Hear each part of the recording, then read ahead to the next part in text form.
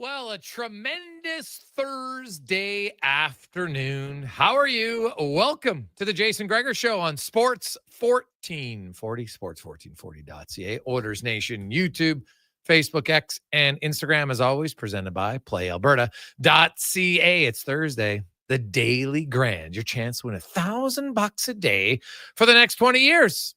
Or you have the option of one-time lump sum payment of $7.3 million. It's your choice. Get your tickets at PlayAlberta.ca. The Lotto Max draw $50 million tomorrow, so you can have a few shots. Good luck. Good luck. Man, we got lots and lots to discuss. The Jays with a matinee victory today. So that's another series win for the Blue Jays as they keep rolling, keep remaining in a playoff spot. And you know what? The Cleveland, decent team, but the Jays with another win, and now they'll take on the Red Sox, who are starting to surge up a little bit. There was some concern, obviously. Guerrero got hit, but early MRI left the game, and they're saying no fracture, so that is obviously good news for the Jays. As another big win for them, and solid outing by Gausman on the mound. Only gave up 2 hits over 8 innings and struck out 6. So good for him. Jays, kind of a little bit of a small ball today. No real big hits by any stretch, but just got it done. 6-0. We have Elks tonight in Winnipeg. And oh my goodness, could the Elks, do they need a win? It has been a long, they could end a 6-year drought. They haven't won in June since 2019. Now, I know there was a year in there. There was obviously no football, but still, it's not a great record in the month of June. And it would be an upset, no question, to get the win in Winnipeg. But hey, the Bombers on a short week, they played Saturday. They don't have their number one running back. Their backup's pretty good, but still, there's an opportunity. So we'll talk about that. Declan Kruger will join us a little bit later on from Elks Nation to talk about things. We got Steven Bazan joining us. It's Thursday. Steve Ellis, he is in Los Angeles, the NHL draft tomorrow for the first round.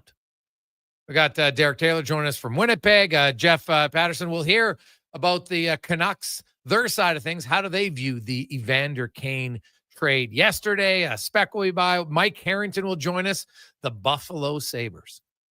What, man, if you're a Sabres playoffs, 14 consecutive seasons, the longest drought in NHL history. It's making the decade of darkness seem like a short time. Think about that. 10 years was brutal. You lived it. You're like, don't mention it. I don't want to relive it. Now it's 14 years. And there's nothing that tells me this won't be a 15-year drought in 10 months' time. Like the Sabres, they just traded J.J. Peterka, who all he's done in his 3 years in Buffalo at the tender age of 23 has put up better numbers every year, which is what you want. Now, supposedly he wanted a trade, so not great, but he went from 12 goals as a rookie, 32 points, then 28 goals, 50 points. Last year, 27 goals, 68 points on a team that's not very good. He's 23 years of age, and you trade him to Utah. Now, it was kind of a sign and trade that he agrees to a new 5-year deal at $7.7 million AAV. So big money for a player who scored 68 points and pretty good off the rush. And I get all of that stuff. So he is. You got Josh Doan, who's probably a third-line player, going to work really hard. Maybe he'll become a second liner. We'll see. But, last year he was split time in the AHL. He's almost a point-a-game player in the AHL, which is what you have to be. I think if you're expecting guys to be in the top 6 for sure, even a top 9 player, right? There's lots of fourth-liners that are point-a-game guys in the American League. And so that's what you'd expect from him. He's still young, but you know what? He's the same age as Peterka. So Peterka has played 3 full seasons. He had 68 points last year. As a rookie, he had 12 goals. Doan in his two parts of two different seasons has a total of 12 goals. Now, guys develop a little bit later. Obviously, Buffalo's going to hope and pray that Doan's rookie year last year, now he'll jump up next season and be a bigger opportunity. We'll see. Maybe he does. Right? Michael Kesselring, he's big, tall, lanky, skates well, right shot defenseman. And people are like, oh, top 4 guy. Are you sure? He's a top 4 player? You got to remember that early in the year when they didn't have Dursey and Marino, he played a little bit more minutes, yes. But by the end of the year, he was 6th on their team in average minutes played per game overall. He played on the penalty kill for the first 10 games of the season and basically didn't play on it after that, had a total of 34 minutes on the penalty kill. And so now you're going to put him into Buffalo, who's a non-playoff team, and he's likely going to have to play in your top pair or your second pair. He's going to play with Dahlin or he's going to play with Owen Power. And so that's good. He'll have a good partner, but how good's he going to be? Honestly, I don't know. But JJ Peterka's way more proven. So now you're Buffalo. You got a young player. You trade him for 2 young players that you hope can become good. Now, if Kesselring becomes a top 4 defenseman, that's good. Okay, you know what? We can deal with it. Peterka's got like top line production right now. He's only 23. And he joins Utah. They got some good young skilled offensive players there. So I don't know, man. Like some people told me, oh, this is good. What they got was great. 2 young guys, and Doan works really hard. I don't discount that. I don't discount it at all. He works really hard. He's going to give you lots. That's awesome. And I know Buffalo said, hey, we're looking for guys who are more competitive. So I don't know. You can tell me JJ Peterka isn't overly competitive, but he's productive. So do you want a productive guy or a competitive guy who isn't as productive? It's just got to be tough to be a Sabres fan. You've got this young player, you drafted him, you developed him, things are going great, and after 3 years, he's out. Now, why did he ask for a trade? Variety of reasons. Depends who you talk to. Didn't like the culture, didn't like the organization, gets dealt. That's a concern. And to me, the bigger concern is there was a tweet, I should try to find it. There was a tweet that was talking about what their lineup was in 2021, 4 years ago. And now all the guys that are gone from that team. And like the Jack Eichel trade. So Jack Eichel was a top player thing. Your organization didn't want to do the surgery he wanted. He went and got the surgery. And now what happens? Pretty good player. Won a Stanley Cup, right? Was getting Hart Trophy votes this year, Selke Trophy votes, because you didn't agree with the surgery he wanted. Like, what direction is that organization going? So I could see it being a little frustrating if you're a Sabres fan. So Mike Harrington will join us. We got Livingston, talk a little racing. Edmonton Oilers, quiet day today. I think the next step for the Oilers most likely will be a Victor Arvidsson trade. And I could see it, it could come down at any time, but I wouldn't be shocked if you see it on Saturday. That's a lot of times when you see, okay, you're trading for a draft pick and you're giving up an NHL player. I could see it. I know the Oilers, there were other teams interested in Kane, but they were kind of dragging their feet and some wanted salary retention. And the Canucks were like, no, we'll give you this. Let's go. And so they got the deal done. And I think in Arvidsson's case, now, will there be some retention? Maybe. Depends who it is. Like Seattle just keeps adding guys. They got Freddie Gaudreau today from Minnesota for a 4th round selection. Salary dump. And there'll be other teams out there. Like Victor Arvidsson, I think, can still help an NHL team. He'll be highly motivated. He's in the final year of his deal. $4 million isn't a ridiculous amount to do. And who knows? Maybe the trade won't happen until day 2 of free agency because some of these teams think, hey, you know what? I'm going to get a guy. And then they don't get the player because lots of teams have their sights set on similar players. They don't get them. Then they got to go to plan B or C. And they're like, well, geez, we'll take a shot at Arvidsson. He can help us find out. Other news, Jay Woodcroft, former Edmonton Oilers, is close to signing a deal to be the assistant coach of the Anaheim Ducks under Joel Quenneville. So Jay gets back in the league. Now, the big news for the NHL today, Frank Saravalli had it early this morning, is that the NHL and the NHLPA tomorrow is likely before the draft to announce a new CBA. Now, the new CBA won't officially begin all of it until 2026 season. So a year from this September.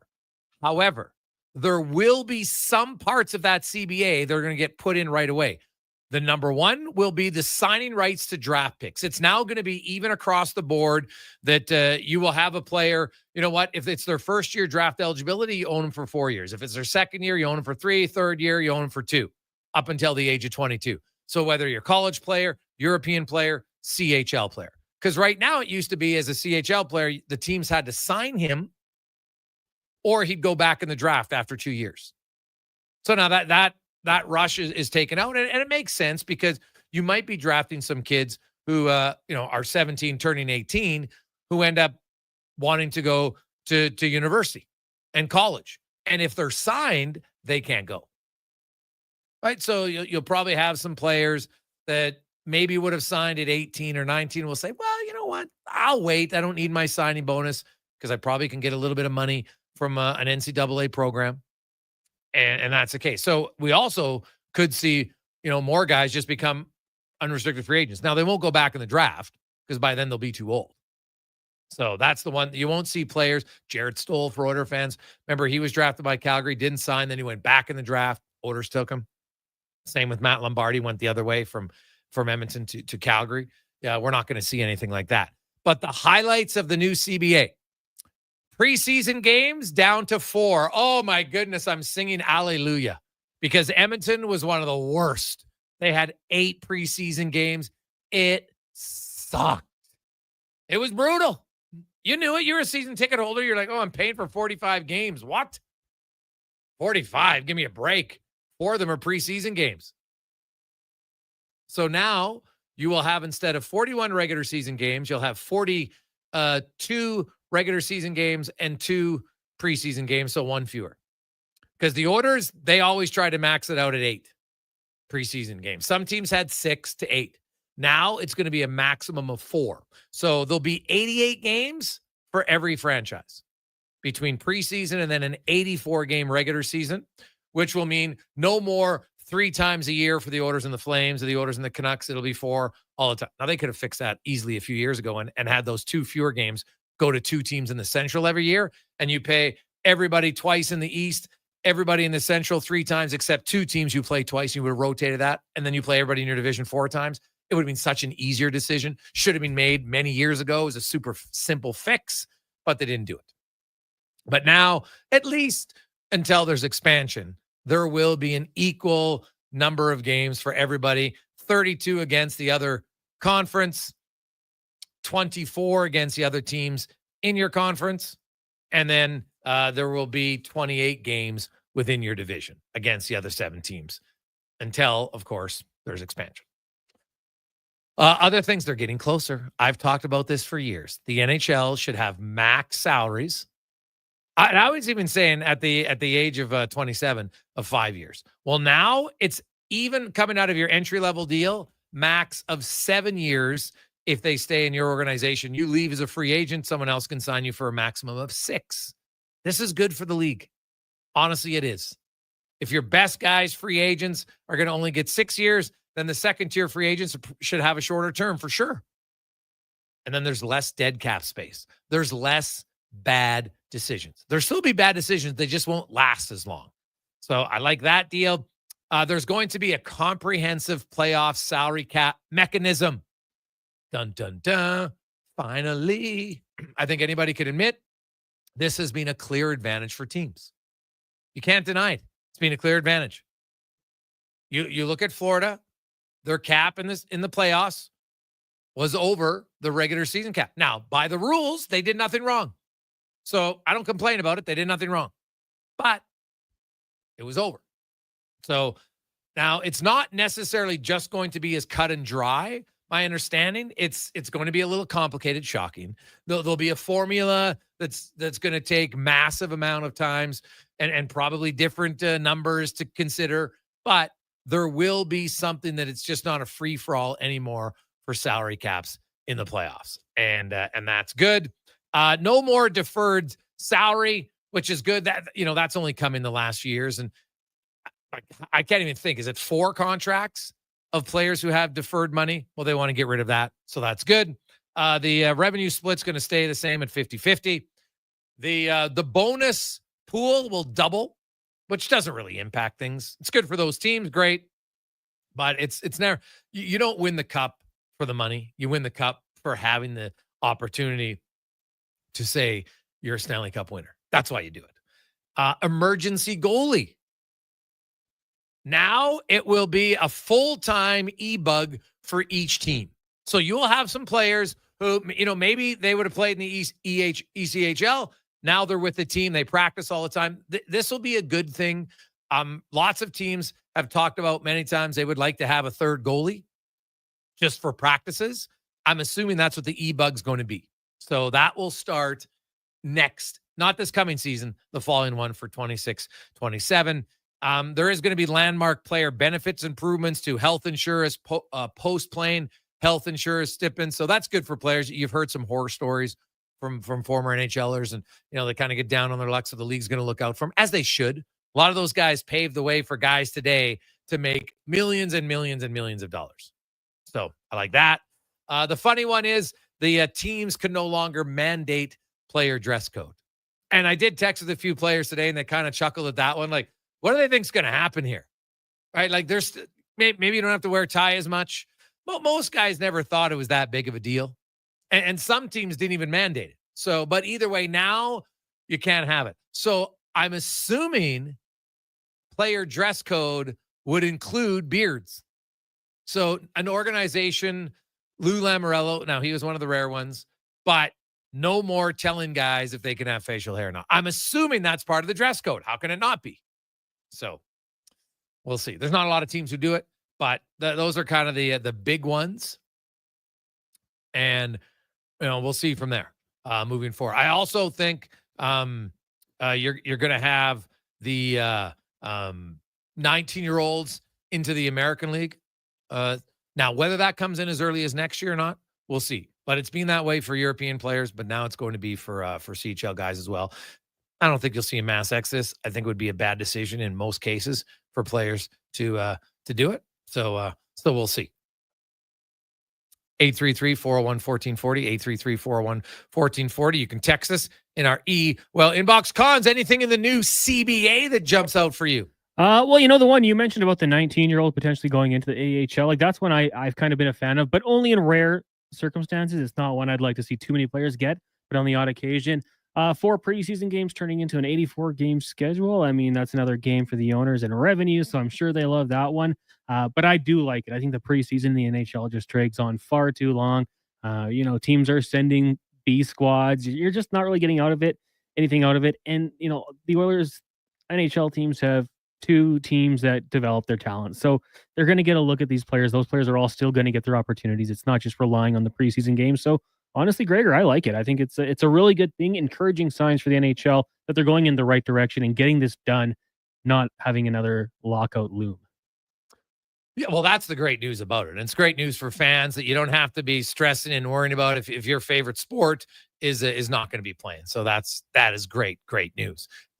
Let's take a quick break. We'll come back. All the ongoings in what is probably a one and done for the NHL draft, where teams will stay at home and they'll send a representative. There will be some people there, guys like Stephen Ellis, who covers all of the draft prospects. This is a big deal for those guys. Like, they put in a ton of work and they watch so many games. So we'll talk to Steve about that and more when we return on the Gregor Show, presented by PlayAlberta.ca.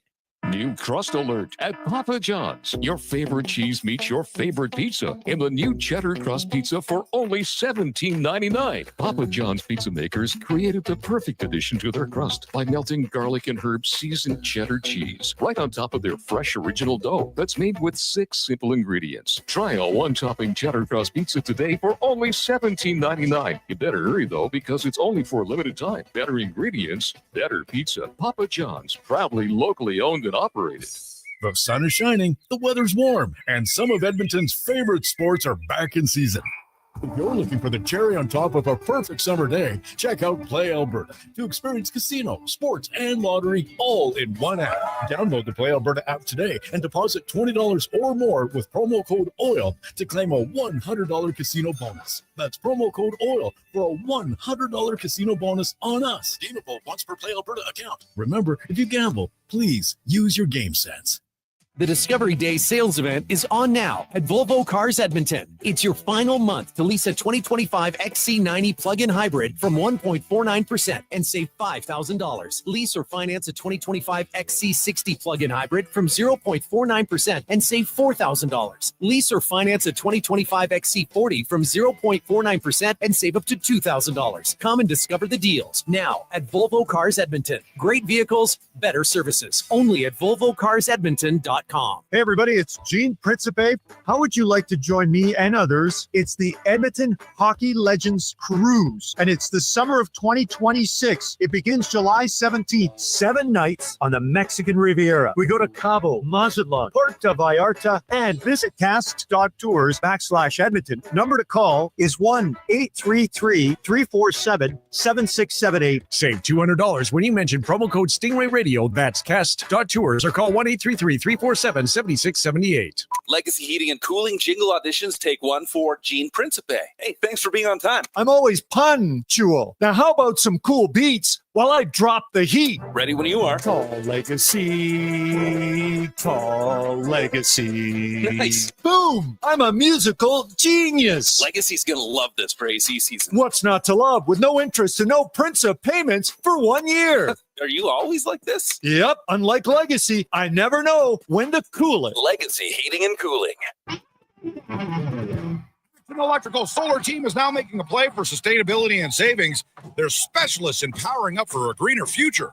That's the strategy, designing and installing high-efficiency solar panels. They're helping homes and businesses combat rising utility costs by harnessing the power of the sun. A smart move for efficiency and the environment. Hire the Action Electrical team to bring home a win for your project. Visit actionelectrical.net. Are you looking for safe and professional travel options? Look no further than Silent Rides, one of Alberta's premier bus charter companies. Whether your group is big or small, Silent Rides has you covered. We offer state-of-the-art motor coaches, first-class service, and affordable rates. Get your quote today. For more information, call 1-877-748-0991 or visit silentrides.ca. This summer, get it done with Bashaw Concrete Products. The highest quality ready mix and gravel with quick, dependable delivery across central Alberta. Call now for your free quote from their friendly, helpful team. Bashaw Concrete Products also offers precast water pads for your cattle, garage sumps, and water cisterns. And if your farm, acreage, or cabin needs a new septic tank, remember, their CSA-approved tanks include a 20-year limited replacement warranty. Can't beat that. Visit BashawConcrete.com and follow them on Facebook.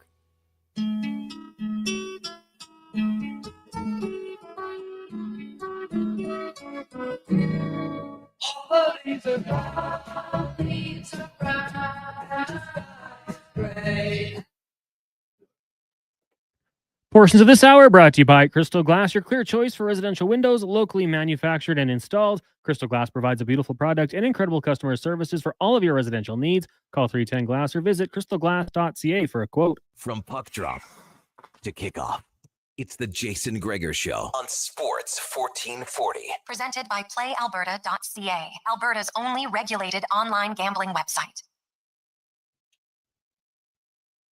2:25 on a lovely Thursday afternoon. How are you? Sports 1440, Orders Nation, YouTube, Facebook, and X. And man, I'm getting closer. Getting the itch. I don't golf lots in May and June ever really. Just due to work and anything else, don't have time. But getting the itch. Gonna get on the links. Went out again to Cattail and got a bucket for the $10,000 hole-in-one challenge. Moving up the leaderboard, boys and girls. Anybody out there? It's about 125 yards.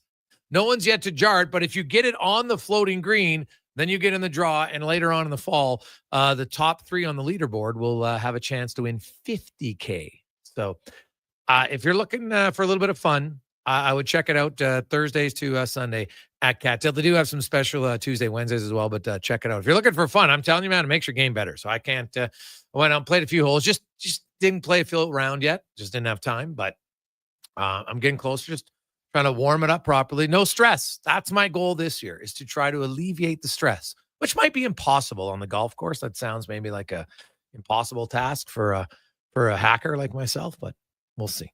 We'll see how it goes. Made a few adjustments this year. See if it works. Anywho, speaking of adjustments, I was, I've been reading up, and people always make projections about players and comparisons, and I always find it's usually like best case scenario. Oh, who does this guy remind you of? And usually people mention a Hall of Famer. I'm like, why? Why do you do that? You're putting way too much unrealistic pressure. It was like when people try to say, Connor Bedard, Connor McDavid. Like, are you joking? It's not even close. No offense, Connor Bedard, but it ain't close. How about the fact that, did you know the last draft class to have a player score 100 points in a regular season, 2017? Jason Robertson did it once. Elias Pettersson did it once. So you have to have long patience. Sure, there's McDavid's. There's a few outliers. He scored 100 points right away. Matthews has done it a few times, 15, 16, right? Draisaitl was a 14 draft pick. He's done it multiple times now. Great. But if you look at how many players in the last decade have scored 100 points, it's 23. And 9 of them did it twice. The previous decade, from 06 to 2015, there's only 15 players who did it once. Like, it's hard. So when you watch the draft tomorrow and someone starts, I think he's going to get 100 points.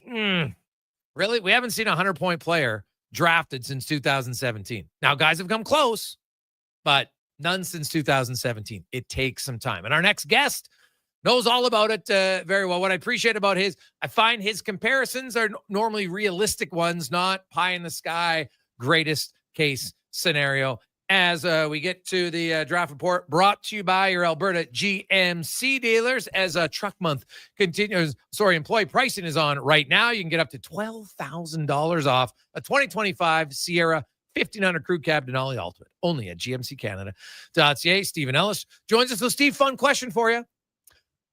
From 2018 draft and on, who is the next player to score 100 points? Because nobody from those draft classes has yet to score 100. Some have come close. Who do you think from 18 on will be the first guy to reach the century mark? Well, first off, I hate comparisons, so I'm with you on that 100%. Going to go Connor Bedard. Chicago's got to eventually get him some help. They're going to have to eventually get him some proper players. I still am a full believer in Bedard. I know he kind of fell off a little bit, but I'm still a full believer in him. I think he's a special talent. Not Connor McDavid special, but special. Yeah. I'm going to go Tim Stützle to be the first to get to 100. He's had 90. I like Ottawa. I think Bedard will probably eventually maybe get to 100. I just think Stützle has a better supporting cast right now, so that's my pick. Right? Yeah, if Jack Hughes could stay healthy, Steve, I probably would pick him, but he doesn't ever seem to be healthy. Jack Hughes, one of my all-time favorite prospects, watching him play with Cole Caulfield, and it's like, okay, man, just stay healthy, man. Please. It's not working out. So, and that's a hard one, but it is something that, I've talked to people that are saying, like, with new advancements here, like, there's lots of machines that are coming that can help look at players. And I don't know if you can accurately predict injuries, but there are some that will say, hey, some guys are maybe more prone to it. When you look at a guy like Schaefer, only played 17 games this past year, does that have any concern for you at all in drafting him? No, because it was an injury you're able to heal from. And I think even if you look at everything he did this year between the OHL, the World Juniors, the Hlinka, that short as that was, the Hlinka Gretzky, things like that, like you saw so much special ability there that it would have to take something kind of crazy for him to fall, in my opinion. And you just look at the raw talent there. Like you're looking at a Miro Heiskanen type player. You're seeing a guy who was going to be in the Norris Trophy conversation very quickly. And next year for me, like I know there's a lot of talk of which guy's going to go to the NCAA and things like that. And I think some players will see that shiny paycheck of the ELC and say, yeah, I'm going to stick in junior. I think regardless, Schaefer should stay in junior because he should go out there and try and play every single game humanly possible, because he looked great in that. And the fact that he was a part of those physical drills at the draft combine was still solid, but not seeing him in game action when the timeline allowed him to potentially come back for the OHL playoffs or the under 18s. And we didn't see either of those. So you just need him to play next year. Yeah, well, that's the number one thing. You look at this draft class, Steve, this might be a class, and this isn't a bad thing, where none of them play in the NHL starting in a few months. Like, other than some guys might get 6 or 7 games, but I mean like a full season. I was talking to someone from the CHL today, and I was like, when was the last time, like we know the last guy who didn't go to the NHL right away was Owen Power, but like when was the last time a player in the CHL specifically got drafted and then didn't go back? Usually they're a big money draw if they're your top prospect, but it's going to be even bigger money draw if you see someone like Misa going back to play in the OHL next year. So yeah, or not Misa, Schaefer, maybe Misa, who knows?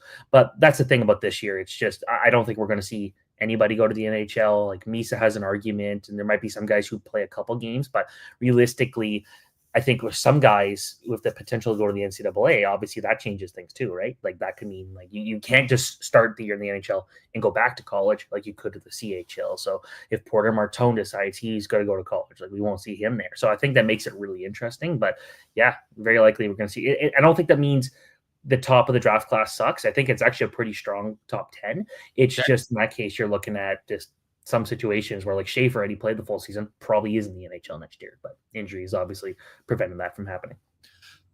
When you look at him, how much of a gap do you see between him and the number 2 defenseman? Pretty sizable. Like I like Kashawn Aitchison. He's my number 2. Jackson Smith, Rademirka. I think they're all really close. They're just good in different areas. But like if you needed a defenseman, you basically needed to pick first overall this year. And you're going to get some good guys. Like I think Smith can be a top pairing defenseman. I think Aitchison is one of the hardest players you're going to find to play against in this draft. I think Mirka's got that size and mobility that teams really love. But the reality is none of them come close to Matthew Schaefer. Like no one thinks the way he does. No, like he's got one of the best shots in the draft of a defenseman. He's one of the best overall defensemen of both ends of the ice. Great offensively, great defensively, outstanding skater. Like no one touches him in that respect.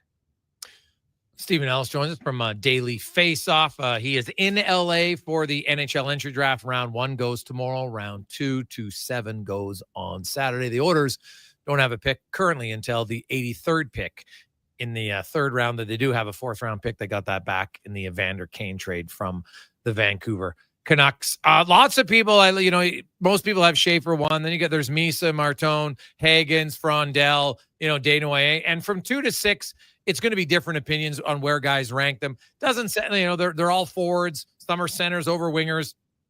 Doesn't sound like there's a huge change. But the fact that Misa, can play both and switch, like I'm a big believer in him. Like I know he's been, looked after for a long time because he had exceptional status and all that.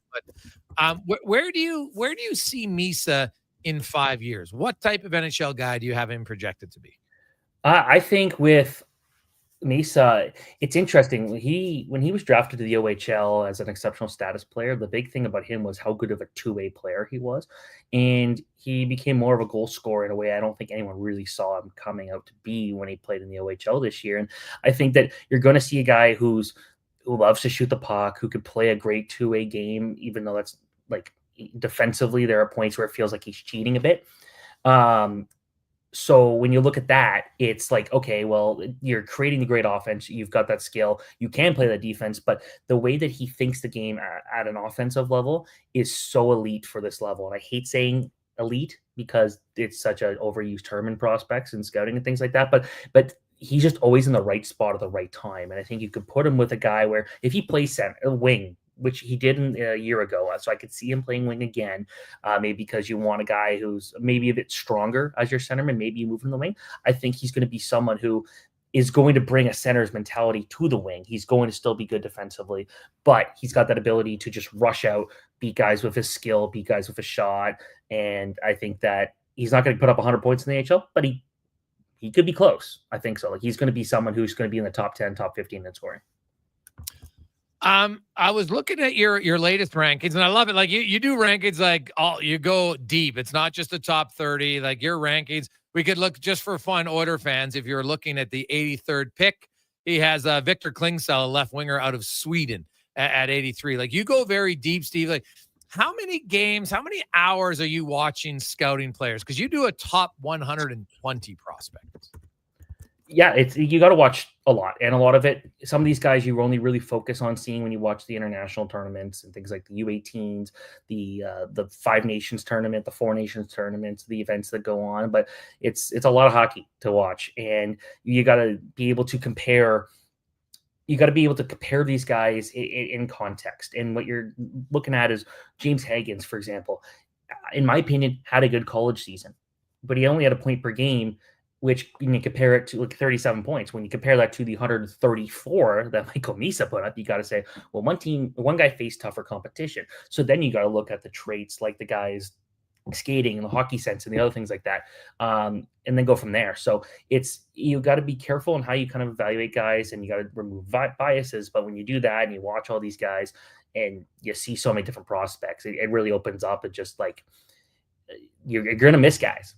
There's going to be guys like Mason West is one that's a perfect example of a guy that was on nobody's radar in February, because I believe it was around then when he played in the USHL where he decided he wanted to become a hockey player. Like, he's a football player and a hockey player at the same time. Like, he wasn't even really aware that this was his draft year and how big of a year it was. All of a sudden now we're talking about a guy who might be taken in the top 25 in the draft. So you can miss guys even when you watch all this hockey, and I think that's what makes it really interesting. One other player that I've found is maybe the most intriguing, and we talked about injuries, and he was injured, but he's somewhat of a unicorn, Steve. There's just not a lot of players like him in the draft, and you have him 11th, Roger McQueen. Big. This guy, he's 6'5", skates like he's a small player. There's lots to like about him now. Back injury though, so how much concern do you think there'll be on McQueen, or because he's such a unicorn in a sense that teams will be willing to take the risk? I wouldn't take him right now. And I think the fact that he's had multiple back injuries, that would scare me. We just saw what happened with Caden Lindstrom basically playing almost no hockey this year, and I would be worried about that happening. So in that case, I think he could fall. Like, Pittsburgh's a team I'd be looking at there, but they got 2 first-round picks. I know Kyle Dubas has shown he doesn't want to take like a big risk on a guy, and he wants to pick like safe bets. But when it comes to what he brings to the table in particular, tons of skill, great size, but he's got those back injuries, and that is something for any player that's tough, but for a bigger player that's even tougher.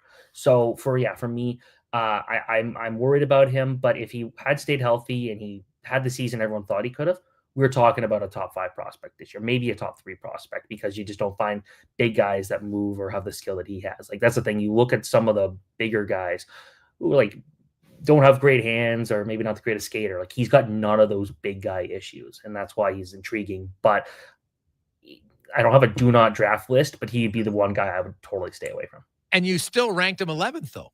Yeah, I still think he's a great prospect. It's just, I don't know if I'd feel comfortable being the guy picking him. Okay. No, that's right. I like your honesty. I think that's important. And I'm sure, because you sit there and say, geez, we got like a top 10 pick or 11 or those picks, man, like, you can take a little bit of a risk if you had 2 first rounders, right? Or 3, like some teams have. That I totally understand. But when you get to the point of, man, we got 1 top 10, 1 top 15 pick, and then you draft a player and he's banged up, that can really impact your team for a long time. So I can see why there might be some risk, but God, he's an intriguing player. There's no question about it.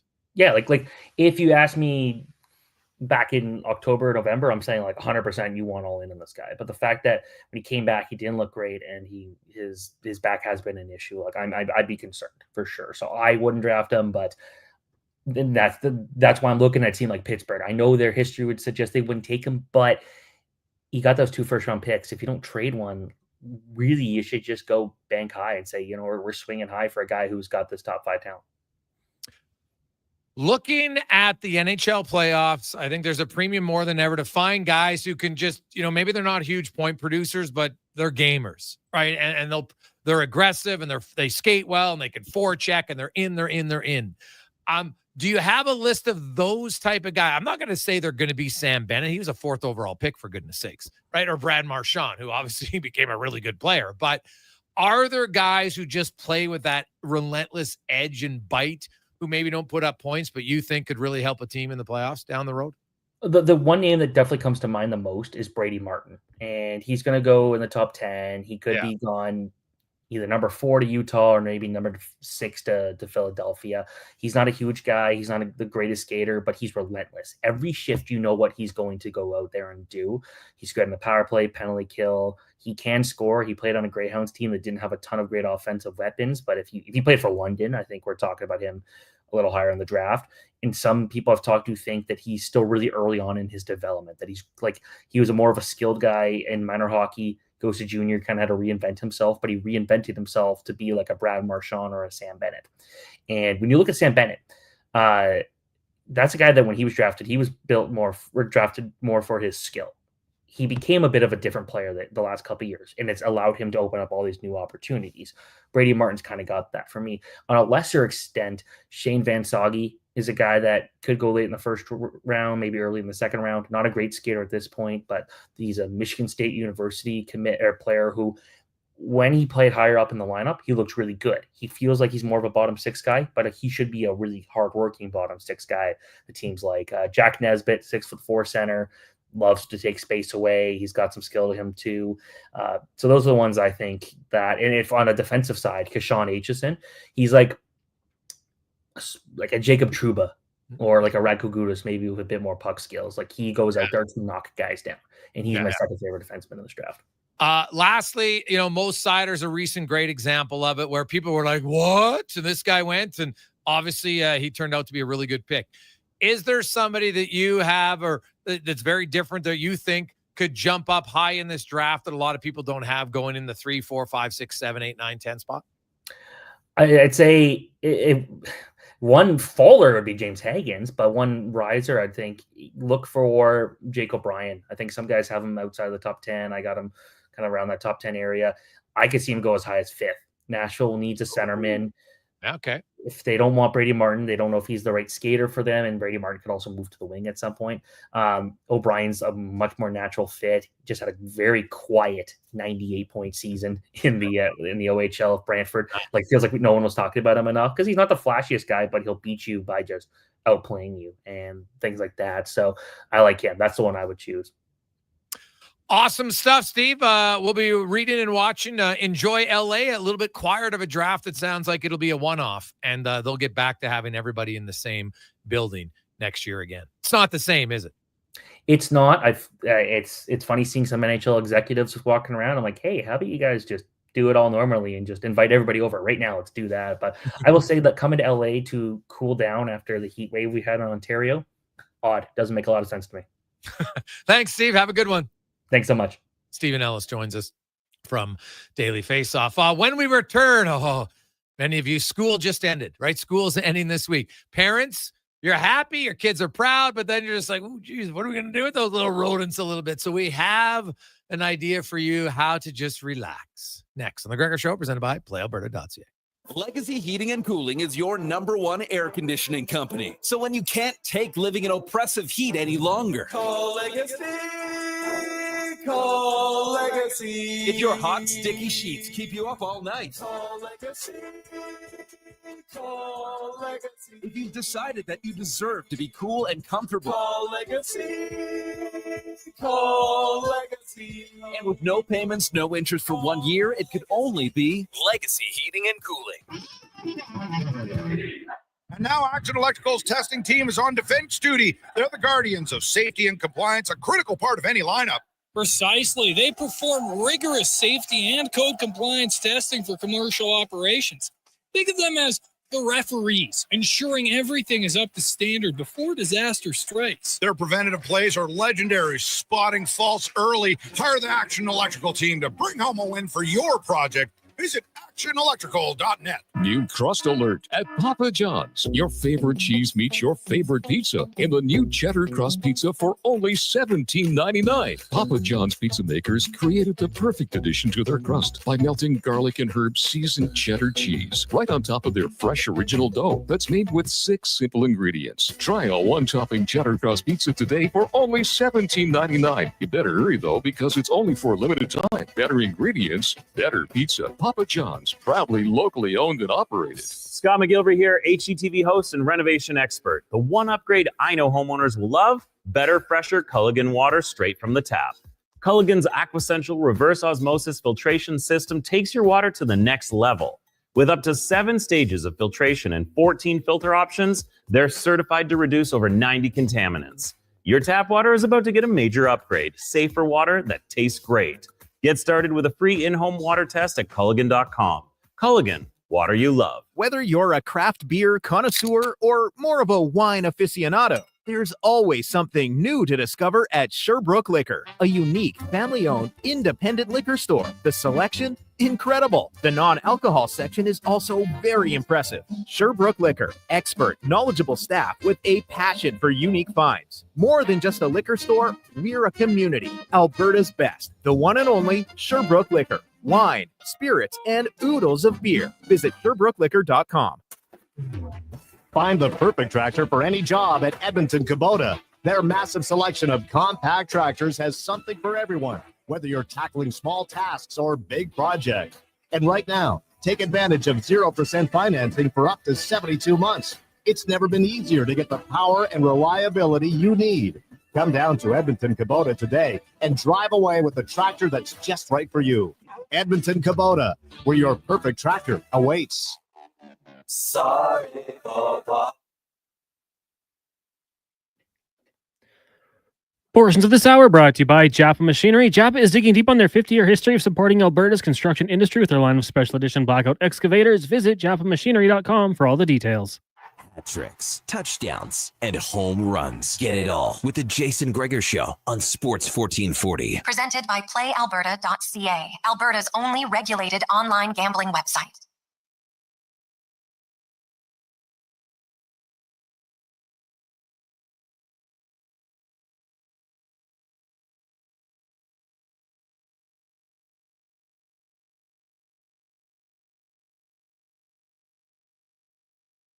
Welcome back, Jason Gregor.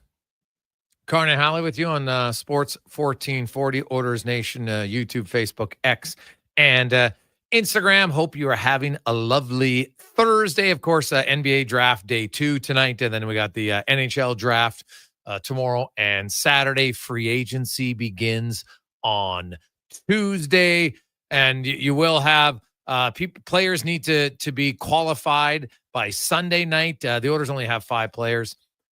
Bouchard's getting qualified. Noah Phillips getting qualified for sure. They'll have one decision to make on what they want to do in goaltending with Olivier Rodrigue. You know, there's still lots of reasons why you could qualify him. Cameron Wright won't get qualified, and Perreault won't get qualified. So they'll be unrestricted free agents. Matt Capone, I mentioned this earlier in the week. He was going to sign an AHL-only deal. That became official today with the Bakersfield Condors. It is Thursday, and now that means another edition of Thirsty Thursday, brought to you by Sherbrooke Liquor, the OG location, St. Albert Trail, 118th Avenue, as well as on the southeast side on 50th Street and 92nd Avenue. Stop in if you want to have non-alcoholic beverages, beers, cocktails, wines. They got it all. And then, of course, wine everywhere in the world. Cocktails, they specialize in some unbelievable ones. Beers from all over. If you are a connoisseur of the beverages, you'll want to check it out at Sherbrooke Liquor. And we're joined once again by Stephen Beeson, joins us from Sherbrooke. Steve, how you doing, my man? I'm good, Jason. I'm good. How you doing? I'm excellent. So today we're going to go on a cross-country tour of Canadian beers, because as we were talking about, for dads and moms who like beer, this is definitely school's over, and maybe there's a little bit of a added stress or excitement, depends how you look at it, for some of the parents. Oh, absolutely. Yeah, it just feels like summer's popping off now, doesn't it? It's just the sun's out, the weather's great. Canada Day is coming up here on Tuesday, so I thought, yeah, it'd be a fun take a little mini trip across Canada and see all the amazing craft beers from coast to coast. So where are we going to start? We are going to start up north. We are headed to Whitehorse. So this is from Yukon Brewing. This is the Klondike Birch Sap Ale.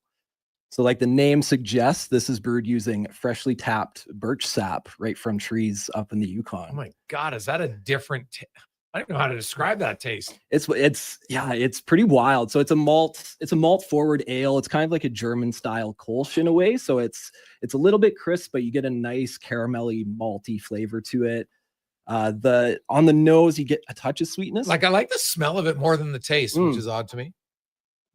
I might as well take a little sip here too. Yeah, it's nice and crisp. It's got a little bit of a bitter finish, which kind of balances out the sweet malts and the sweet syrup there. And birch sap's kind of a unique thing. It's not. I think when most people see this beer, they think it's going to be like over the top sweet, like maple syrup. Yeah, it's not sweet at all. No. And birch sap has more of a. It's almost it's not sour, but it has a lemon lime sort of flavor to it. Like when you talk to people that have tasted birch sap directly from the tree, it's got that. Like it's darker. It honestly doesn't taste like anything I expected. I was kind of like, I don't know why. I was just thinking, oh, this would be a good little amber kind of lager ale, and it does not taste remotely how it looks. Yeah, it's a unique one. They brew it every spring, and then it comes out in the summer. And I feel like it's like drinking Canada in a way, like quite literally. You get the sap right out of the birch trees up north.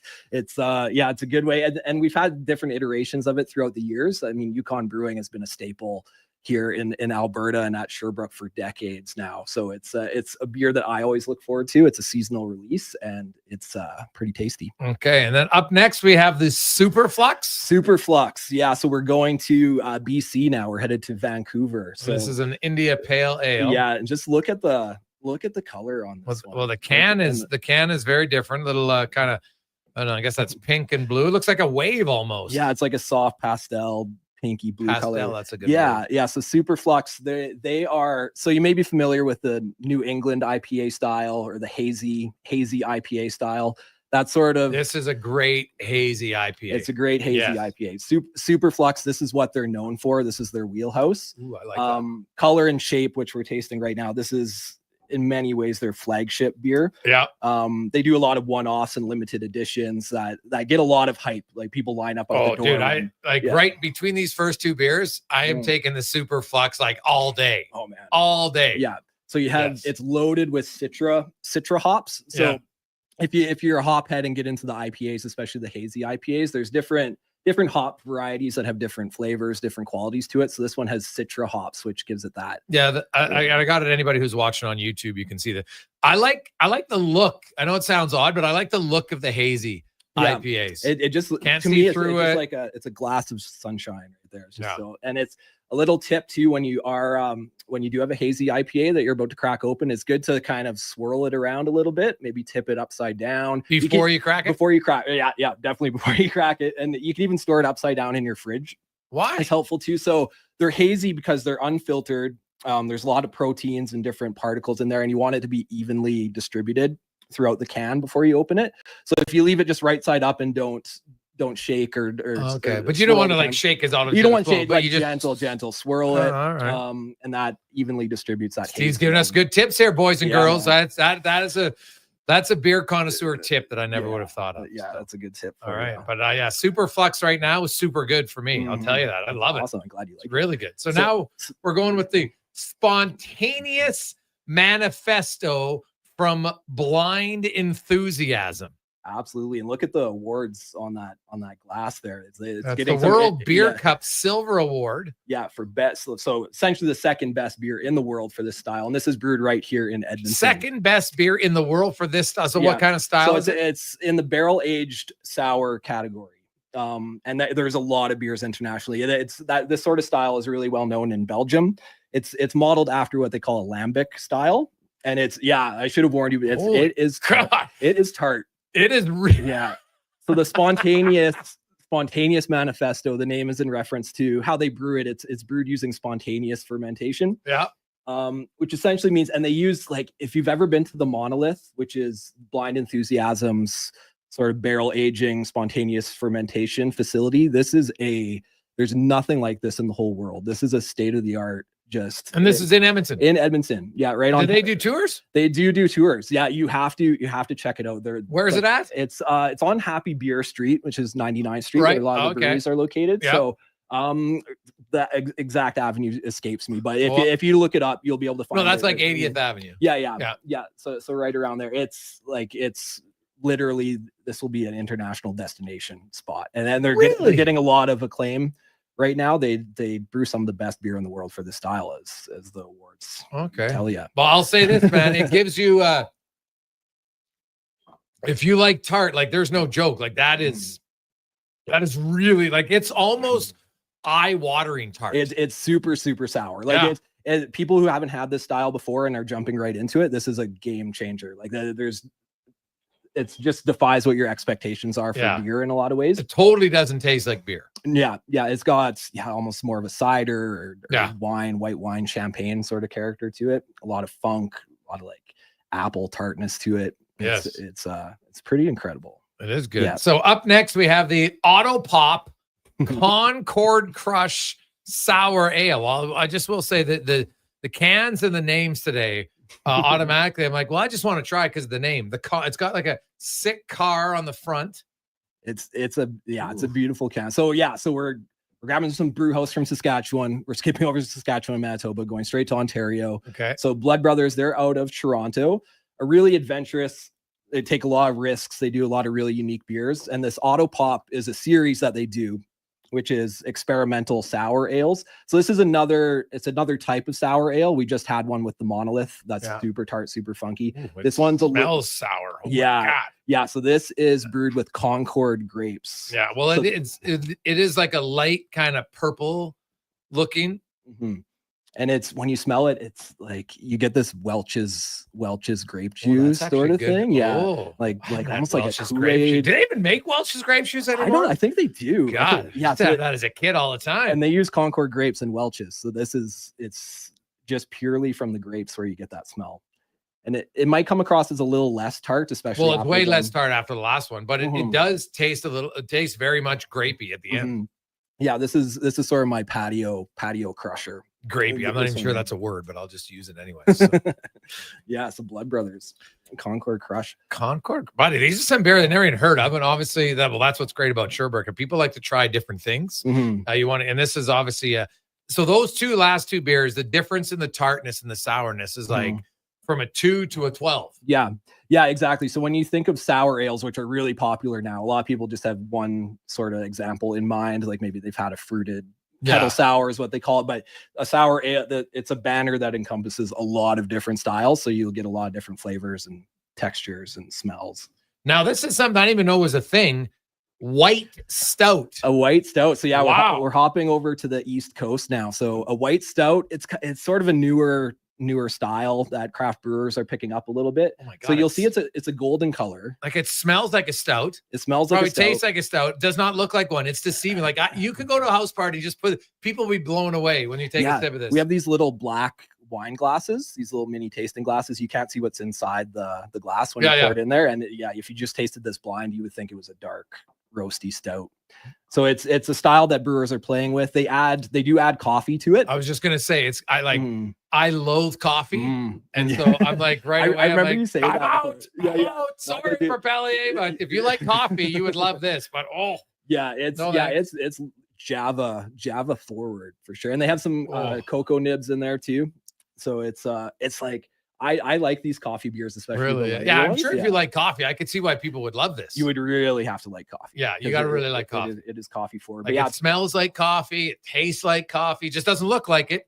It's literally like a kind of a hazy hazy lager, yellowish looking beer that tastes like a stout, but definitely has a coffee taste. So Gregor will be passing on this one for sure, but that's okay. People love coffee. I don't. Totally. It's a unique beer. For sure. Oh, you got it's crazy what the flavors they come up with. I know it's wild. And now lastly, I just wanted to I thought you brought in a wine. Well, because this I'm putting it on YouTube. This is like a wine bottle. It's the Porter Baltic Extra Strong 10%. And it's from Grand Cuvée. Where's it from? It's from Les Trois Musketeers out of Quebec. Okay. So Three Musketeers. This I don't want to be hyperbolic or anything, but this could be my favorite Canadian beer of all time. Really? Yeah, I love that is pretty I love this one. It's a bold statement, but I always come back to it like when people are looking for a world-class Canadian beer. This is near the top of my list. And you go back, they've been brewing this for years now, and they won, going back to the awards thing, they've won the world's best Baltic porter for this one. That is really good, dude. It is unreal. Like, oh my God. If like that is unlike any porter I've ever had. So a Baltic porter, this is going to blow your mind too. I know we've sort of had this theme running whenever I see you, but it's actually a lager.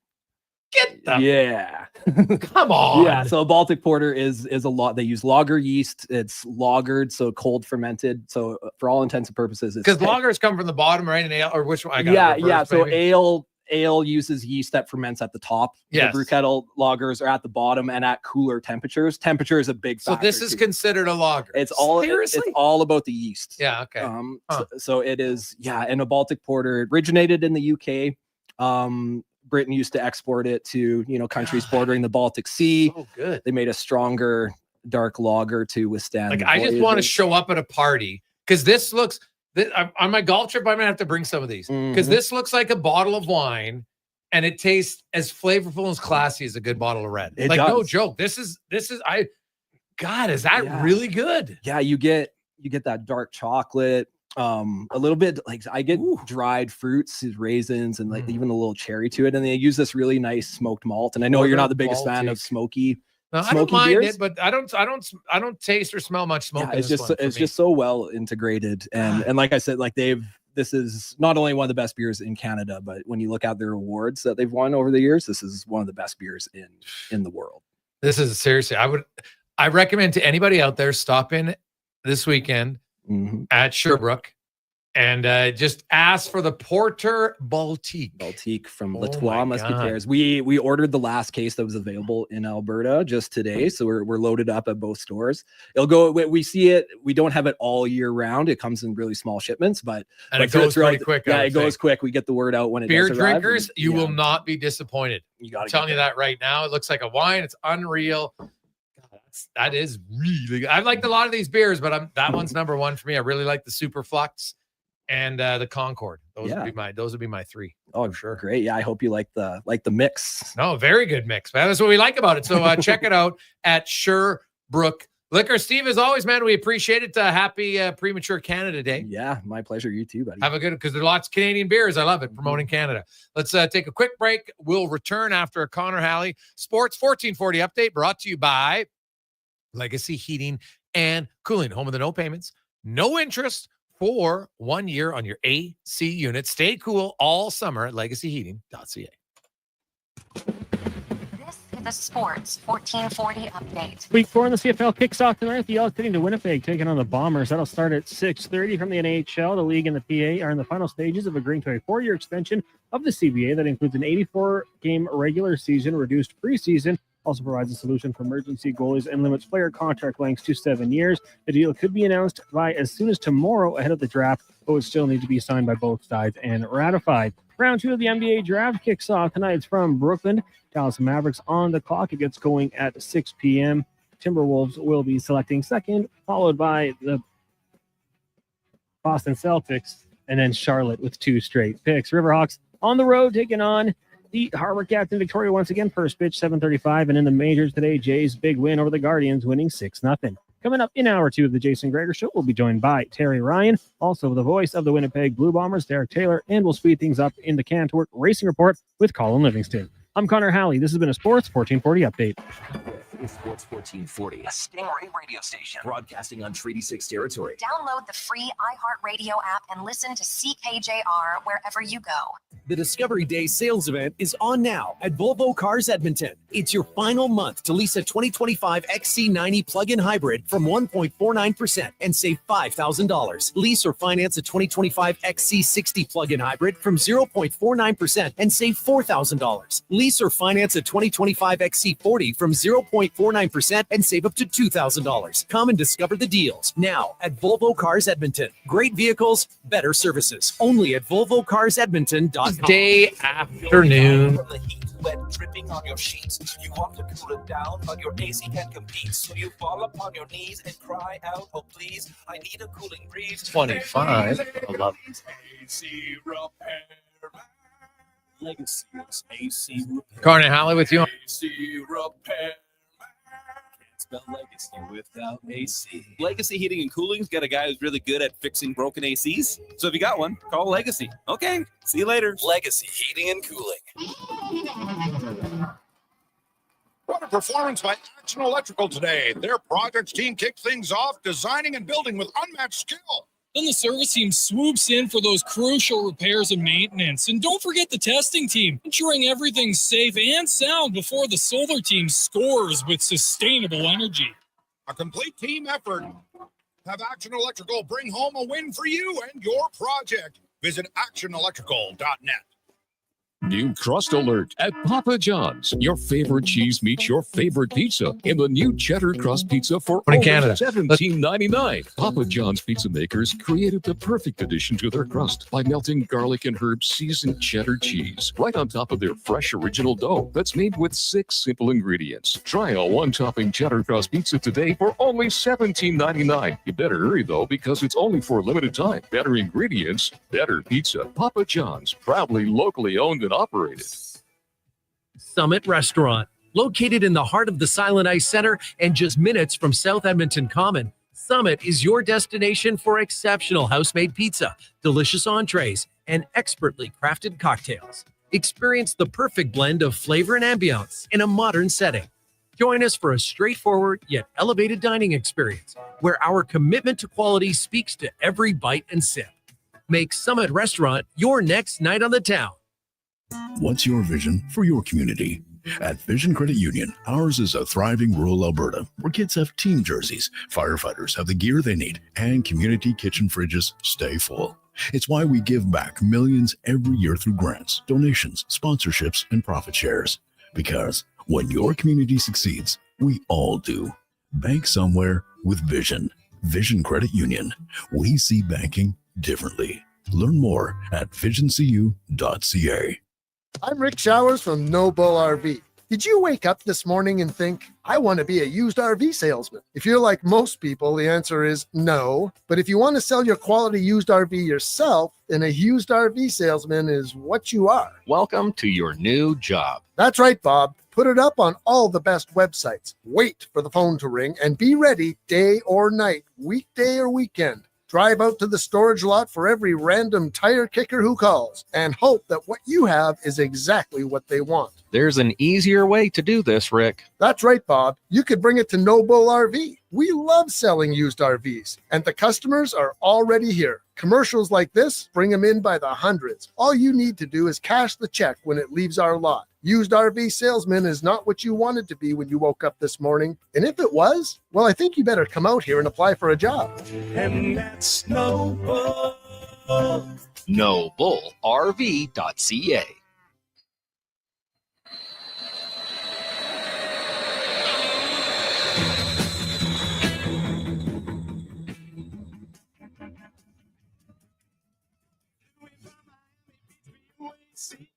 Portions of this hour brought to you by Leading Edge Physio, the team in Old Strathcona has special training dedicated to reducing the impact of cancer care before, during, and after your diagnosis.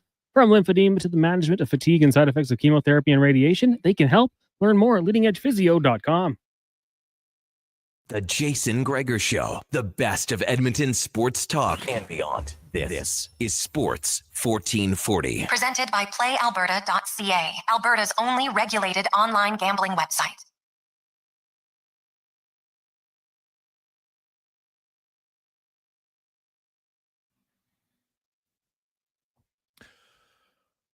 Just after 3 o'clock, Thursday afternoon. Jason Gregor, Connor Halley, Sports 1440, sports1440.ca. Thanks as always for listening and watching at Orders Nation, YouTube, Facebook, X, and Instagram.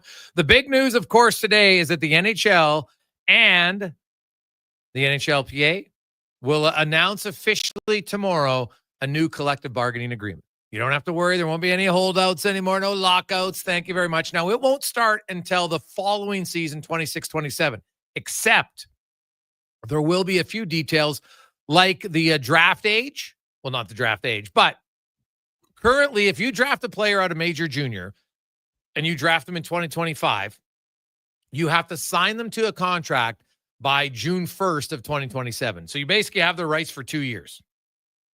That's going to change now. Now it's going to be you have players' rights like you would a college player for 4 years. I shouldn't say that. Depending on their age. If they're an 18-year-old and they're in their first year of eligibility, you'll have it for 4 years. If they're a 19-year-old in their second year of eligibility, you'll have it for 3 years. If they're a 20-year-old in their third year of eligibility, then you would have them for 2 years. That's how it works. So that's the one change that will likely come into effect. I'm curious if that comprehensive playoff salary cap mechanism will come into play for next season. It should. There's no reason to delay it, but we'll see. Because it's fair for everybody. If you announce it tomorrow, because officially the season doesn't begin until July 1st, it's fair for everybody across the board. That's one I would put in right away.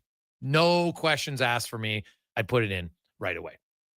As we go in the room now, brought to you by Action Electrical. Take action on your savings. You're thinking about it? You've been on the fence? Well, get off the fence. No one likes splinters. What you do like is savings, and you can get it at actionelectrical.net if you're looking for solar on your home or your business. Actionelectrical.net. As a former NHLer, Terry Ryan joins us. TR, how you doing? Doing good out in Corner Brook on the Humber River, doing some relaxing and golf with my friends this weekend. Really? How's your golf game, TR? Oh, it's absolutely pathetic. I don't normally pick up a club. These guys, it's an annual trip, and these guys are buddies, and it's good practice. I got to go to a fundraiser next week in Barrie. I golf like whenever it's a fundraiser, and then it's very few and far between. Too busy and I don't have enough patience. Have you ever taken a golf lesson? No, never. Have you ever had your golf clubs fitted? No, I haven't. Well, if you did either one of those, TR, you might enjoy it a bit more. Maybe. Yeah. I'd love to get to the point I enjoy it. Often I just end up walking the course while my buddies golf. I enjoy the walk. It seems peaceful out there. I just, like last year I did 4 golf events, like charity events. And I remember twice like missing the ball completely. Yeah. Completely. Again, I played baseball too. Like, yeah. I'm not saying baseball's golf, but like I can hit a curveball. Like I can take a slap shot. I don't understand how I can miss the ball completely. I wouldn't go where I wanted to, but yeah, that's how bad I am. Yeah, no, that's totally fair. Now, good news, the CBA for hockey fans that there won't be anything.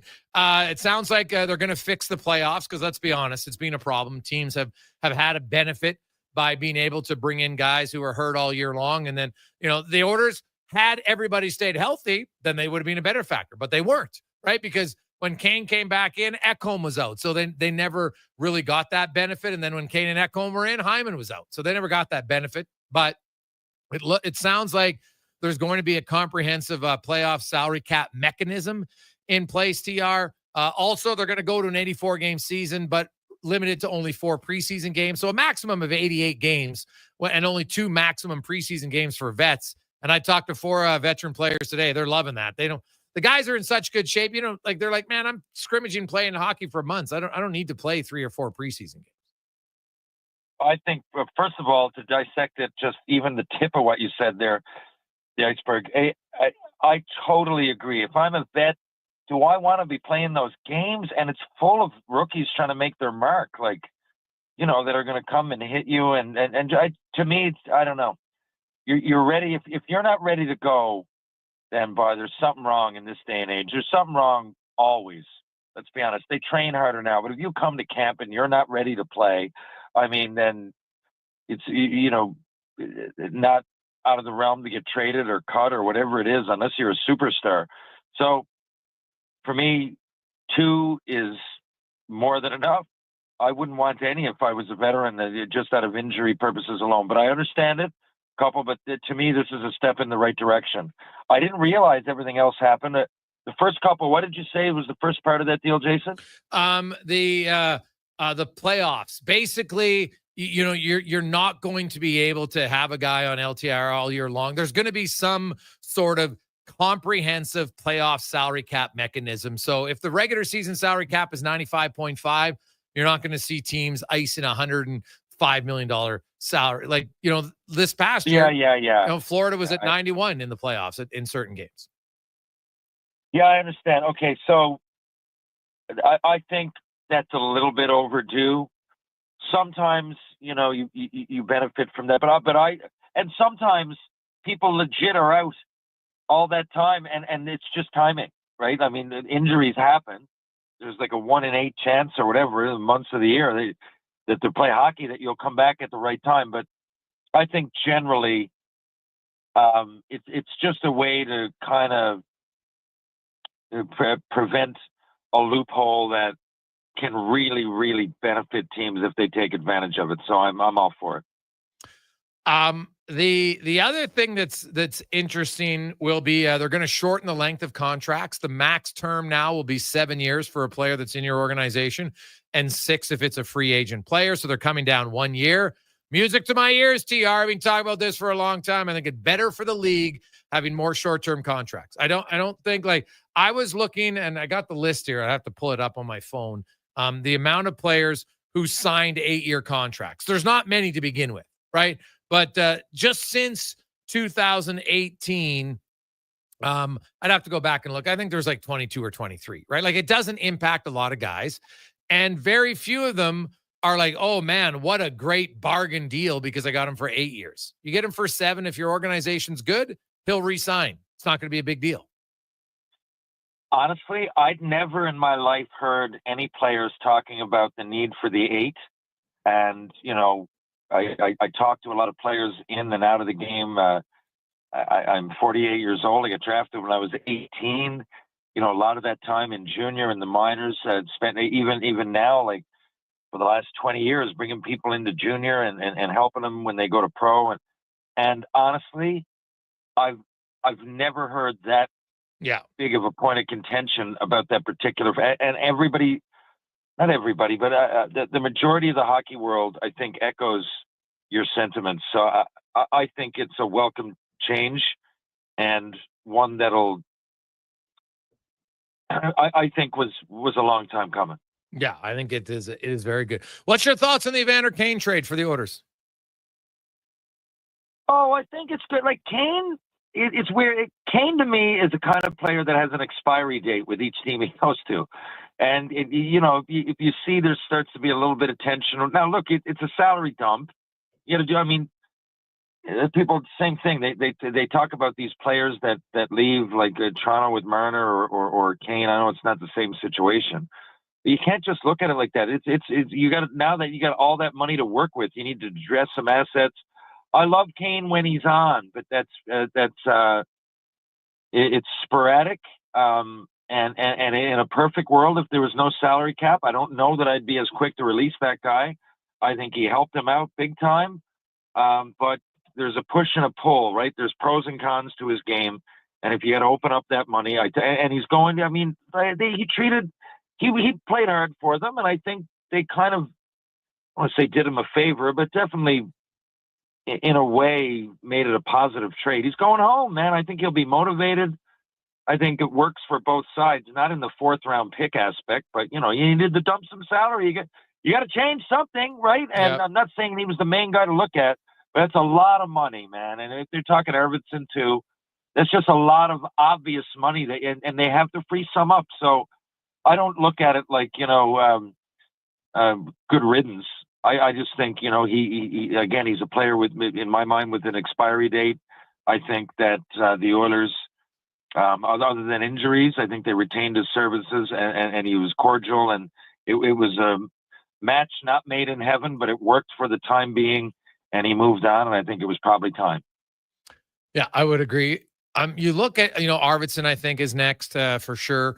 Evan Bouchard's contract, TR, I think there's a chance it can come under 10 because it might get a 4-year deal. And you know what? You're the Edmonton owner. Every little bit of savings here, you get him for 4 years for Bouchard. I'm a big, you know where I stand. I'm a big believer in shorter term contracts. If your organization continues to do well, the players want to be there. That's just a fact, right? And you know what? They'll get fair market value, give or take $500,000 here or there. We're talking ridiculous amounts of money for guys anyway.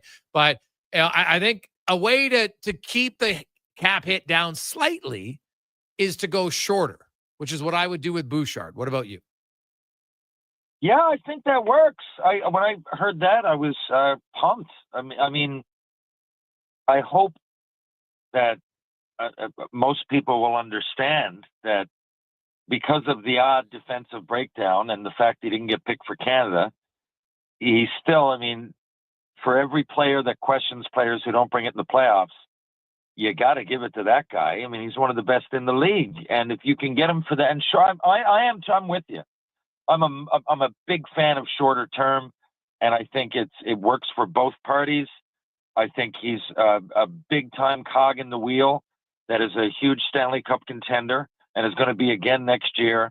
And say what you want about the guy, he wants to stay in Edmonton, and I just think that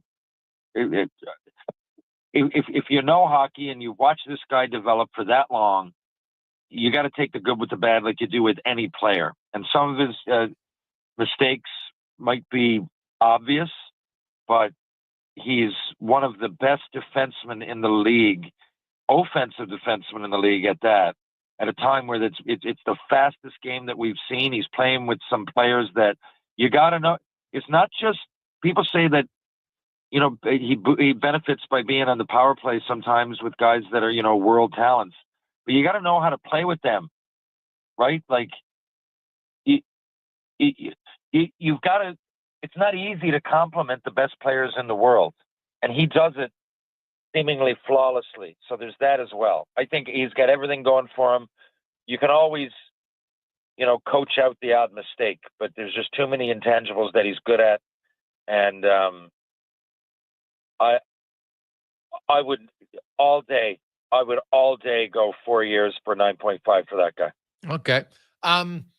What did you make of the JJ Peterka trade? And the Buffalo say, here's a 23-year-old, you know, you trade him for a 23-year-old and Doan, you know, Doan has 12 career goals. Peterka had 12 as a rookie. And then he has at 27, 28, had 68 points. You get Kesselring, and I know he's a right shot defenseman. He's 25 and he's big, and you're thinking, hey, this is going to be great, but he's never really played top 4 minutes consistently. This just seems like an organization that once again gave up the best player, hoping that some of these other young guys who aren't that any younger than him will find a way to be good in the future. Sorry, the second part of that question, Jason, I didn't hear it. Like, just what do you make of that deal for Buffalo? It just seems like, here we go again. They're getting rid of the best player in a trade. Yeah, like, if you're Buffalo, I mean, for me, I would be really wary of that, given your recent history with doing that. I mean, you know, just even with the God, we're talking Sam Reinhart going back there. Oh God, I mean, yeah. Well, I mean, just think about the moves that they've made. Oh. Now, they're talking about getting rid of Byram as well. I mean, I get it. I understand the reasoning behind it all, but if you continue, and if you're management, you're any part of the brass, you're really vulnerable there. Like you're once again making a move that could define your career in a way, you know, possibly.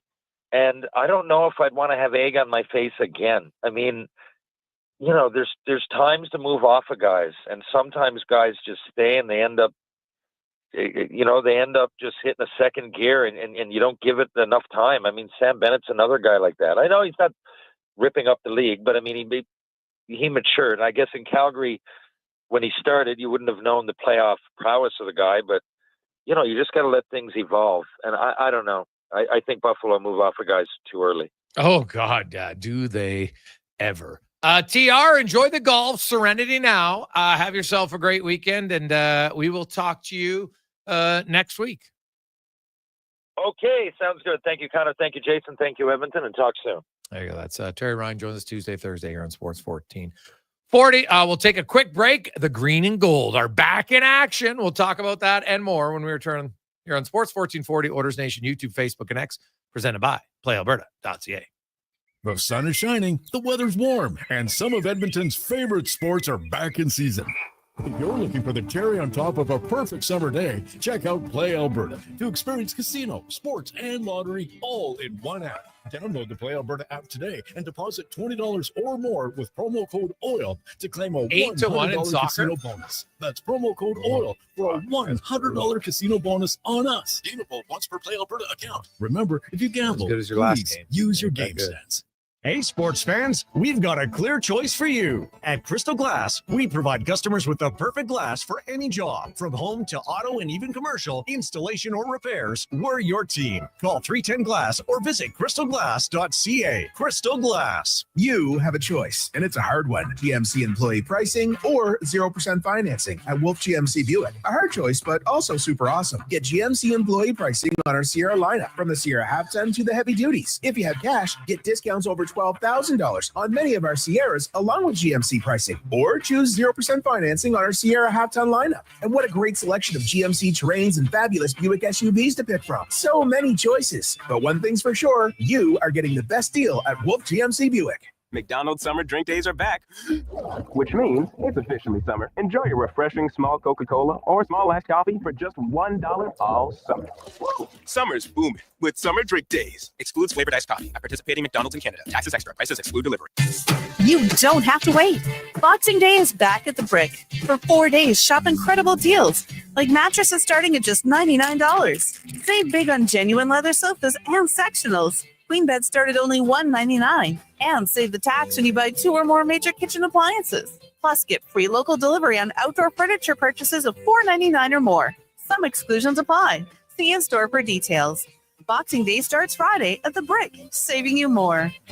At Leading Edge Physiotherapy, we believe that life shouldn't hurt. Now, that doesn't mean that we don't know that sometimes it really hurts. I mean, we've seen people at their worst moments in life, when they feel they have nowhere to turn, or at a time when they felt like their problem just wouldn't ever go away. We've also seen people who thought to themselves, it'll just go away on its own, or this is no big deal. I don't want to bother anyone about this. Don't know where to turn to, or think it's no big deal? Either way, we have the technology, techniques, and skills to help you get back to it, whatever your it may be. Life shouldn't hurt. LeadingEdgePhysio.com. Rivalry run deep in Alberta football. Edmonton all the way. Calgary rules. But when it comes to the best snack for 3-down fun, there's no Battle of Alberta. It's a clear winner. Wilhock Beef Jerky. The one thing every Alberta fan agrees on. So whether you're watching the game from your recliner or in the stands, make it a part of your game day. Wilhock Beef Jerky. Because you don't win games with salad. Only available in Leduc. I'm Colin Livingston, president of Cantork. Since 2016, we've been at the forefront of hydraulic torque wrenches in Canada. I'm delighted to share our latest venture, in-house production for quicker turnaround, superior quality, and heightened versatility. Experience excellence at Cantork.com. Diablo Boots sells only Canadian-made work and biker boots made by Canada West. No American or boots made in China, so no tariffs. All of Diablo's boots have replaceable soles and heels for longer life. Sizes 6 to 14 EEE. Buy quality, buy Canadian. And support Canada West and Diablo, the 2 best names in the boot business. So save on boots by Save On Foods. That's Diablo Boots, 3340 Gateway Boulevard on the east side of Save On Foods. Buy Canadian. They're terrific. Portions of this hour brought to you by Sherbrooke Liquor. Sherbrooke is a house of curiosities, a mom and pop, a curated experience that is equal parts of wine tastings and 2 4s for May long. See more at SherbrookeLiquor.com. The Jason Gregor Show, the best of Edmonton sports talk and beyond. This is Sports 1440. Presented by PlayAlberta.ca, Alberta's only regulated online gambling website.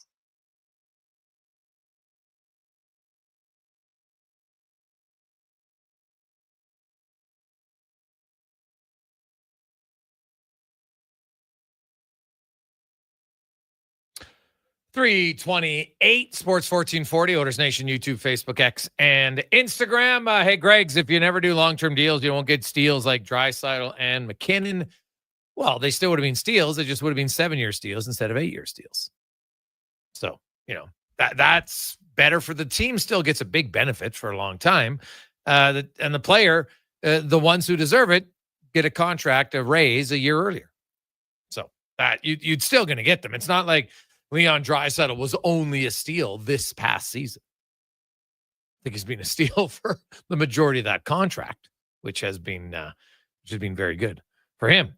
833-401-1440, 833-401-1440. Let's get to the Elks Report, brought to you by Legacy Heating and Cooling. They are hiring. If you're looking for a great gig with a fantastic company, opportunity to get a hiring bonus, you'll have RRSP matching, you'll get tuition reimbursement, and a very competitive wage. Go to legacyheating.ca. The Elks are in Winnipeg to take on the Blue Bombers. Derek Taylor, of course, now longtime analyst, CFL, voice of the Bombers, joins us. And Derek, it is a short week for the Bombers, having played on Saturday. How much, if any, do you think that's a factor tonight? I don't think much. They seem to handle these ones pretty good. We've seen examples where they go from Toronto to BC on a short week. So I don't expect too much. They say they prioritize recovery and less so practice on the field. They, in fact, only had 1 day of practice. But I usually just kind of dismiss it unless there's some reason that jumps out. And I don't think I've seen a reason jump out yet. So you look, I guess, how concerned, if any, are they about the injury at running back? Not so much, right? Because Matthew Peterson, University of Alberta's finest, came into the game where Brady Oliveira got hurt, put up 130 yards. And then last week, it was Matthew Peterson and Quinton Cooley combining for almost 100 yards between them. And you go, oh, okay, actually the running game has gone pretty good here. It may have factored in a little bit to the why wasn't the passing offense everything we thought it might be? If Brady was in there, do things go a little smoother in that? But, having won handily against BC, I don't think there's a ton of concern. But one loss tonight, for example, could change that pretty quick.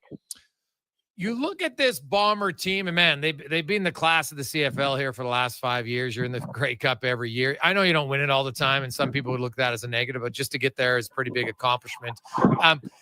Is there any concern, that their age is an issue, or do you think they've done a good job? Like, I know Big Hill's not there, that they're making the tough decisions along the way to kind of avoid, a big aging out process of their team.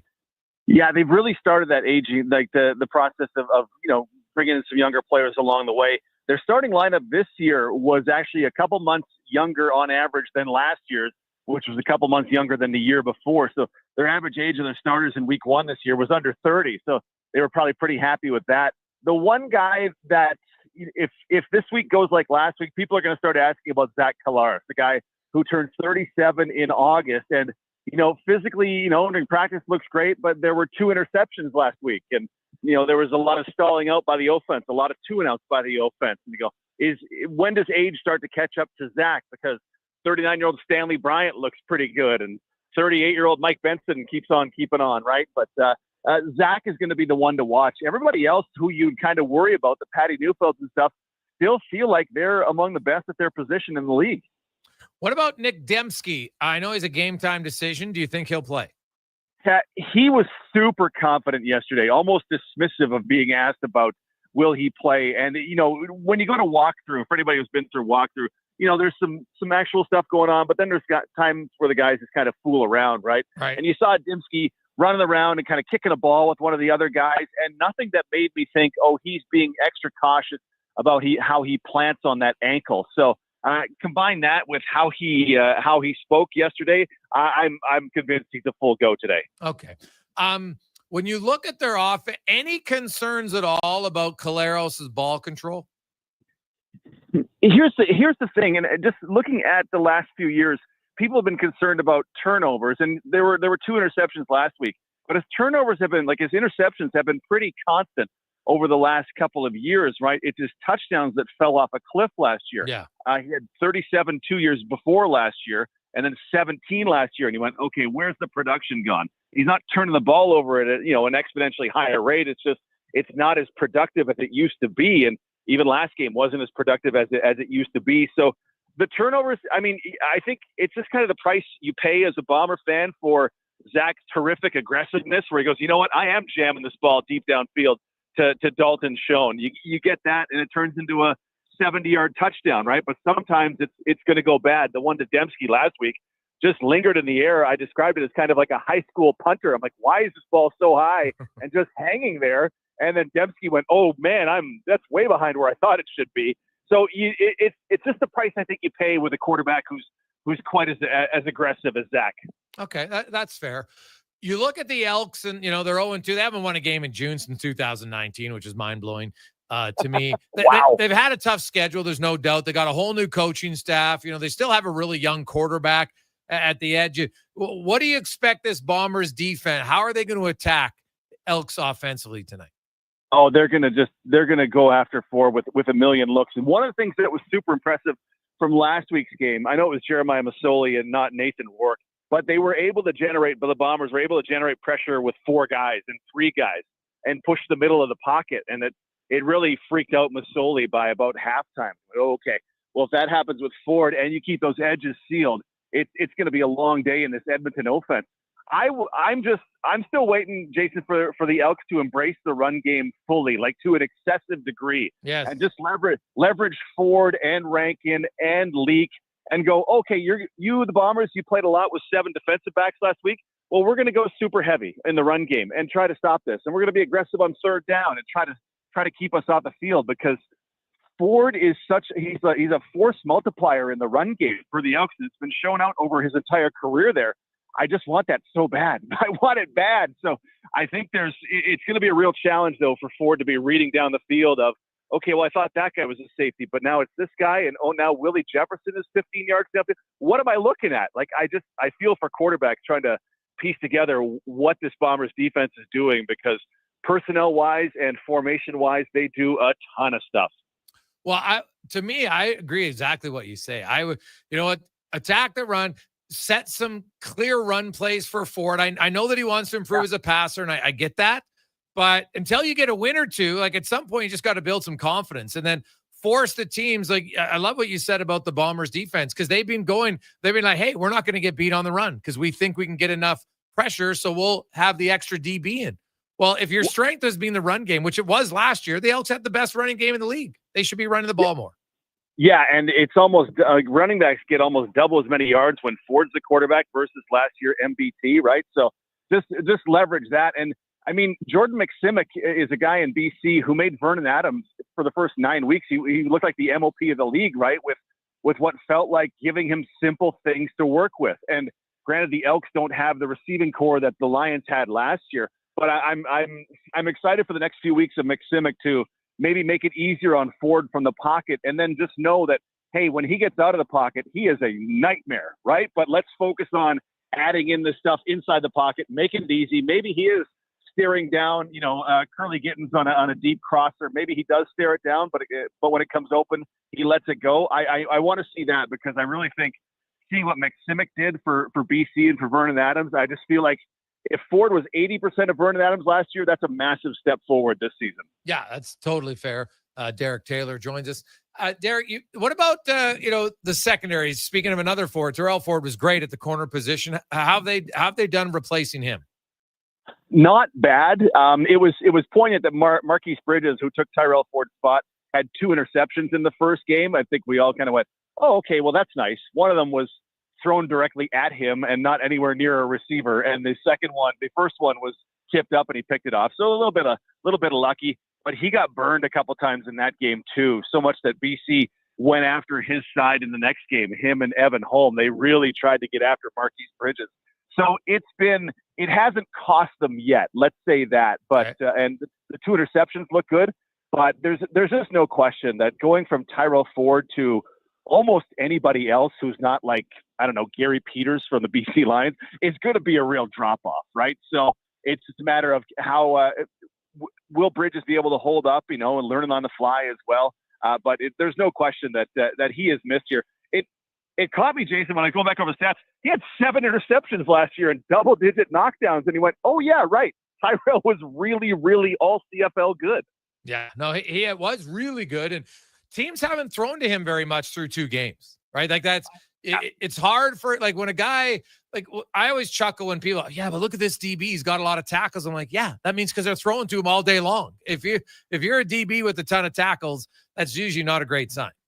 Yeah, and Ford is smart, and man, he's a fluid athlete, and he's fast.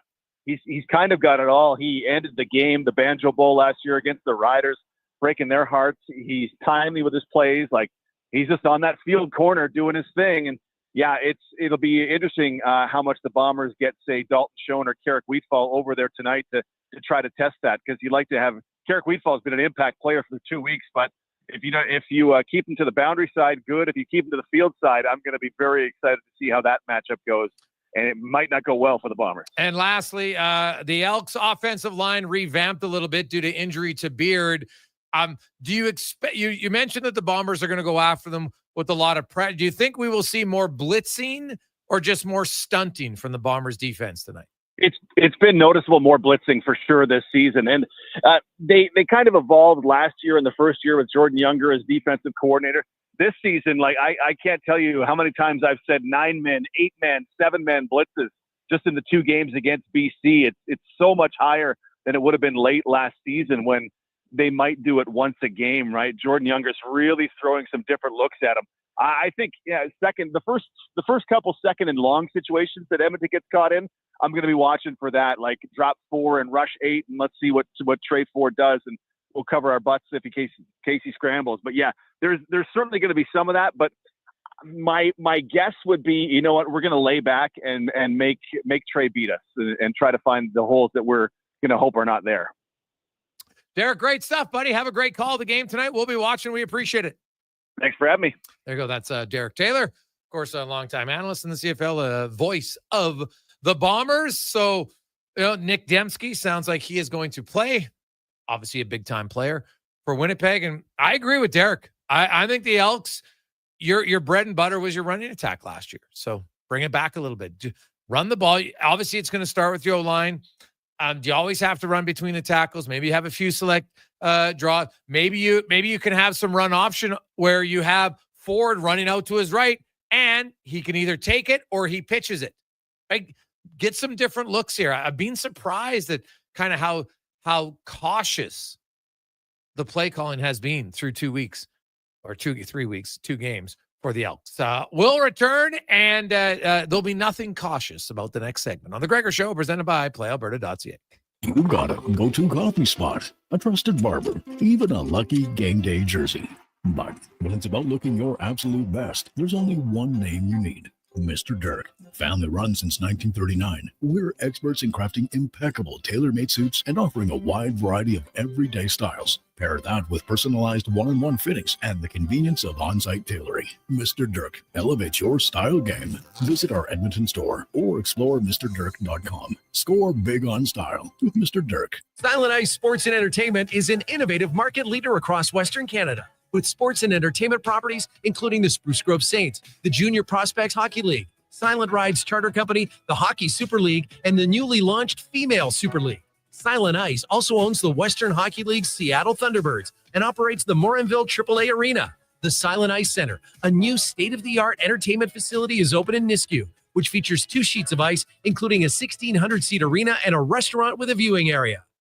Wow, get ready for a silly hockey fans. Your partner in power just skated onto the ice. EWEL.ca, the new e-commerce website for electrical wholesalers Edmonton, is ready for the power play 24/7, 365. UL skates to where the puck will be in 5 years. Now that's forward thinking. Killer selection, slamming products from the best brands, and legendary service. Don't sit on the bench. Get your account today at EWEL.ca and win that project. Plug into your partner in power. Get an EWEL.ca account today. Mr. Rooter toasts the newlyweds. A relationship is like a hot water tank. It brings warmth, but only if you start with a spark. Your love is the pilot light, and the burner is your love growing from that tiny spark. And the anti-corrosion anode rod is the sacrifices you make for each other to keep things from getting all gross and crusty. May your love last as long as a Mr. Rooter workmanship guarantee. For life. For a plumber you'll keep for life, call Mr. Rooter. This is a slam dunk. Dive into Edmonton's vibrant basketball scene with exclusive interviews and expert analysis. I'm Paul Sir, and I host The Basketball Show every Saturday morning at 10 on Sports 1440.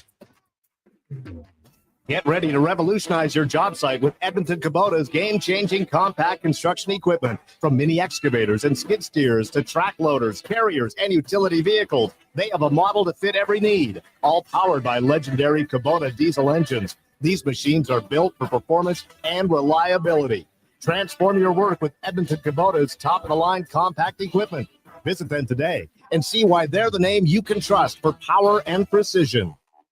Adventure just doesn't stumble into your life. It roars to life with Riverside Motorsports. Tearing up trails or cruising the open road. Yamaha ATVs, side-by-sides, motorcycles, and dirt bikes deliver the performance you crave. Built for thrills, ready for your next adventure. Yamaha's legendary performance and reliability take you there. Make Mother Nature your playground on a Yamaha from Riverside Motorsports. Located on St. Albert Trail. RideRiverside.com. Riverside Motorsports. What you do for fun is our business. You don't want to miss the party of the summer on the Rocks. Sunday, June 29th. Catch Edmonton's #1 party band, the Barkels, live at OTR. Live at OTR. Drink specials all night. $5.25 highballs. $5 PBR. Oh, and we can't forget the $5 Jaeger and Jameson. Yeah, it's going to be that kind of party. Live, loud, and legendary. Sunday, June 29th. At On the Rocks. Jasper Ave and 118th.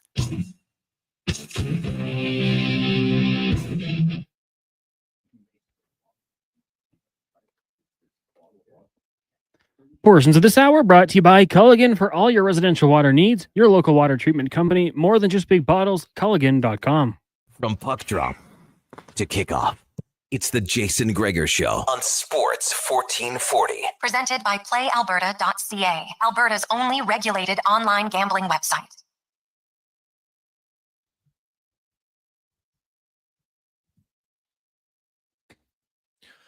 $3:45. Welcome back. Thursday edition of the Gregor Show, Sports 1440, Oilers Nation, YouTube, Facebook, X, and Instagram. The big NHL news today, JJ Peterka traded to it was actually late last night, to Utah for Kesselring, former Edmonton owner, and Josh Doan, son of Shane Doan, and they are now members of the Buffalo Sabres. Peterka, as part of that deal, signed a new 5-year extension with a 7.7 AAV.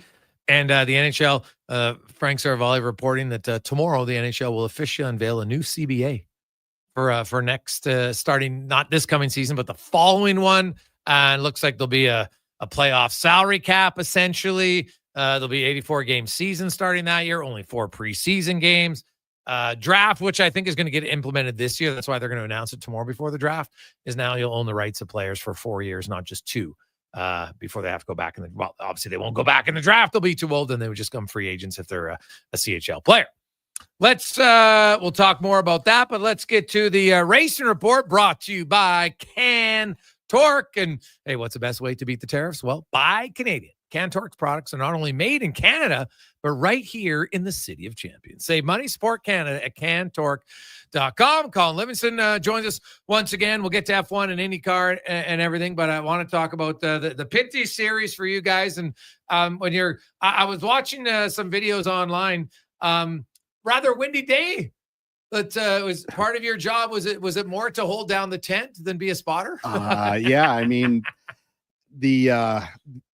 for anyone who's going to get involved in racing outside of just watching on TV, you want to become a crew person, a driver, a mechanic, a sponsor, whatever it is, understand very clearly that there are going to be emotional. It's an emotional roller coaster. No matter how well prepared you are, no matter, how much time you take getting everything organized, you've got to be able to respond to the unpredictable. So yeah, we were out. It wasn't a Pinty's race. It was the SBC Super Production Challenge that we've been running in conjunction with the NASCAR series this year. We were out at Atlantic Motorsports Park, really about an hour north of Halifax. And yeah, she was blowing. And that was just kind of the start of the weekend that, we were getting ready to practice. Friday was a promoter's day. It's not official test sessions till the very end of the day. And yeah, fighting, 30 to 50 kilometer wind gusts with like steady wind, 25 to 30 kilometers, to the point that, the straps that hold the canvas roof on all of our tents started breaking. And that's pretty good. That was about an hour. I know you guys had lots of car problems, but then Alex finally raced and got into the race. and he started last because he didn't get to qualify. Yeah. And he went from last to third. So as a race car driver, to pass all those people in the race, this might sound you didn't. Is it more fun than just leading start to finish? If you get to kind of go through, because when you watch car racing movies, they always, the guy's coming from behind. Now he's passing, and now he's passing. And I just wonder, as a driver, is it more fun to pass people and take them over than it is just to lead the whole way? In this situation, yes. Nothing's better than winning. Yeah. Like winning is No, that's not what I asked. I said leading the whole way, where compared to like you're maneuvering your way up through everything. Because we were in somebody else's car, we couldn't race as aggressively as we normally might have. Even if we did get a little bit more aggressive, the guy who was leading and who ended up winning the race, his car has stuff that we couldn't compete with. Like he can basically turn it up in the car, add a whole bunch of power, and we never would have touched him. But we had a blast. Like didn't put a fender on anyone. And yes, the whole idea of kind of cutting from the back. There were two different classes. So there was more of a compact class. They're like little four bangers that run maybe 150 horsepower, where we were probably running about 275 horsepower. And it's kind of like Connor McDavid getting on the ice with, juniors. Not that these guys aren't good drivers, but they haven't raced at the same level. This was, truly a sportsman category. But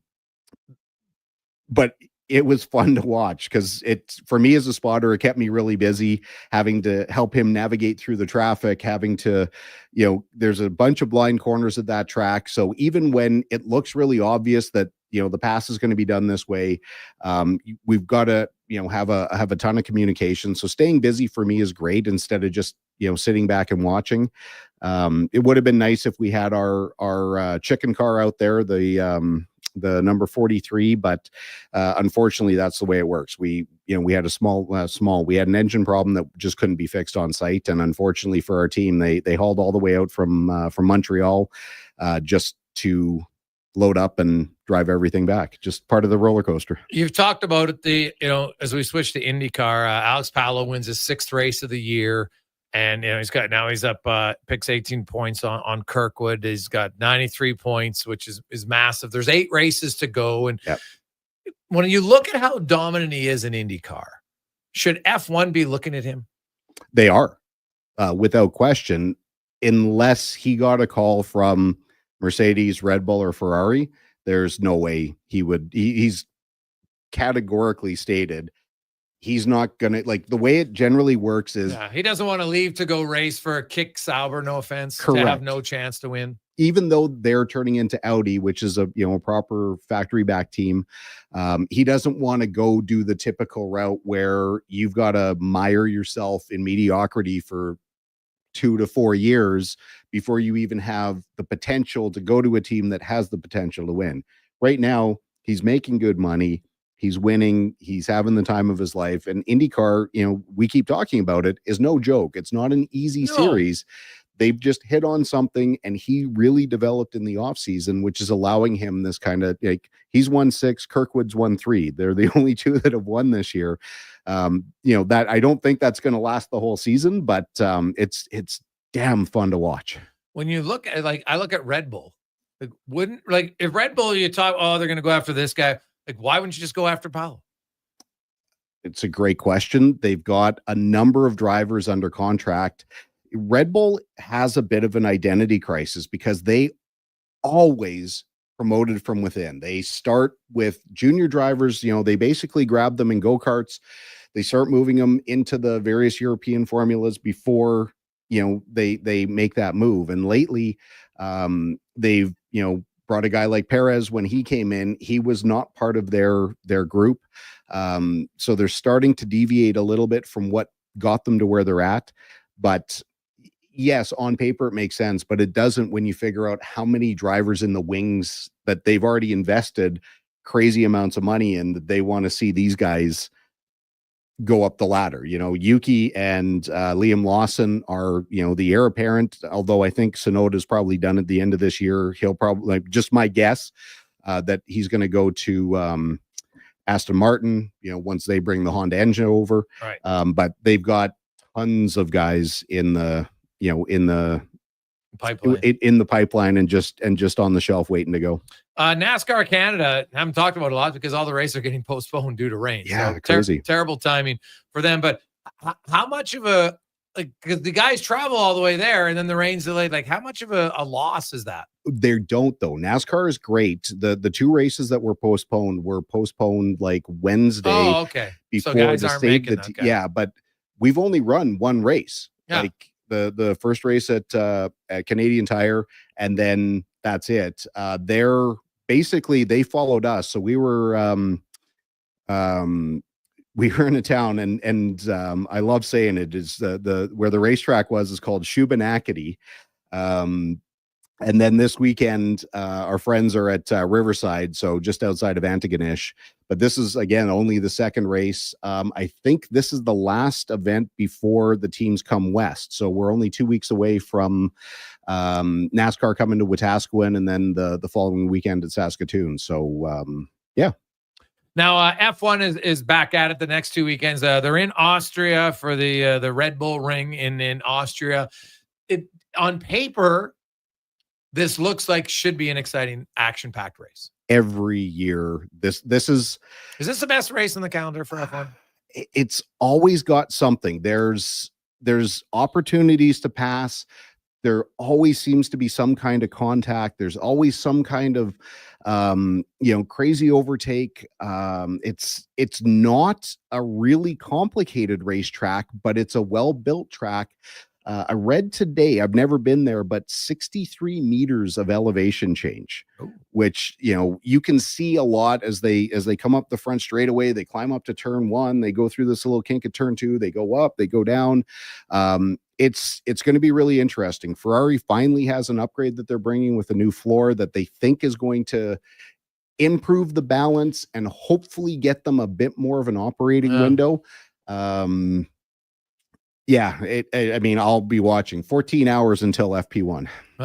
Now, is there anybody that, when you look at everything you've seen so far this year and you look at the track, who do you like? Like, Mercedes, just of course, in Canada, obviously, there seems to be certain guys that just like certain tracks, that, for whatever reason. And obviously that's Russell in Canada, Montreal. So is there anyone you look and say, I really like him this weekend? This is going to be a McLaren weekend. Likely with Verstappen, nipping at the heels, will be really interesting because this is Max's last race before points come off his license. So if he gets through the weekend, he gets a little bit of breathing space. But if he has any incident like he did last year with Lando Norris, he could face a 1-race suspension. So that's going to be one of the storylines. Could they bait him? Of course. Yeah. That's what Russell tried to do in Montreal when they were under caution, because Max plays games.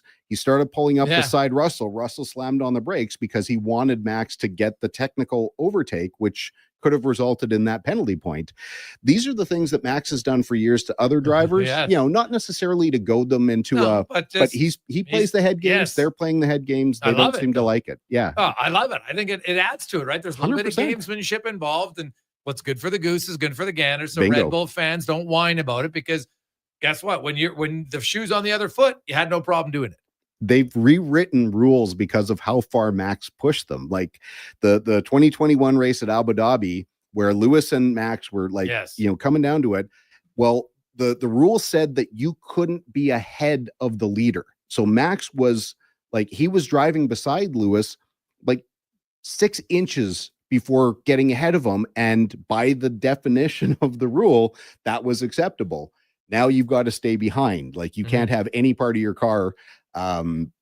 So yeah, because of how far Max, and kudos to him. He knew what the rule was. He knew how to interpret it to not get a penalty, but there's also the spirit and the intention of the rule, which is why they keep tightening the noose. Yeah. So it'll be interesting. Anybody outside of McLaren that you see maybe as a surprise weekend positively? If Ferrari can get their stuff together, there's no, their engine's good. There's no, once they get the handling of that car sorted, they could be in contention again. Mercedes, depends on the weather. if it's hot as it's expected to be, they're probably not going to be in contention unless they've got something figured out. Again, only 2 more races before the summer break. So, they're going to start throwing a lot of the stuff at the wall. Yeah, we'll see. Awesome stuff, Colin. Have a great weekend. Happy Canada Day in advance. You betcha. Same at you. That's the Racing Report brought to you by Cantork. Let's get to the Con Man Sports 1440. Got a lot of hockey and football talk to get to. Even some NBA. A Canadian went yesterday. Canadian likely to go today in the NBA draft. And we got the NHL draft where lots of Canadians are going to go in round 1 on Friday night. Free agency, qualifying offers. There's so much to talk about in the final 2 hours of the show. But let's get to the Con Man Sports 1440 update brought to you by Fountain Tire. Planning the summer road trip? Well, your first stop should be at Fountain Tire. More than just tires. They'll do tire checks, oil changes, brake inspections, and alignments. Book it at fountaintire.com. This is the Sports 1440 update. Week 4 in the CFL kicks off tonight with the Bombers hosting your Edmonton Elks out in Winnipeg. Kickoff set for 6:30 Mountain Time. The NHL and Players Association are in the final stages of agreeing to a 4-year extension of the CBA that includes an 84-game regular season, reduced preseason, providing a solution for emergency goalies and limits player contract lengths to 7 years. The deal could be announced as soon as Friday. Round 2 of the NBA draft goes tonight from Brooklyn, getting going at 6 o'clock. Timberwolves on the clock, followed by Boston, then 2 picks from the Hornets. The Riverhawks are in action this evening. Out in Victoria, taking on the Harbor Cats, first pitch, 7:35. And at the major level, Jays victorious over the Guardians, 6-0. They'll take on the Red Sox, getting going tomorrow in Boston. Right now, Marlins have a 8-5 lead over the Giants heading into the 8th, and it's early, scoreless between the Twins and the Mariners in the bottom of the 2nd. Coming up in hour 3 of the Jason Gregor Show, we'll get to another edition of the Oil Report, ask 5 questions, and be joined by Jeff Patterson, talks some Vancouver Canucks. I'm Connor Halley. This has been a Sports 1440 update. Sports 1440, Stingray Radio Station. CHJR broadcasts from West Edmonton Mall and Wetaskiwin. Download the free Stingray music app and listen wherever you go. The job isn't done until the last load is hauled, and having a semi-trailer out of commission is not an option. Whether replacing or adding to your convoy, Edmonton Trailer has a huge inventory of new and used semi-trailers, trusted by the gravel, logging, oil field, fluids, and freight industries. Find a trailer right for you online or at one of their 3 locations. 3 o'clock. For sales, service, Thursday, parts, rental, and Sports. finance. When you're in it for the long haul, Edmonton Trailer. At Fountain Tire, success is a team effort. They're committed to their team members and their customers. And that means treating your vehicle Well, they still would have been steel. and finding solutions that suit your needs. Because whatever. Hey, Greg's, if you never do long-term deals, with you, visit fountaintire.com today. When you 328 Sports 1440, Owners Nation, YouTube, Facebook, X, and Instagram. Hey, Greg. The future water flowing to a growing family's home, or the sewer line for a new school. At GS Construction, we know every trench we dig connects people to what Facebook, matters. X, and Instagram. And if you'd like to be part of that vision of making a better future, we're hiring. Right now, GS Construction is looking for experienced foremen to join our team. So apply today at gsconstruction.ca. GS Construction, underground with purpose. Experience Edmonton Stingers Pro Basketball. Bring the whole crew on Sunday, June 29th at 4 p.m. It's the most affordable, family-friendly, fun sports experience in the city. Tickets start at just $20. thestingers.ca. It was a heck of a ride. Thanks to the Edmonton Oilers for a fun playoff run. Now it's time to turn to football, soccer, baseball, and other summer sports from the team at Sports 1440, Edmonton's sports leader.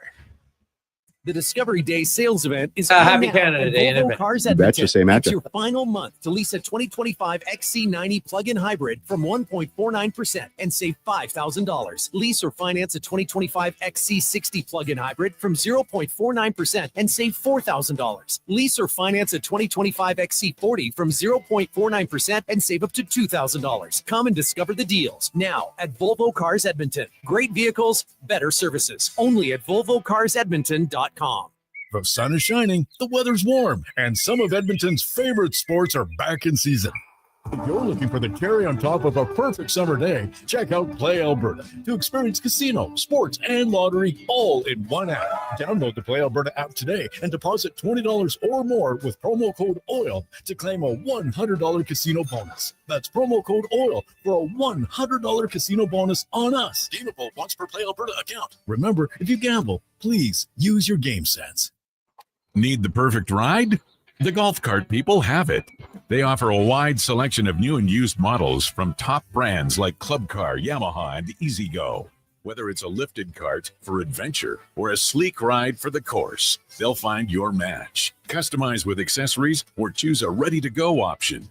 Trusted by Albertans since 1997 for quality. Visit golfcartpeople.com to find your cart and hit the road or fairway your way.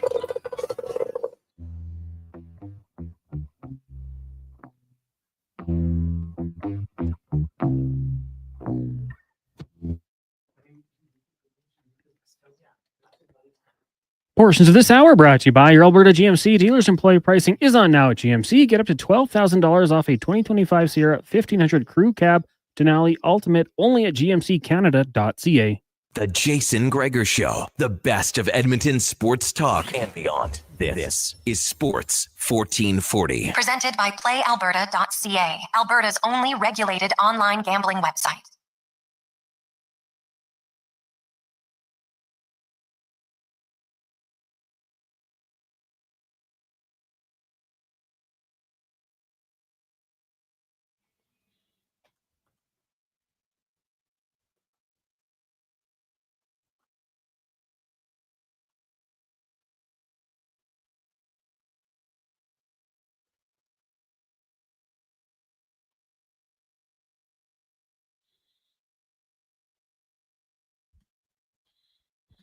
.406. Welcome back. Jason Gregor, Connor Halley, Sports 1440, Oilers Nation, YouTube, Facebook, X, and Instagram. Hope you are having a lovely Thursday. Jeff Patterson will join us this hour. We'll talk a little Canucks. Evander Kane was introduced today in Vancouver. It's his hometown. Obviously, they're pretty excited about that. We got a lot of text too. We're going to get to. It is the Gregor Show presented by PlayAlberta.ca, where you can get in the game. It's Thursday, the Daily Grand. $1,000 a day for the next 20 years. That's $7.3 million. Get your tickets today, playalberta.ca. And while you're there, you might as well put a few down on Lotto Max. $50 million and 2 max millions of $1 million up for grabs. Get your tickets, playalberta.ca. NBA, round 2 of the draft goes tonight. Nemhart, the younger brother, another Canadian, could go in the draft. And you got the NHL first round tomorrow and rounds 2 through 7 on Saturday. Oilers don't have a first rounder or a second. They do have a third and a fourth. Currently might get more. I could see an Arvidsson deal likely coming down maybe on Saturday. You're not going to see the Oilers. I don't think the Oilers are going to do much tomorrow. I know last year they didn't have a first rounder, but then they traded their first rounder this year to get it, and that's worked out very well in Sam O'Reilly. But the Oilers don't have a first rounder this year, and they don't have a first rounder next year. So there would have to be a real big surprise for them to get into the first round tomorrow. So I think it'll be a rather quiet draft on Friday. Saturday, of course, the Oilers will have some picks, and we could see a trade with Arvidsson and maybe a few other ones. We'll see, but definitely Arvidsson. Maybe the Oilers making an acquisition. I know there's talk they're looking at the trade market for goaltenders, also in free agency. So we'll see how it works. Let's get to the oil report brought to you by Volvo Cars. Edmonton Discovery Day sales event continues on till the end of the month. XC90 plug-in hybrids at Volvo can lease for 1.49% and get an additional $5,000 off only at VolvoCarsEdmonton.com. A lot of text questions about the Oilers. And, hey, Greg, I keep hearing about Frederick. Why hasn't the deal been done? I did reach out about that. It's close. They're just, you know what? I think it'll be announced. I think it's going to come in around $3.8 million, give or take. So, maybe it's an 8-year deal. Maybe now it's a 7-year deal with the new ones coming in. It's probably easy to say, hey, well, everybody else after this year is going to be 7. So maybe that's all you want to do, but maybe they'll do 8. We'll see to keep the AAV. It's funny for him because it's interesting. Like for Evan Bouchard, if he signs a 4-year deal, I think his AAV is lower than it would be on an 8-year deal. But for Trent Frederick, his AAV might be higher on a shorter term deal. I know it's awkward, but when you're getting into the high range and you're Evan Bouchard and you're like, well, we'll give you 10 over 8. Well, that's because, there's a little bit of cost certainty there for the team. If it's only 4, we're probably not going 10. Whereas a player like Trent Frederick, he's in the middle tier, kind of on the low end middle tier salaries. You look and say, well, you got to get slightly more to get the guy to commit to 8 years. So there is a little bit different between the two of them. Hey, guys, of course, the NHL is looking into LTIR use after Edmonton took advantage of it from Drew. Well, did Edmonton really take advantage of it, Drew? Ekholm wasn't healthy when Kane played. And then when Kane and Ekholm played, Hyman wasn't healthy. So they never really, in theory, got to take advantage of it. Just didn't do it. Because they're looking at it specifically for the playoffs. There's going to be in place in the new CBA a comprehensive playoff salary cap mechanism, which has many mechanications to account for player acquisition, effectively closes the LTIR loophole for teams to significantly pad payroll by using injury relief space. So that's what you're going to get. I don't really think it has to do with Edmonton, to be honest, because Edmonton didn't get to use it. You know who did use it? The Florida Panthers. And it's all within the rules, right? It's all within the rules. So there is there's nothing that you can really complain about. That was the rules. So we'll see. 833-401-1440. Other news for the Edmonton Oilers. They do have a few guys who they got to send qualifying offers to. Bouchard and Philp are obvious ones. Olivier Rodrigues, there's maybe a little bit of questioning on it, but that's it. There's, they got 2 minor league guys in Peltier and Wright, and neither one of them is going to get a qualifying offer for the Oilers. So I think they'll move on from there. The Oilers did sign another one of their draft picks, Camponi, who is a forward, a 7th round pick in 2023. He signed a 2-year AHL deal with the Bakersfield Condors. And when you look at the Condors, they did sign the Pitlick brothers yesterday. They've also got Griffin and Keppen. So that's what, 1, 2, 3, 4, 5 guys there that they'll have. And then they've signed a boatload of play. Not they, but the Oilers have signed a lot of guys out of Europe, ranging from ages to 26 on 2-year deals down to on 2-way deals down to 22. So they'll have a lot younger team. I think we're probably those NHL tweener guys, Gleason, Kajulas, Lane Peterson. I don't think you're going to see anybody like that on in the farm team this year, and probably not for the foreseeable future. They're going to want to, because they're not going to have a lot of draft picks, they're going to be looking for more of those European free agent players, 22, 23, 24, to think, hey, these guys still have a chance to develop, so let's get more of those in. And Drake Kajula, you knew exactly what he brought you, and that's great, but there was a limit on it. So that's kind of where they're at in the development department for the Edmonton Oilers. I don't think you're going to see those type of guys signed anytime soon moving forward. Hey, Greggs, can you explain how it's beneficial for teams to have some sort of salary cap in the playoffs? For Florida last year, Tkachuk was legit hurt. The team finished 3rd. Now you can't really get help for a team fighting to make the playoffs if they can't replace him. They might not have made the playoffs if they didn't add. For Mike. Well, Mike, I don't think it'll be that cut and dry. Right? And so there will be some mechanism in place, but I think you can't have it both ways. You can't say, hey, you can have the LTIR benefit in the regular season, but now in the playoffs, it benefits you massively. Right? That's what they want to avoid. There's nothing going out to stopping those teams from going to get those guys. Right? There's nothing wrong with that. But it's more that then, now they're all playing in the playoffs. You have to adhere to the salary cap in the regular season. Why don't you have to adhere to it in the playoffs? Right? It doesn't make sense to me. So I don't think it's really, you get a major injury, you can't replace it. Not at all. It's not, I think it's going to be more complicated than you think. And even than I think. It's not just going to be a straight cut and dry. hey, there's going to be certain levels, from my understanding, talking to a few capologists today, that this is going to take a lot. Like, God, you thought looking up this, like, if there's one thing I hate about my job, well, hate's a strong word. If there's one thing that can be annoying, it was really understanding all the nuances of the salary cap, when some of them just didn't make a ton of sense and really, happened once in a blue moon. Then it came up and you're like, oh, okay. So I'm never going to memorize the entire thing. Sorry, not going to do it. But as long as you get the main ones, and the main piece will be now moving forward, how does it work for the playoff? I don't think, my understanding in talking to people today, there's not just going to be one cut and dry, set, super clean way to do it. It's going to be complicated because they have different things they want to consider. And in theory, that makes sense to me. But at the end of the day, it's not going to be as easy for teams to have a $92 million lineup in the playoffs when you're only allowed to have an $88 million one in the regular season. That's essentially what I'm getting. Hey, Greg, are there any Montreal Canadiens goalies via trade? No, not that are proven, right? They're not going to trade Montembeault, right?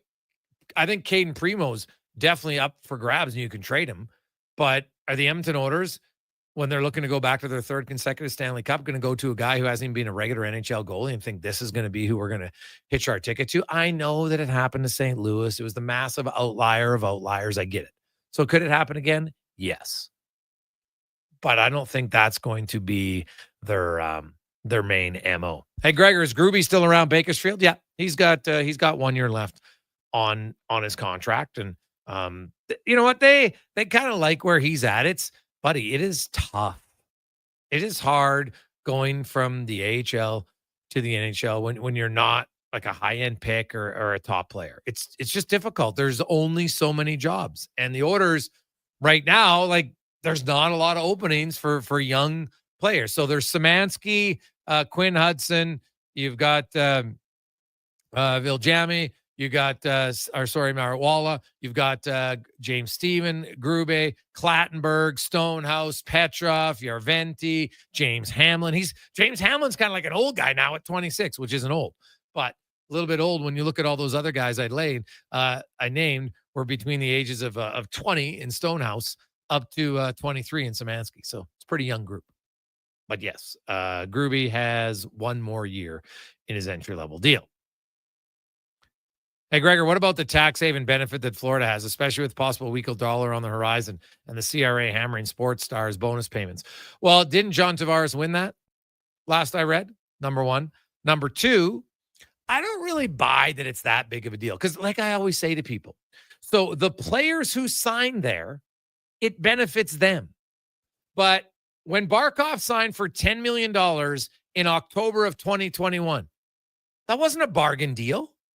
He was coming off seasons of 58 and 66 points and got $10 million. When Matthew Tkachuk signed, he signed for the exact same amount of money as Johnny Gaudreau. The only difference was he got more take-home. But Florida didn't get a discount. They didn't get a discount on Bobrovsky. They didn't get a discount on Aaron Ekblad. So who have they got these discounts on? The players, when they're there, save money, yes. But I think people confuse that to what benefit are the Panthers getting? If their guys are all getting fair market value, what's the benefit? It's like Sam Bennett. If he signs at 7.5 or 7.7, someone's going to say, yeah, but Gregor, he could have got 10. Based on what? Biz Nasty's saying I'd have paid him 10? So what? What does that mean? It means absolutely nothing.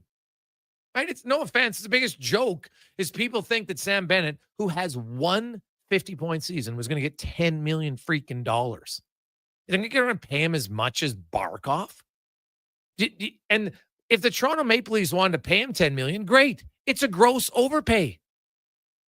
It's no different than when you had Lucic in Edmonton, Okposo in Cal. Go down the list of guys I can list off that got big-time overpayments. Right? It's happened lots. So the players that are in Florida, yes, they get a good deal. But like I added up, the top 6 players in Florida's salaries took up 59.8% of the salary cap.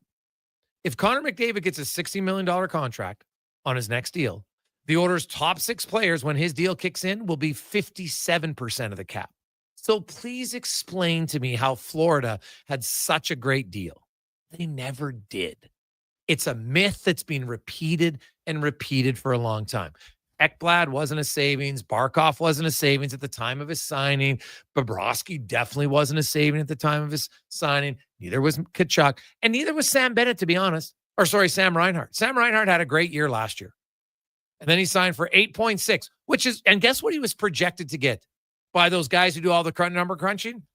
8.5. He actually got higher than what he was projected to get. And you know what he scored in points this year?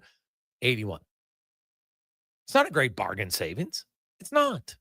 Now, the players get to take home more money. Great. And again, it's not nearly as much as people think because there's no state tax. They still have to pay the regular 37% tax. So the difference is instead of paying 50, they pay 37. However, when they go on the road, in a lot of the American places, they're now paying the entertainment tax. So it's really only that 13% on half of their games of the season, plus or minus a few other ones. So maybe 50 out of 80. It ends up and has been the most overhyped conversation that people just blindly and willfully believe that this is some major coup by Florida. Go look at, is Carter Verhaeghe at $7 million a deal? In what world? Carter Verhaeghe, Zach Hyman. Who's a better signing? Who's a better signing? And oh, by the way, Zach Hyman gets paid in American funds living full year round in Canada. That's a big advantage for Canadians who live full time in Canada. And that never gets talked about. You don't think that makes up some of it? Connor McDavid wasn't a $12.5 million player. He was a $17 million player because he was getting paid in American funds in Canada living full time. Right? I've talked to tax guys about that. So I never really get into the I don't buy it because I'll research all the numbers and it's easy to go back at the timeline. You tell me that when Barkov signed in 2021, that at $10 million, that was a bargain. Based on what? He'd had one season of 90 points, none over 80. And the 2 previous years, he'd had 66 points and 62 points. Now, one year he missed some games, so he was a point-a-game player, or 68, sorry. But then the other year he's under. And you're saying $10 million is a deal? I'm sorry. It isn't. It's not a steal. So the Oilers and Zach Hyman, now that's a bargain, right? Leon Draisaitl, that turned out to be a bargain. Those are bargain contracts. And lots of places can get them.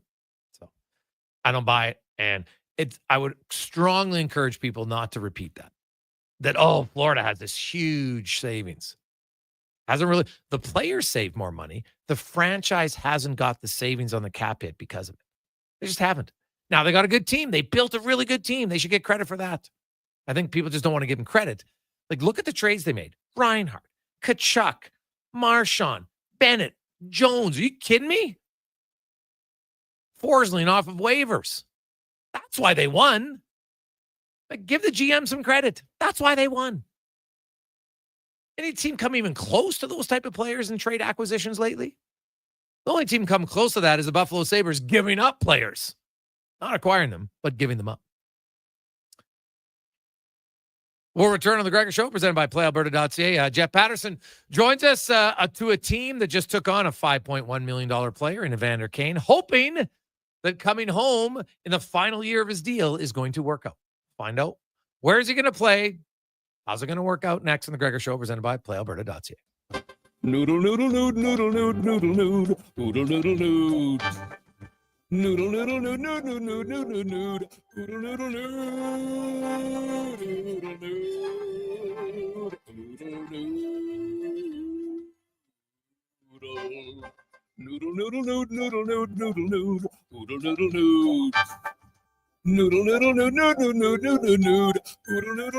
Throw the load down to Oodle Noodle tonight because dine-in is open. Excavators, loaders, lifts, compaction equipment, and more. Find the XCMG construction equipment you need. Available for rental or sale at Japa Machinery Group. Japa, helping build Alberta from the ground up for 50 years. Visit japamachinery.com. You don't have to wait. Boxing Day is back. Brick. For 4 days, shop incredible deals, like mattresses starting at just $99.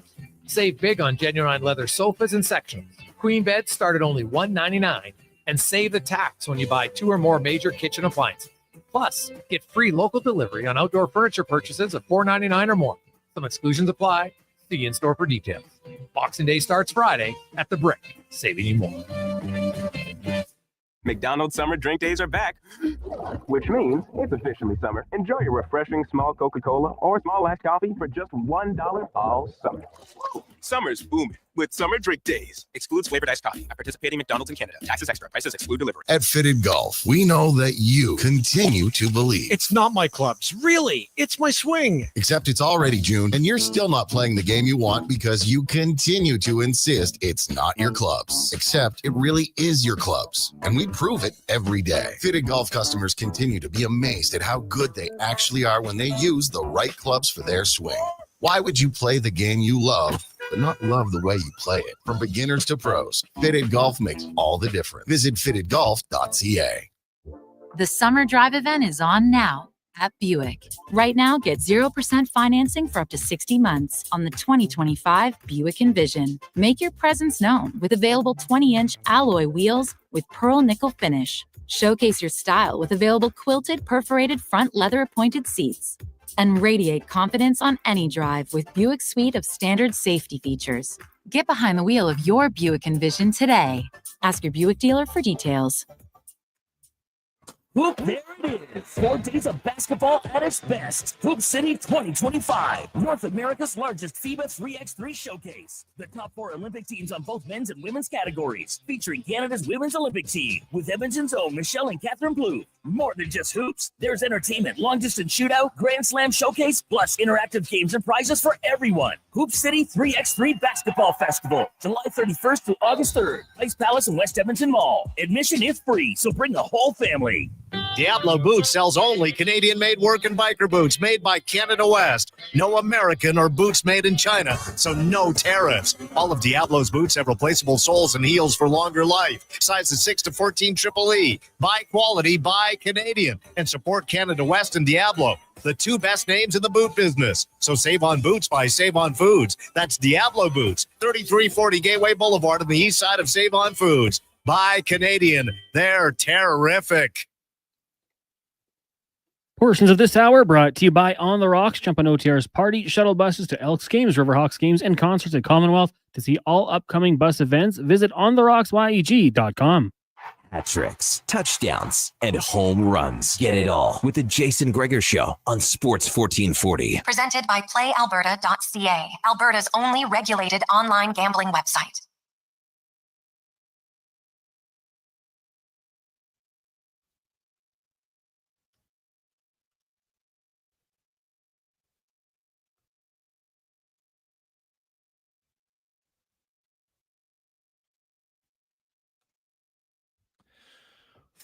$427. Oh, I haven't had a swollen member song on the show in a while. Nice. Welcome back, Jason Gregor. Connor Halley, Sports 1440, Oilers Nation, YouTube, Facebook, X, and Instagram. Hope you have a great day listening to the show, watching the show, getting some plans maybe for Canada Day. You're setting up on where you're going to watch. We will have some coverage, low tide of myself on Canada Day at noon. Intern Josh will be by as well.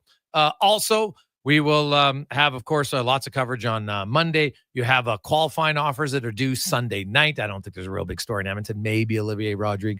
That's about it. But I would think the orders on the weekend, Victor Arvidsson trade probably could be occurring for sure as we go around the NHL, brought to you by McDonald's. And summertime, $2 Sundays, $2 snack size milkshakes, or get the app, download it on your phone, and order cones for $1 only at McDonald's through the app.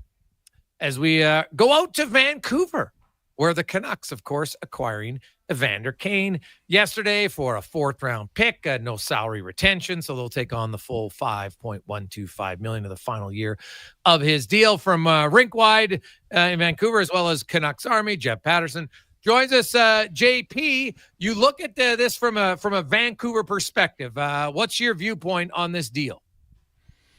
Yeah, I think I'm like a lot of people out here. Ton of red flags, but if you can claw your way through them, there's a possibility for Evander Kane to to help this hockey club. Now, that says a lot about this hockey club and with where they are at this very moment in terms of forwards under contract.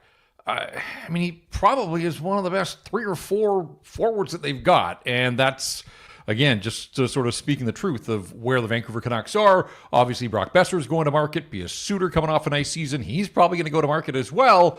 And so the Vancouver Canucks need help. And I guess when you look at where the Canucks are in their competitive arc right now, they're not a particularly attractive destination for the free agents at the top of the heap here this summer. So I think this is an indication of what the Canucks are going to have to do. Take a bit of a flyer, roll the dice a little bit, and find some veteran guys on expiring contracts like Evander Kane and hope that there is some upside there. Now, Evander was trotted out this afternoon here in Vancouver, and I go way back. I remember covering him with the Vancouver Giants when they won the Memorial Cup. Vancouver guy, obviously. So lots of people here are familiar with Evander Kane, the person, but he's a different guy than he was when he played junior hockey.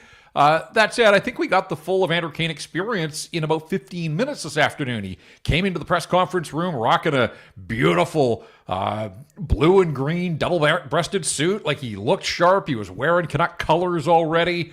He was charming. He commands a room. There's that presence that he has, but in the same breath, he was pretty quick to push back when he was questioned about some of the off-ice distractions and some of the parts of his checkered past that he would like to leave in the past. And so got a little bit of everything from Evander Kane this afternoon. And I guess from a Canucks perspective that they think that there's enough there with the snarl and the size that those are qualities that they are lacking on the ice. Now, he's not going to get judged by what he said at the podium today when the puck drops in October. It's, can he help this hockey club? And they need help. And so they're banking on a 34-year-old, by then, Evander Kane, being able to step in and still bring that edge and bring some of the grit that he has shown in previous stops. We'll see. We'll see what he's got left in the tank. He's predominantly a left winger, doesn't really play the right side very much. Do you see him playing on Elias Pettersson's line, or is that Jake DeBrusk? What do you think happens? Yeah, I mean, it's obviously too soon to know full well there. But again, the cupboards are bare up front, Jason, that, if Evander Kane is lining up on your top line to start the season, then I think that paints a picture of where the Vancouver Canucks are as a hockey club. Now, they've got a little bit of wriggle room to play with here in the coming days, but they also took on $5.125 million with Kane. So that eats up a chunk of the flexibility that they had. Jake DeBrusk was everything that they hoped last year. 28 goals, a career high for him. Did it in a bunch of different spots in the lineup. Elias Pettersson obviously struggled for much of the year and then missed the final 15 games. And through it all, Jake DeBrusk was fairly consistent. So my hunch is that they hope that Pettersson and DeBrusk can sort of find some of the chemistry that they had hoped that they would have had throughout all of last year in Jake's first season here. And Patrick Alvin spoke yesterday. He painted a picture of Evander Kane helping in a top 9 capacity. So I don't think they're under an illusion that they're bringing in top line help. At some point in game situations, might Evander Kane get an opportunity to play with Elias Pettersson? Yeah, perhaps. But a lot of that's on Elias Pettersson too, and nobody in this market knows which Elias Pettersson they're getting, the guy that was 102 points not that long ago, or the guy that basically fell off the face of the earth for most of last year. And so, that's been the biggest sort of talking point out here, is that last year was punctuated by such dysfunction in the locker room for the Vancouver Canucks. And now the organization has made a willing decision to go out and bring in a guy with, again, some history in Evander Kane. Now, I think you got to be fair to Kane and give him every opportunity to come in and another fresh start for him. And by all accounts, and you know as well as anybody, it sounded like the last couple of years in Edmonton, relatively drama-free when it comes to Evander Kane. So, part of that, I think, was eyes on the prize. It was all about winning the Stanley Cup there. It's a different outlook here in Vancouver. And if the season goes sideways, does it maintain Evander's interest? Do we see him go rogue at any point?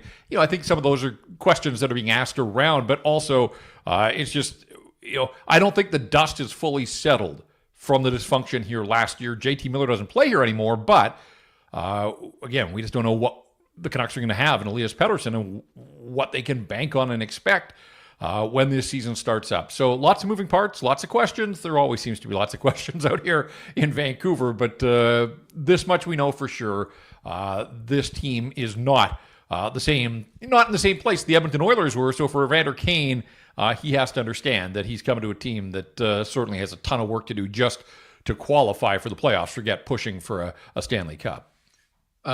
Jeff Patterson joins us from Rink Wide as well as Canucks Army. And, they got 13 forwards signed right now. It looks like Besser and P-Suter are going to go to free agency. They got the new coach. You got Pedersen on the back end and Tyler Myers and Forbert. Like their defense looks pretty solid.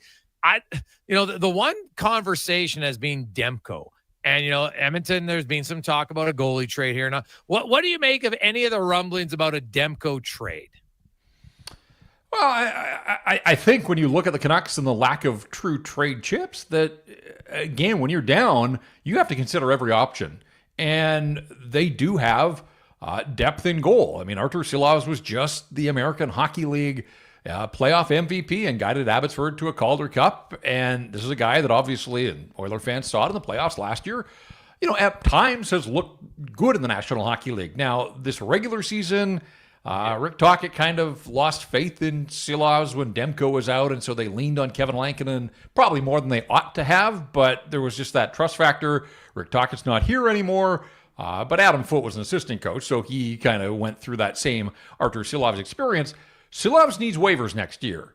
He had to clear waivers. So this year they used him well. They were able to shuttle him from Abbotsford to Vancouver, use him in a pinch. That option has been taken away. So, are they prepared to move forward with Lankinen and Artur Silovs? And does that make Thatcher Demko expendable? The wild card in all of this, well, there's two. One is that Demko's entering the final year of his contract at a manageable $5 million. Yes. But his health is a massive question, and it is. I mean, it wasn't just last year, the year before. I mean, the reason he wasn't available in the playoffs because he was injured again.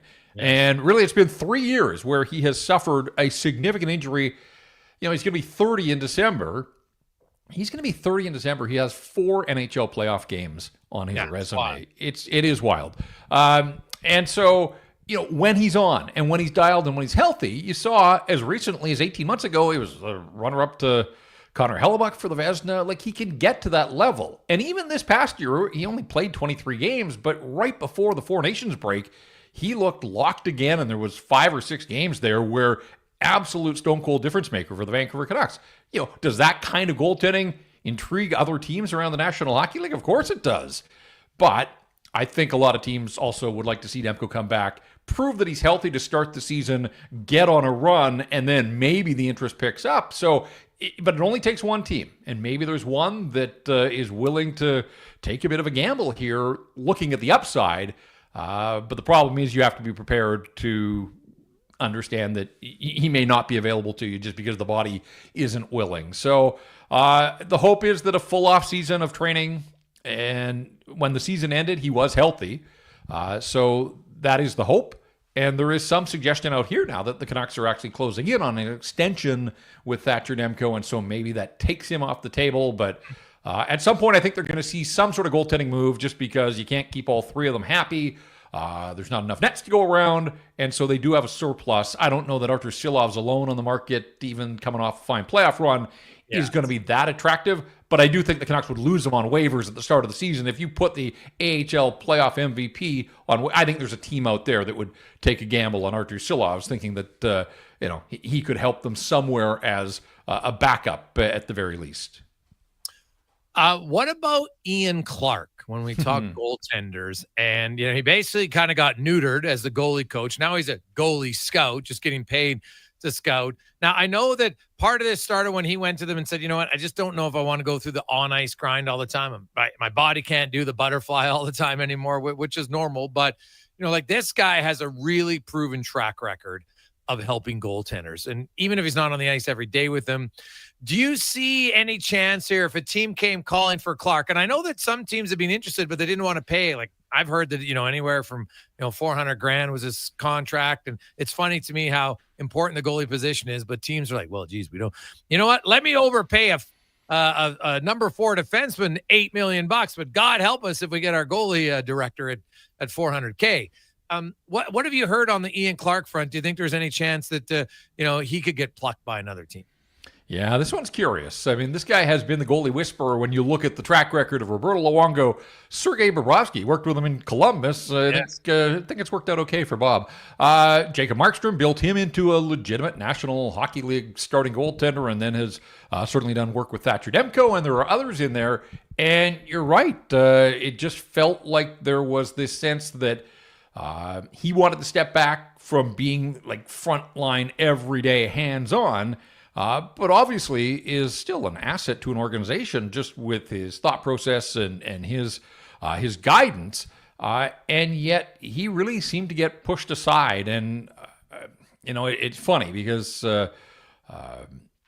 he was sort of lurking in the shadows last year, but he wasn't around the hockey club. He basically was, you're right, told to stay home and just collect the paychecks, which is an odd situation, certainly for a guy of that stature within the game. So to be perfectly honest with you, it's kind of been out of sight, out of mind with lots of other things going on in and around this hockey club, but it's probably worth checking in again just to sort of see where he falls in all this. But it feels to me that he can't be thrilled with the situation that he's in, and I think he would like to have a role of greater prominence. And yet, for a guy that's had success grooming these goaltenders and helping them reach a level of success, he's kind of been shoved aside here in Vancouver for whatever reason. Yeah, it's just an odd one to me, a guy that's that highly touted that if I was another organization, I'd be looking at him. Same with Sean Burke to say, hey, why don't you come in here and run our goalie department and see what we can do. So, Jeff, what about the Canucks at the draft? What do you expect? Yeah, look, out here in Vancouver for months, we've all thought that the 15th pick was out the window already, that this team needs help, and that was one of their best trade chips. And yet it sounds like just between the depth of the draft in those sort of middle of the first round and the fact that a bunch of teams either have multiple picks and are willing to peddle them, I don't think the demand for 15 has been terribly great. And 15 on its own this year, I don't think that's going to command the return that the Canucks are looking for that could step in and help them at the NHL level next year. So, as we close in now, 24 hours out, I guess I'm sort of leaning now to the fact that they're going to use it, but at 15, you're probably going to get a guy that's a few years away. So, yeah, there isn't a ton of excitement around the draft for the Vancouver Canucks. It's funny how this works, and you guys went through it at the NHL level, but even with the farm team and the Canucks Abbotsford team winning the Calder Cup, there was a lot of focus, and it was a good news story. That the big league Canucks haven't won the Stanley Cup, so the minor league team got a championship. Hey, it was a big deal out here, but when you're playing every other night, and that thing ended earlier this week, week out from the draft. It distracts. You sort of lose track of time, and all of a sudden the draft sneaks up on you. So there really hasn't been a ton of draft discussion out here. All of that said, the Canucks need to get better. And Jim Rutherford has never been a patient guy, and at this stage of his career, I don't see him sitting idly on the sidelines. And so, Evander Kane was one move, but I think that there is more to come from the Vancouver Canucks. I don't expect they're going to be terribly active in free agency, just between the money that they've got and where they are in terms of being an attractive destination. And so if you can't sign them, you got to go get them somehow. And I do think that the Canucks will be certainly looking to make something happen on the trade front. But, right now, it seems relatively quiet. Maybe it's the calm before the storm. We shall see. So they need help up front. They've reshaped the defense. You mentioned that both at the NHL level, and they've got some prospects down on the farm. I think they like where they sit defensively and in goal, but they need a world of help up front. And even the guys that helped them win the Calder Cup, nobody projects, other than Jonathan Lecker-Mackey, nobody really projects as a high-end, top-of-the-lineup NHL guy. And so I don't know how they're going to do it, but that's what they need, and we'll see if they can accomplish their goals here in the next couple of days. Quickly, where do you think Brock Besser goes, and what's his AAV going to be? Yeah, it sounds like he turned down, 5x8 here, $40 million total compensation, and I think he can do better than that. If it's 7x7, that's almost $10 million more. I think he's got teams lining up to get him. Boston, I think, has made some overtures. He's always been linked to Minnesota as a Minnesota guy, and I won't be surprised if the Minnesota Wild kick some tires I think the Los Angeles Kings are a team that could use a little bit more offense and polish, and there's been some rumblings there that they are interested, and and then we'll see. I know that the reports today that Winnipeg, he's a Minnesota guy who has spent his entire career on this side of the border. I don't know if he would be willing to go to Winnipeg, but hey, if the Jets throw him the right amount of money, it is funny how that can convince some guys. So we'll see. But I do think Boston's hot and heavy to get their hands on a guy like Brock Besser, and I would think it's going to be somewhere in that sort of $7 to $7.5 million. He's looking for the max term. So I think he's going to be, if there's a market out there, I think he's going to be able to squeeze that out of somebody. Awesome stuff, Jeff. We appreciate it, man. Have a great weekend. Enjoy the draft and free agency and everything else that comes with it. Always good being on with you, Jason. You betcha, man. That's Jeff Patterson joining us from Rink Wide and Canucks Army. We'll come back. We have 5 questions. You got a lot of questions in our text line at 833-401-1440. It is the Jason Gregor Show, as always, presented by PlayAlberta.ca, your one-stop shop. There's very few places that you can have casino, sports, live betting, live dealer, lottery, instance, and the daily grant.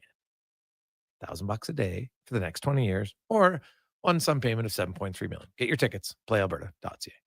The sun is shining, the weather's warm, and some of Edmonton's favorite sports are back in season.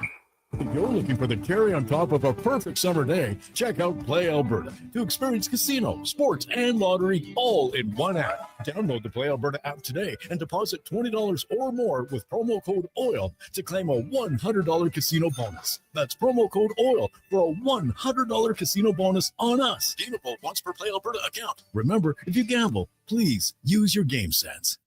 Got a go-to coffee spot, a trusted barber, even a lucky game day jersey.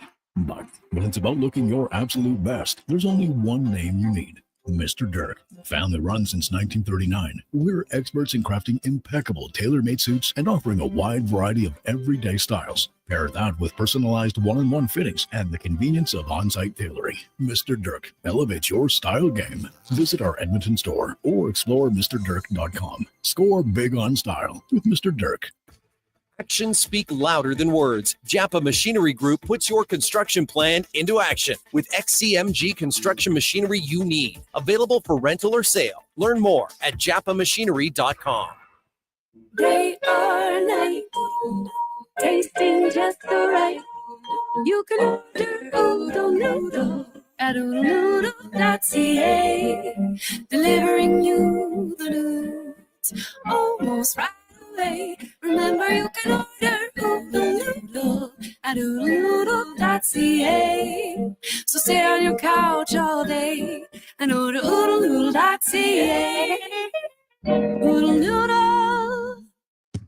Experience Edmonton Stingers Pro Basketball. Celebrate Canada Day with a game on Tuesday, July 1st at 4 p.m. It's the most affordable, family-friendly, fun sports experience in the city. Tickets start at just $20. thestingers.ca.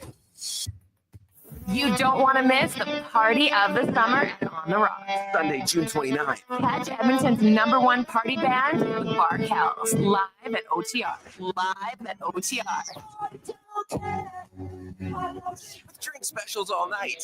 $5.25 highballs. $5 PBR. Oh, and we can't forget the $5 Jaeger and Jameson. Yeah, it's going to be that kind of party. Live, loud, and legendary. Sunday, June 29th. At On the Rocks. Jasper Ave 118th. We've got some good news for you. Employee pricing is back at St. Albert Dodge. You pay what we pay, and if you're in the market for a new vehicle, it just doesn't get any better than that. You'll get a great deal, and it's so easy. No complications, no negotiations. The pricing is simple. Your biggest challenge will be choosing the vehicle you want. Employee pricing. Come see us now for the best selection and the best pre-tariff prices of the year. And see how easy it is to do business at St. Albert Dodge. For all things golf carts, it's the Golf Cart people. Their certified techs provide expert service from maintenance to custom upgrades. Customers can explore the sales floor for new and used Club Car, Yamaha, and E-Z-Go models. The Golf Cart people stock a wide variety of parts and accessories to keep every ride in top shape and offer convenient rentals for tournaments, weddings, and festivals. Trusted for sales, service, parts, accessories, and rentals since 1997. Visit the Golf Cart people at golfcartpeople.com, your complete golf cart solution.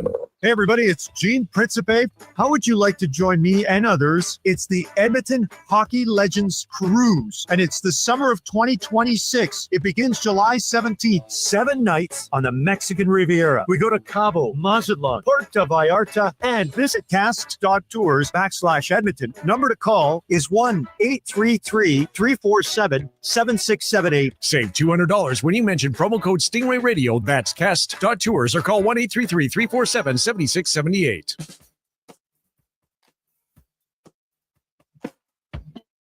Portions of this hour brought to you by Cantork. What's the best way to beat the tariffs? Buy Canadian. Cantork's products are not only made in Canada, but right here in Edmonton. Save money, support Canada at cantork.com.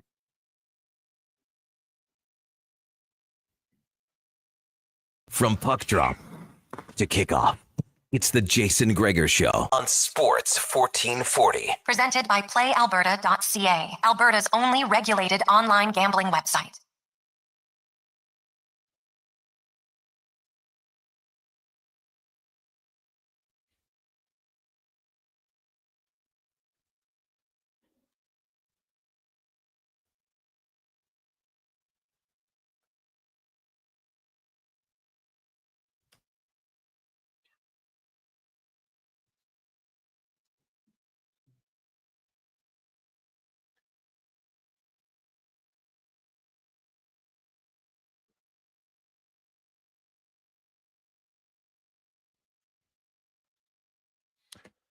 .451 Sports 1440 Oilers Nation, YouTube, Facebook, X, and Instagram. Hope you are having an awesome day. It is time for 5 questions brought to you by The Brick as the Boxing Week returns this week up until Monday.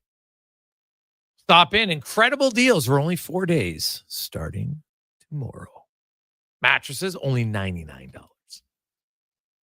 Queen bed starting at $199. Save huge on genuine leather sofas and sectionals and much more at The Brick and thebrick.com. It's time for 5 questions on the Jason Gregor Show. All right, Jason, with the draft tomorrow, I want to ask you this. Was there an Oilers draft pick that you can admit, for good or bad, that you were totally wrong about? Oh, God, there's a few. Gilbert Brûlé would probably be the top one. I thought Gilbert Brûlé was going to be a better player. Yeah, I will say that for me, going back, way back in the day, I definitely thought that Jason Bonsignor would be a better player. Granted, I was very young and very optimistic, but also I thought Jesse Puljujarvi might have a little bit more of an impact on the Oilers his time here. So there's a few for sure. Question number 2. What do you think about the return on Peterka for the Sabres? Was it enough? No. No, not even close. I don't. Boston just, they keep taking. This is another lob, hoping that these young guys are going to turn out to be as good as the guy they just traded. I think this is a bad deal for Buffalo. I'm with you. I can't think of a tougher franchise right now than the Buffalo Sabres in sports. I'm sure there's some out there, but just the losing and trading away these players that they have, having some optimism. It's a tough cycle they're currently in. I'm curious how they change it up. Question number 3 for you. What's happening tonight in Winnipeg as they host the Elks? Oh, man. I don't know. I don't have a good feeling for the Elks. I know that the boys at Elks Nation picked them to win, but, man, I don't see it. I'd love to see it, but I don't see it on Thursday. I will say this, though. They will win at home against Ottawa, but, man, I'd love to see an upset. I love upsets, but it'll be tough tonight. Yeah, I'm with you. Last week, I told you I said 2 possessions. Ended up being 10 points with the points in the fourth quarter that they ended up scoring. I think this one might not be that nice. I think it might be a Bombers blowout, and I think you're right. Pick up the win at home, but I think this is just a really good Bombers team. I think they're going to execute even on a short week with some injuries. Still take the Bombers to cover. It's 10.5 points right now over at PlayAlberta.ca. Question number 4 for you. The Jays wrapped up today their series in Cleveland. Big win. Now they head to historic Fenway. So if you could go watch a Jays series, any ballpark, which are you choosing? Yeah, well, the Green Monster, no question. I would like to go there for a few games, sit one up above the green monster. I think that would just be a fun vantage point. I'm not sure how great of a vantage point it would be, but it'd be fun to be there. And then I'd like to sit another time down the third baseline. That'd be all right. Thinking I might go Chicago Cubs, check out Wrigleyville. I heard that's a pretty good time. Cool city, just spend some time looking around as well. But I've heard really good things about Wrigleyville. So I think that's probably where I would go, but some really good options out there. Final question for you. It is apparently insect week. So I want to ask you, what is one insect you're cool with and one you do not like? Insect I'm cool with. Ants. I think ants do a lot of good. I know that some people like the little red ants can bite you or whatever, but I'm on with kind of leave them alone. They don't bug you. They really only ever attack you when all of a sudden you start kicking at their the big anthill. So I'll say ants. And ones I don't like, well, obviously mosquitoes. They're annoying as whatever, but mosquito right now though, bats. Not a big fan of the bats. Simply because I've got one. I've never seen him, but I just see remnants of him in the corner in my backyard. So I've had to put a spotlight up in that corner of the house just to deter him from coming to rest there. Yeah, and leave a few little droppings, if you know.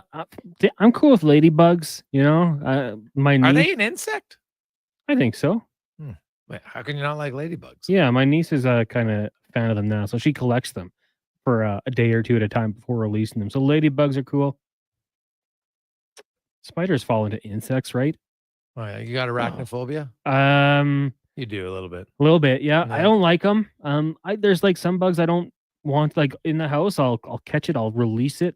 Spiders, I'm not messing around. I eliminate it. So yeah, spiders are for sure one that I do not like. Really, eh? Yeah. It's funny how a lot of people, I'm curious what it is about spiders that really concerns grown humans.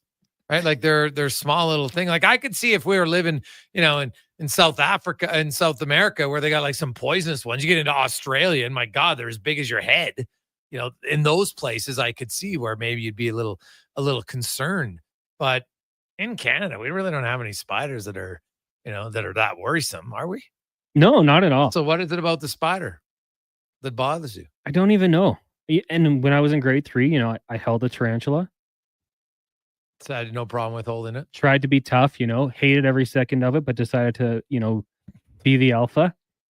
But then like something changed. When I was working at the grocery store, there was one time we had it's a black widow. It was found in a box of grapes. And ever since then, I'm just like, no, these are little. Was it alive or was it dead? So we thought it was alive. We found out it was dead after. Oh, yeah, okay. Came in from I don't even know, Chile. So a dead spider from Chile got you on a path of fear. Yeah, sent me down a dark path. Have you seen the movie Arachnophobia?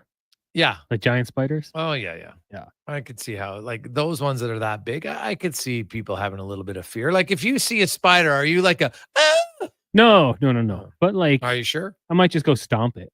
Oh, okay. We'll test it one day. When there's a spider, you'll see my reaction in here. I'll just go kill it. Oh, all right. But ideally, like not with a paper towel or a Kleenex. I'm stomping it. Jeez. Yeah, eh? aggressive. Just being very aggressive. You're like, yeah, spider, I'll get you. Yeah. Okay. So taking it on the spider, you're like, big man. I got him. Yeah. I got him. Spider, don't come around Connor Halley. Maybe I'll leave it out in the front step so the other ones know. The other spiders know. Yeah, stay away. It's like this is where Steve the Spider came to die. Don't screw with Connor Halley. This is what will happen to you. Yeah. Okay. I don't know. Maybe it's because I was a farm kid. I saw them so much they didn't really bother me. Like spider. If you didn't see a spider at the farm, you're like, what am I doing? Do I even live in a farm? It's kind of how it was for me. So it's just part and parcel. It's part of the growing up process. You just see the spiders. You good with snakes? Well, I have to say, like, garter snakes and stuff, I had no problem. It's not like in Alberta, like I'm walking around and there's rattlesnakes all over the place. So I don't really have a fear of snakes, but I'm not going to go, try to be like, hey, can I jump around a poisonous snake? No, like, I don't think I'm going to do that. But if when you go to the museums, well, not a museum, but the zoo. I've been to Drumheller where they've got the animal place that had tons of snakes. I've had like a big snake where, they pick it up and you can put it around your shoulders, and that didn't bother me. I'm like, well, it's a pet snake. Like, I don't think this snake's suddenly going to start choking me out. So I'm not going to go into a poisonous snake land and be like, okay, let's test my manhood here. So I'm not that guy, but I'm not fearful of snakes. Like a garter snake, any of those other snakes, little green snakes, they don't bother me. No. I held a snake too at the zoo. Yeah, but another time trying to be a tough guy. But again, like, you were scared? Hated every second of it. But like elementary school friend's birthday, thanks to Bryce for taking us to there for his birthday. And yeah, just try to be the tough guy. I'm afraid how I would react. Like walking with Benny, we're out in nature and I see a snake. Dude, yeah. And like if I react like, that's the worst. Parents have to be like, I got to stay calm and cool here. So the kids are like, yeah, snakes are no big deal. Because I see it sometimes and the parents are freaking out. And now the kid starts freaking out because the parents freaking out. Yeah. Like, you got to stay. It's like when your kid, all of a sudden, the first time they got a big cut and then you're like, oh my God, but just like, oh, that's okay. And the kid's like, oh, okay. It's not a big deal. Right? So we got to be the adult. It's hard, but there you go. Yeah. Like I can just see Connor, like you're going to be George Costanza. You're going to be knocking over grandmas, running away. All right. And then all of a sudden little Benny's like, oh, now I don't like spiders. Yeah. So, well, we'll teach him to eliminate them as well.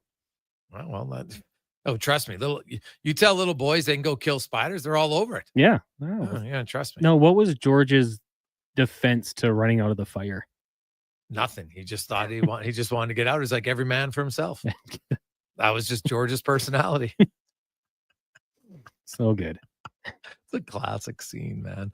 Classic scene. Let's get to Sports 1440 update brought to you by PlayAlberta.ca, your one-stop shop, instance, lottery, casinos, live dealer, and more. PlayAlberta.ca. Here's Connor Halley. Sports 1440 in West Edmonton Mall and Wetaskiwin. CKJR is a Stingray radio station. Download the free radio player app and listen wherever you go. This is a Sports 1440 update.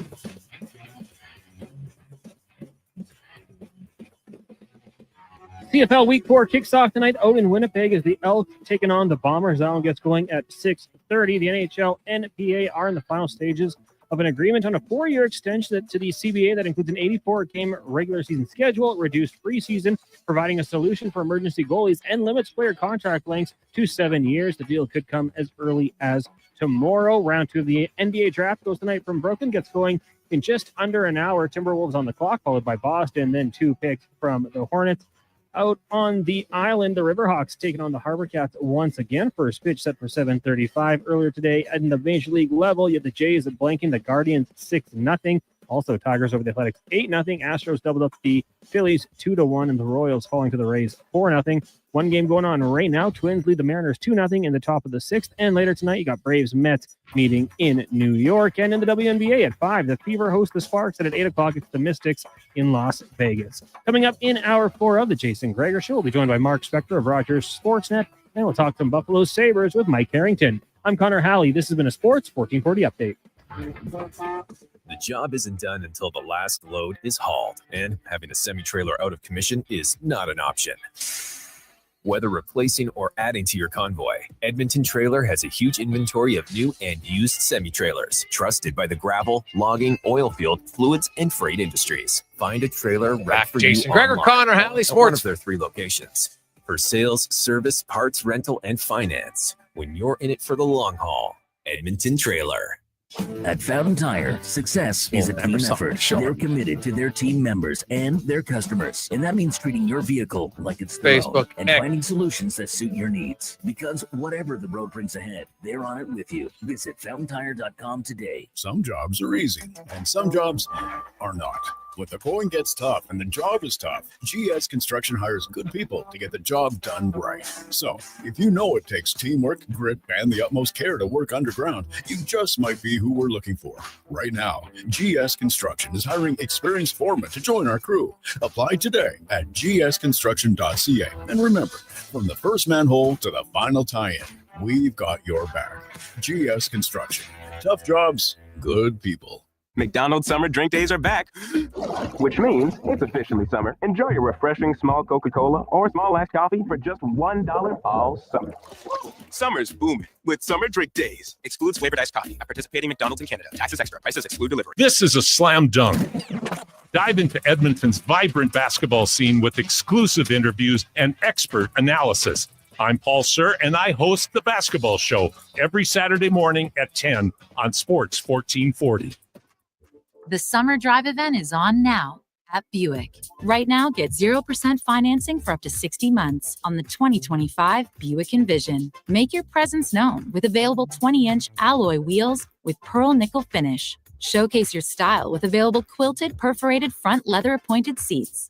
And radiate confidence on any drive with Buick's suite of standard safety features. Get behind the wheel of your Buick Envision today. Ask your Buick dealer for details. Great memories that last forever can be built around the dinner table, and Sandy View Farms wants to be there for every moment. Sandy View supplies you with quality meat, setting the table for any delicious meal, supporting the community by turning to local farmers for a great supply of beef, bison, pork, and chicken with a continuous supply every week. They have the perfect selection no matter the occasion, making each one perfect. Stop by Sandy View Farms or call 780-962-0067 to place an order today.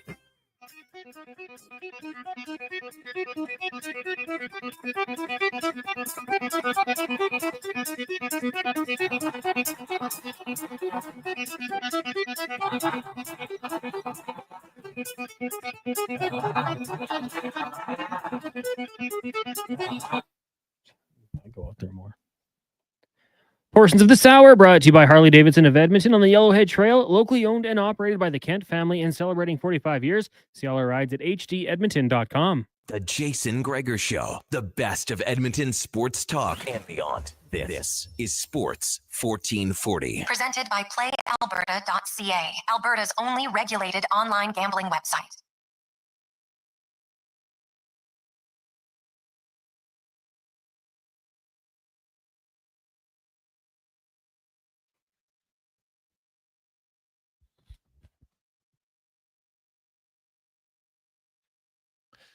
Just after 5 o'clock, it is game day on Sports 1440. The Edmonton Elks on the road tonight, getting set to take on the Winnipeg Blue Bombers. A few changes. Jackson's moving back to his natural position at halfback on the defensive side of the ball. You got Corte's going to move to center because Beard is on the 6th game injured list. Garnes is going to make his first start at Sam linebacker. Taking on the Bombers, who, of course, played on Saturday. So a little bit of a short week. The Elks need every advantage they can get on the road tonight. So we'll see if they can find a way to get their first win of the season. If they did, man, it would be massive because then you got Ottawa at home. And you know what? Maybe it may get a winning streak early in the season, which hasn't happened in a long, long time. Definitely is something that they could use for sure. Jason Gregor, Connor Halley, Sports 1440, Oilers Nation, YouTube, Facebook, X, and Instagram. Hope you're having a lovely, lovely Thursday. Gregor Show presented by PlayAlberta.ca. Daily Grand, my favorite game. I still haven't won yet, though. But $1,000 a day. I just want to win it simply because every day you wake up, here's a G note. Wallet. God, that'd be nice. So good. Well, it wouldn't be in my wallet. It'd be in my bank account. But either way, same thing. PlayAlberta.ca. Get your tickets.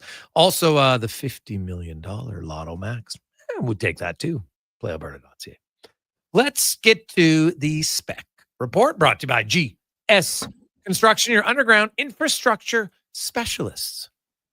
Where they thrive, not only in your neighborhood, on the freeway, just keeping the city moving. That is GS Construction. Mark Spector from Rogers Sportsnet joins us. Spec, how you doing? Doing fantastic, man. What's going on today?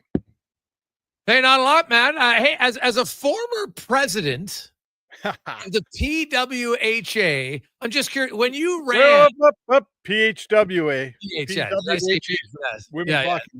The PHWA, sorry. When you ran, were you unopposed? I was unopposed. Most of us are unopposed because it's a crappy job that pays nothing and has tons of grief involved with it. So pretty much everyone is unopposed. Okay. Yeah. Because you had it. Frank did it for 2 terms. And now Stephen Wino from AP is there. What advice would you give to the new president of the Professional Hockey Writers Association? Oh, geez, that's a good question. What advice would I give? Well, one of the hard things is getting all the chapter chairs to do things. So I think some type of an electric collar, like on the guy in Anaheim who's always last with his votes. Okay. I would say that. Yeah. I would say we always bug Bill Daly to actually fine the teams for doing something wrong, Yeah. but he never does it. So I would say some kind of compromat on Bill Daly, like pictures or video that would maybe make him work a little harder for us. Yeah. Fair That'd point. be key things. I would replace the chapter chair in Edmonton. He's been there too long. There's a radio guy in town that should take over the job. I'd mention that to Steve Wino. Yeah. A veteran radio host. Oh, yeah. Call him every day. Yeah. No, I think, buddy, you've done an unbelievable job. You know what? Sometimes guys, it's just they're meant for the job. You don't want to take it away from them. You're full of garbage. No, thanks. Done a lot. That's not what I'm doing. Just don't have the time right now, Spec. I got other things to do. I hear you, buddy. I hear you. So yeah, no, good for Steve. So it is a thankless gig. I tell you that right now. Because I had some people said, yeah, hey, Gregor, like Frank tried to get me to do it. I'm like, are you joking? Like zero chance that I would have time to do that. I get it. Like people out there listening, they don't care about us media guys. And people gripe about, didn't we have a deal where the Oilers said they weren't skating and then they did. The listener and the reader, they got no sympathy for us writers. I get it, man.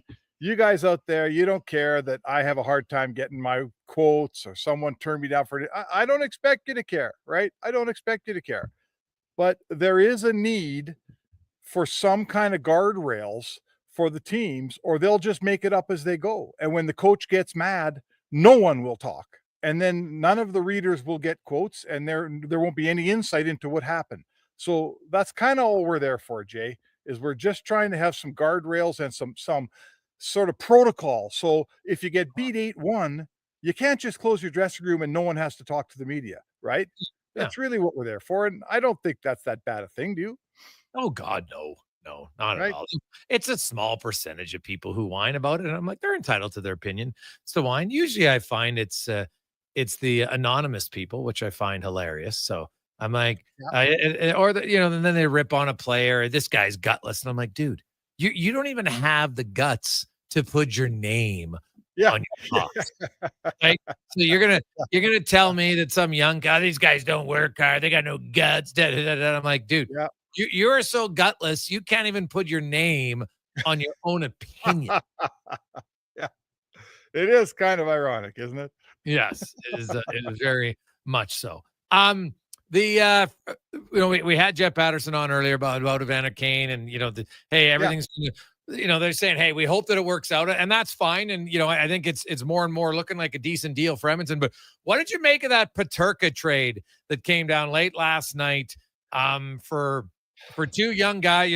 Josh Jones, same age as Peterka, is 23. Difference is, one guy scored 68 points in the league and one guy scored 18. It's a pretty big difference. And then you got Kesselring, and I kept reading, he's a top 4 defenseman. I'm like, well, are you sure? And he was for a brief time. But he didn't, he's on the penalty kill for the first 10 games of the year. Then he was off the penalty kill. And he still played the 6th most minutes per game on average of any defenseman who played 30 games. So he's not really a top 4, but he's going to be in Buffalo. And so we'll see if it works out. But it just seems here's another trade where Buffalo is trading away the best player in the hopes of the guys maybe coming together and between the two of them being as good. And it's just, this is an endless cycle of suck. Like I thought the Decade of Darkness was brutal. Decade of Darkness is looking like a short little vacation compared to the 14 years coming up on 15 for Buffalo. Yeah, and it becomes a vicious cycle because eventually guys say they want out after, say, they're 26, 27, they become UFAs, they leave and you can't control that. And then your team stays bad. And then the guy who gets his second contract, like Peterka, starts saying, I want out too. Right? So now you got a guy who's 23 who wants out. And pretty soon you're going to have guys that are going to start saying, don't draft me because I won't come. I'll do something different. So it does, you gotta, success has to get in the way of this cycle. So guys say, hey, I don't mind it here because we're winning and I have a shot here. There's some success. We got playoff games. But right now, I mean, you could make such a team out of guys that Buffalo had that went elsewhere. There's a ton of them around the league, like Braden McNabb. He's old now. He's an old, excellent defenseman. He won cups in LA. He's been I think he won the cup in Vegas. Did he not? I believe he did. Really good old school time defenseman. He was a Sabre once a million years ago. Jack Eichel, list goes on. So yes, Jay, it's sad to watch because Buffalo's an excellent hockey town. We're not talking about, Arizona, where it's going on and no one cares. People there care. It's a really good hockey town. Hockey means something. The Sabres logo means something. It's a crying shame. Yeah, like I was going, just sitting there today because clearly I was bored and didn't have anything better to do. And I was just looking at some of the names of the players just that Kevin Adams has traded. And he's only been there 5 years, right? Like, so he traded Sam Reinhart. And look what Sam Reinhart's become. He's traded Jack for Tuck and Krebs and some picks. And those picks really haven't come to fruition yet. He just traded Dylan Cousins, another one of their top picks. Now that was for Josh Norris, who, guess what, has shoulder injury issues. And so we'll see what happens there. And, Rasmus Ristolainen and Casey Middlestad, you go down and lots of guys that maybe just, Ilya Lyubushkin is a solid NHL player, right? He's a third pair guy, but they got a fourth round pick for him. That's going to happen now. Like, it just keeps continuing. Yeah. Of these guys who are NHL players that get traded out of Buffalo for draft picks, not even that year. We're talking draft picks 2 years later. And you're just like, what are you doing? Like, I honestly, I've said it for years for Kevin Adams. And the thing is, his ownership, they don't care. They're fine with losing. They're like, the Bills are winning, so we're okay. And that's it. It's again, it just makes me sad because when you go there, there's a ton of history. We all grew up watching Sabres teams that were good. They were, they kind of were never quite as good as, I'm a little older than you, Jay. They were never quite as good as Montreal and Boston, but they gave them a run every year. The French Connection and a whole bunch of guys. Dominic Hasek was there, took them to a cup. So yes, it is. I don't know what more to say. The futility is incredible. Our friend Mike Harrington, you had him on the show today? Yeah, he's coming up after you. I want to send the guy a bottle of tequila. Like, the poor sucker's been covering this thing inch by inch for like 20 years. Like, oh my God, wouldn't you want to just jump out of the press box and leave a note? Yeah, like it's been an ugly one. I just, that's another bad trade. And I think it's going to be tough for them to try to eventually they got to change the cycle. But I'm not sure the owner cares enough to change the cycle. I don't know. A good young player in Peterka who we know, like, sure, there's some holes in his game, of course, but we know he's a good young player. For two guys who you hope will turn into good young players, right? Like Josh Doan, he's just a guy right now. He may never be more than that. And Kesselring, you got it, man. He was Utah's sixth defenseman.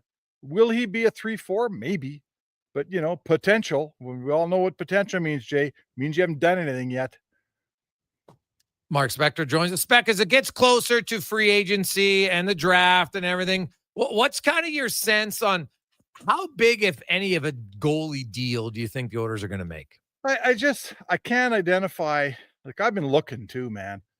I can't identify a guy that looks like he's, even possibly open for acquisition, who I would set next to Stu Skinner and say, this guy is definitely better. Like, is Binnington better? Yeah. Does it look like St. Louis is moving him? No.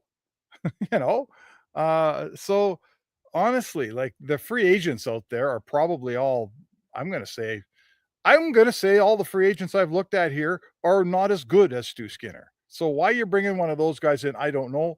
I think, this is where Stan Bowman's got to get to work. Like, he needs to do what Colorado did and find a Scott Wedgwood out there that maybe nobody knew it was available.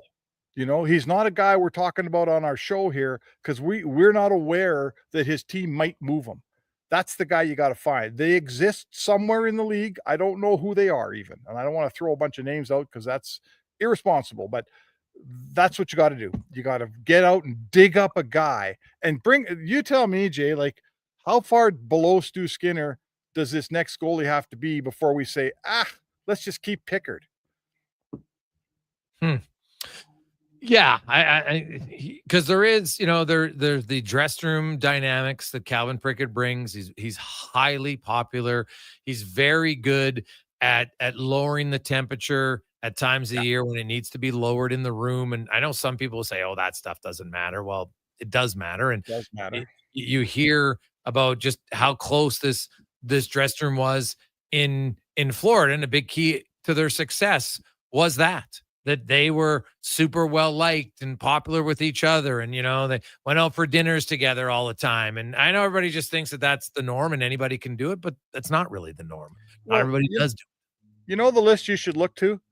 Find the list of UFA goalies next year. And maybe what happens here is if it doesn't turn out this summer and you don't find your guy, maybe you pry that UFA goalie at the deadline. Maybe there's a team who's got a goalie that you do like that thinks we're not going to sign this guy next year. And maybe you make your move at the deadline. I'm talking about a non-playoff team. So it's a small field here. It's a small field, but maybe that's what you do. Like, I want to say this. Remember when Ken Holland went into the summer and wanted to get a goalie and there was all this pressure, get a goalie. You got to get a goalie. He got Jack Campbell. So in that summer, he'd have been better off to get nobody. No. Right? Yeah. He'd have been better off to get nobody and take the criticism from guys like you and me. So I would say to Stan Bowman, don't just get a guy for the sake of getting a guy. Like, if you got to wait till the deadline, and if it never happens, like, you'd rather Jack Campbell never happen. Great guy, awful contract. So don't just get a goalie because a bunch of people are yelling at you to get a goalie is my point. Spec, the Edmonton Elks, hey, they're just trying to get a win. What's your expectation for the Elks going into Winnipeg? And obviously it'd be a big upset if they can get a win for certain. I don't think there's any debate on that. But how concerned are you if they don't win, or is it because it's early schedule? This is tough. I'm not expecting them to win. I know. By the way, quickly before actually I get to that, yes. So here's a guy. Here's some free agents who are Thatcher Demko is a free agent. Next summer after this season. Yes. Jacob Markstrom, Anthony Stolars, I think, is as well. He's a free agent. Peter Mrazek, Freddie Anderson. So there's a few again, but there's like Philip Gustafson, that'd be a big one, but he'll probably get signed by his own team by then. He's a really good goalie. Minnie's not letting him go. New Jersey's going to make the playoffs. They're going to want to keep Markstrom. I'm assuming. Because they're going to lose Jake Allen this summer. That's an obvious one. He's right. Done, right. Okay, he's going to go and he might get $5 million. I'm here. Crazy. Yeah. My point would be New Jersey at the deadline will not be trading away one of their two goalies. They're going to the playoffs. They want them both. But Peter Mrazek. Oh my God, really? Pickard's as good as Peter Mrazek. So, hey, it's hard, man. It's hard. Like, here we are. We're not even trying to actually make a trade. We're just pulling names out of the hat, and we can't find a guy that convinces both you and I that this is a good idea, right? Yeah.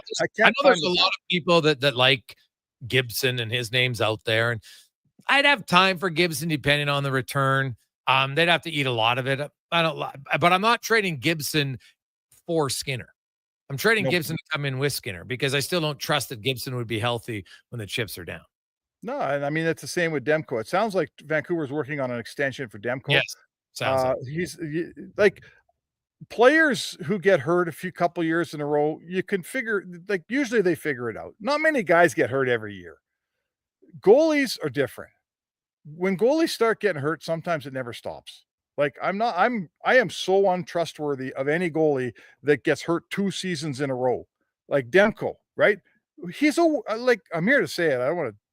I'll just say it. He's a better goalie than Stu Skinner. I don't think anyone on earth would question that. But what's the old saying, Jay? The best ability is availability. And all I know is the last time Edmonton played Vancouver in the playoffs, Demko was on the trainer's table and Shelovs was standing between the pipes. So how good was Demko in that series, right? Not very. No, not much at all. Spec, give me your thoughts on the Elks, quick. They better entertain me because I'm out at the lake. My wife's not here. I'm going to sit down in front of the football game with a cold beer and some chips and a burger. Ooh. And I want 2.5 hours of entertainment, no less. All right. Well, we'll see if they deliver. We'll discuss it tomorrow. All right, man. See ya. There you go. It's the Spec Report brought to you by GS Construction. When we come back, gentlemen, did he sit down and pour himself a stiff one? We'll find out next on the Gregor Show, presented by PlayAlberta.ca. The sun is shining, the weather's warm, and some of Edmonton's favorite sports are back in season.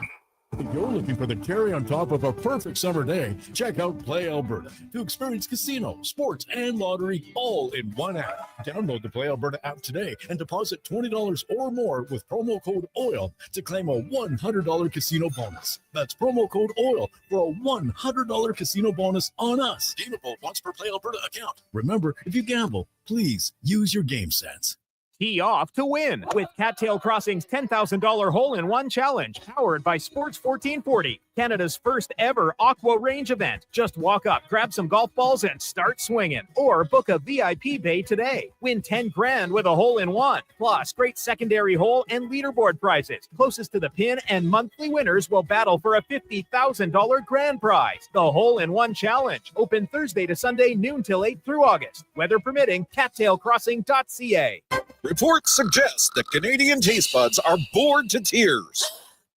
Can't handle another dull drink. Summertime smoothie experts everywhere are recommending a watermelon wake-up from Booster Juice.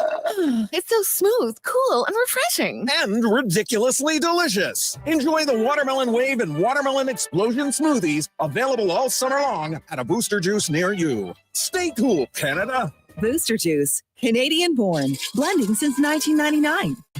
You don't have to wait. Boxing Day is back at the Brick. For 4 days, shop incredible deals, like mattresses starting at just $99. Save big on genuine leather sofas and sectionals. Queen beds start at only $199. And save the tax when you buy 2 or more major kitchen appliances. Plus, get free local delivery on outdoor furniture purchases of $4.99 or more. Some exclusions apply. See in-store for details. Boxing Day starts Friday at the Brick, saving you more. For all things golf carts, it's the Golf Cart people. Their certified techs provide expert service from maintenance to custom upgrades. Customers can explore the sales floor for new and used club car, Yamaha, and E-Z-Go models. The Golf Cart people stock a wide variety of parts and accessories to keep every ride in top shape and offer convenient rentals for tournaments, weddings, and festivals. Trusted for sales, service, parts, accessories, and rentals since 1997. Visit the Golf Cart people at golfcartpeople.com, your complete golf cart solution. At Fitted Golf, we know that you continue to believe. It's not my clubs. Really, it's my swing. Except it's already June, and you're still not playing the game you want because you continue to insist it's not your clubs. Except it really is your clubs, and we prove it every day. Fitted Golf customers continue to be amazed at how good they actually are when they use the right clubs for their swing. Why would you play the game you love but not love the way you play it? From beginners to pros, Fitted Golf makes all the difference. Visit fittedgolf.ca. Is it Riverside Motorsports? No. It's Riverside Motorsports. Over 55 years in business, and people still get it wrong. Guess it's time to get it right. Riverside Motorsports. What you do for fun is our business. Need a solid foundation without the fuss? Richard and Kalina at DCL Pile Driving have your back. Locally owned, they offer straight, driven piles. No screwing around. Serving all of Alberta, DCL Pile Driving gets your foundation ready in hours with minimal ground disturbance. Perfect for tight spaces, whether it's for a deck, grain bins, or RTMs. Tell them the radio sent you and receive a special discounted rate. Call or text 587-322-PILE. DCL Pile Driving. Don't get screwed. Get piles driven.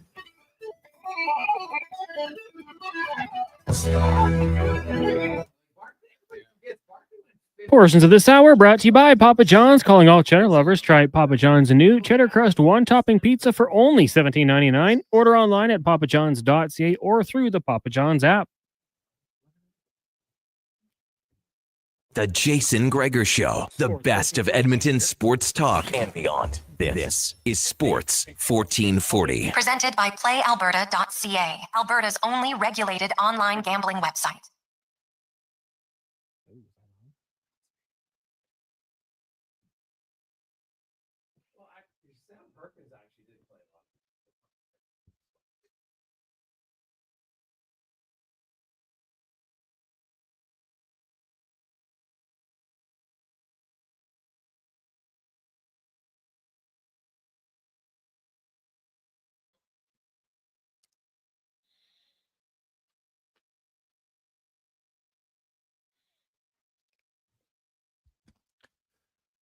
$5.29. Welcome back. Sports 1440. Oilers Nation, YouTube, Facebook, X, and Instagram. Hope you're having a lovely, lovely day. We're actually just looking here quickly. We were going through a draft class. How about back in when Michael Jordan got drafted in 1984? There was 228 draft picks in the NBA. Now they have 2 rounds. Now, obviously, I think they realized, geez, you know what? We're drafting all these guys. Some of them are getting they're not all going to play. Right? It's not going to happen. But it was, that's crazy to see that drop. And there's more teams now, and there's way fewer. That was just a little bit of a different time. Sure. The NHL used to have 9 rounds of the, I think even 11, maybe one year, but fewer teams. So either way, things, lots of things change over time, except some things, it seems to take a long time for them to change. We're going to get to our big guest of the day, brought to you by the Female Super League, providing opportunity for girls to continue and expand their development in hockey. 12U, 14U, and now a 16U division. Sign up, check it out at femalesuperleague.com. One thing that hasn't changed, and it's long overdue, and Speck said earlier, he's like, man, somebody should buy this guy. He'd probably have to pop a bottle. Like, what's keeping him from not having a drink every few hours? Because, man, if you had to do a drink every time the Sabres made a trade that made you scratch your head, God, you'd be pretty intoxicated, I think, right now. Longtime reporter for the Sabres. He's been covering them when they actually made the playoffs. Mike Harrington joins us from the Buffalo News. And Mike, we appreciate it, man. It is, I thought the decade of darkness was Edmonton was long, and I lived it, but I was 10 years. This is 14 years for the Sabres, and it doesn't seem like it's getting better. They just trade away a young player for 2 other young players who aren't as good. Take me through, what led to Peterka wanting out of Buffalo? Well, I think it's simply a case where, excuse Lindy Ruff for asking J.J. Peterka to play a little defense. I mean, you guys can simply go back to the tape of the game in January at Rogers Place. Look at Ryan Nugent-Hopkins' winning goal. Who did he just sashay right around to get to the puck and go to the net? J.J. Peterka. J.J. Peterka is a great offensive player with great offensive potential. And we saw the Ole defense from him all the time. And Lindy Ruff had enough of it. And the funny part is they traded for Kesselring from Utah. He did the same thing to J.J. Peterka in a game in Buffalo this year. They had a need. They wanted a right-shot defenseman to play with Owen Power. I don't think they wanted to pay J.J. Peterka $7 or $8 million. If people see 27, 28 goals, he's a wonderful offensive player. He's a terrible defensive player. That's just the bottom line. And they decided to make a move to fill a need on their team. Do you think they did? Are you okay with this trade, or do you still look at it as there's a lot of hope involved that Kesselring can become, a top 4 defenseman when he's never really been one yet? Yeah. I would have preferred to see if they could have gotten that number 4 pick out of Utah. But, there's a tremendous amount of reaction to this trade, obviously, out of market. They didn't trade Jack Eichel or Sam Reinhart. No. They traded J.J. Peterka. Let's have a little perspective here. The piling on is understandable. It's not a great trade on paper right now. It does fill their needs. It's not an abject disaster either. Right. But I understand why everyone is going to jump down their throats and everything they do is terrible. And it might turn out to be a disaster. And maybe J.J. Peterka someday in Utah will join all the Stanley Cup winners that Buffalo's traded away. But, the biggest thing I would say to people, people clearly haven't watched enough Sabres games to see J.J. Peterka's all-around game for the kind of reaction this thing has brought. Okay, that's fair. So you look at what about Bowen Byram? And is it just because they have two other really good left defensemen and that they just don't have room for all of them? What do you make of the Bowen Byram? Yeah, that's pretty much it. He wants to be able to run a power play. He wants to maybe be a number one defenseman. Well, you can't do that in Buffalo when you have Rasmus Dahlin. You probably can't run a power play even if you have Rasmus Dahlin and Owen Power. They got a little overloaded on the left side. And I think realistically, what Adams needs to do, you can't judge the trade on its own. If you make this deal, okay, you're going to trade Bowen Byram. Well, you're going to have to get a top six forward back here. You're going to need to get a top six forward back for Bowen Byram. That's the bottom line. And somebody who wants Bowen Byram to turn the reins of the defense over to him should be willing to part with the top six forward. And there's your replacement for Peterka, whoever Buffalo gets. So I'm ready to jump with everybody else and pile on the Sabres in a couple days if they don't have a top six forward for Bowen Byram to replace Peterka. But that's another reason why I'm not jumping on him yet, because we haven't seen the whole picture. Any names would Marco Rossi for Bowen Byram make any sense to you? I would prefer a winger. I have a particular aversion to Marco Rossi.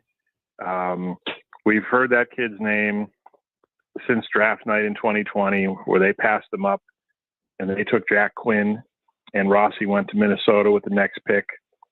And I just felt it was, a bunch of draft nicks who don't really know a lot of players in the COVID year where there wasn't a lot of scouting, going crazy. He's been a nice player. He had a 60-point year and he ends up on the fourth line in the playoffs. He's 5'9". How many 5'9", 5'10" forwards do Buffalo fans want? I don't know. I mean, I think there's got to be teams out there we haven't even thought of who want Bowen Byram, who are going to be willing to give something up for him. I don't think they're getting Jason Robertson for Bowen Byram, but they need a top six forward, no matter who it is, it preferably being winger. So, Rossi's a name that's out there, but it's not a name that necessarily stirs me a lot. Looking at the Sabres, and what about the goaltending? Are they going to go in with there's a lot of people that are pretty high on Devin Levi. Do you see a move there? Are they going to stick with both of their guys and kind of just see what happens? That's kind of the indication Kevin Adams gave us on Tuesday again. If Levi has a decent camp, they have played him a good amount the last couple of years in Rochester, not to the level of Dustin Wolf, but close. He's played a bunch of games down there now. It's a risk. They were 29th in the league in goals against this year. Luukkonen didn't have a good year. Maybe they're thinking Luukkonen will have a bounce back year. Ultimately, that's another reason why you trade Peterka. The freak out factor is too high. They got plenty of offense. Even without Peterka, they've got plenty of offense. They couldn't keep the puck out of their net last year. That was their problem. It wasn't goal scoring. Yeah. It was defense and goaltending. So they take some goals away. Well, they'll have other guys will come in. You don't know what the team's going to look like, but they have to keep the puck out of the net if they have any chance of being a better team. What do you make of the Matthias Samuelsson? Where's he at? What's going on there? I'd heard some rumblings about a buyout, and I was kind of like, "Oh, geez, young guy, that doesn't make any sense." No. Well, the only reason it made sense is because he's under 26, and even though you'd have to do it for 10 years, it would only be $714,000, and they're paying him $4.2. But Adams completely shot that down Tuesday as just made up speculation by national reporters and just completely false. Okay. Well, if you're going to keep Samuelsson, then you're banking on him bouncing back. And they're banking on a lot here. They have a lot of good seasons last year from their star players. Samuelsson and Luukkonen were not good. And those are two key guys they need to have bounce back here. Right now, if you're trading Byram, I guess you're keeping Samuelson to be Darlene's partner if Kesselring's going to be Power's partner. Mike Harrington joins us, a longtime beat reporter for the Buffalo Sabres. Mike, Ryan McLeod came in for Matty Savoy and played really well. Savoy's a younger player, was in the American League, had a good season in the American League. McLeod's now an RFA. What are you hearing about negotiations? What kind of number do you think he's looking for, and what do you think he's going to get? I think he's going to have to get, I would think, 4 to 5, and they got plenty of cap space. They can pay him. He did a great job for them. I don't think they thought he was going to become a 20-goal scorer. He was good in both ends of the ice.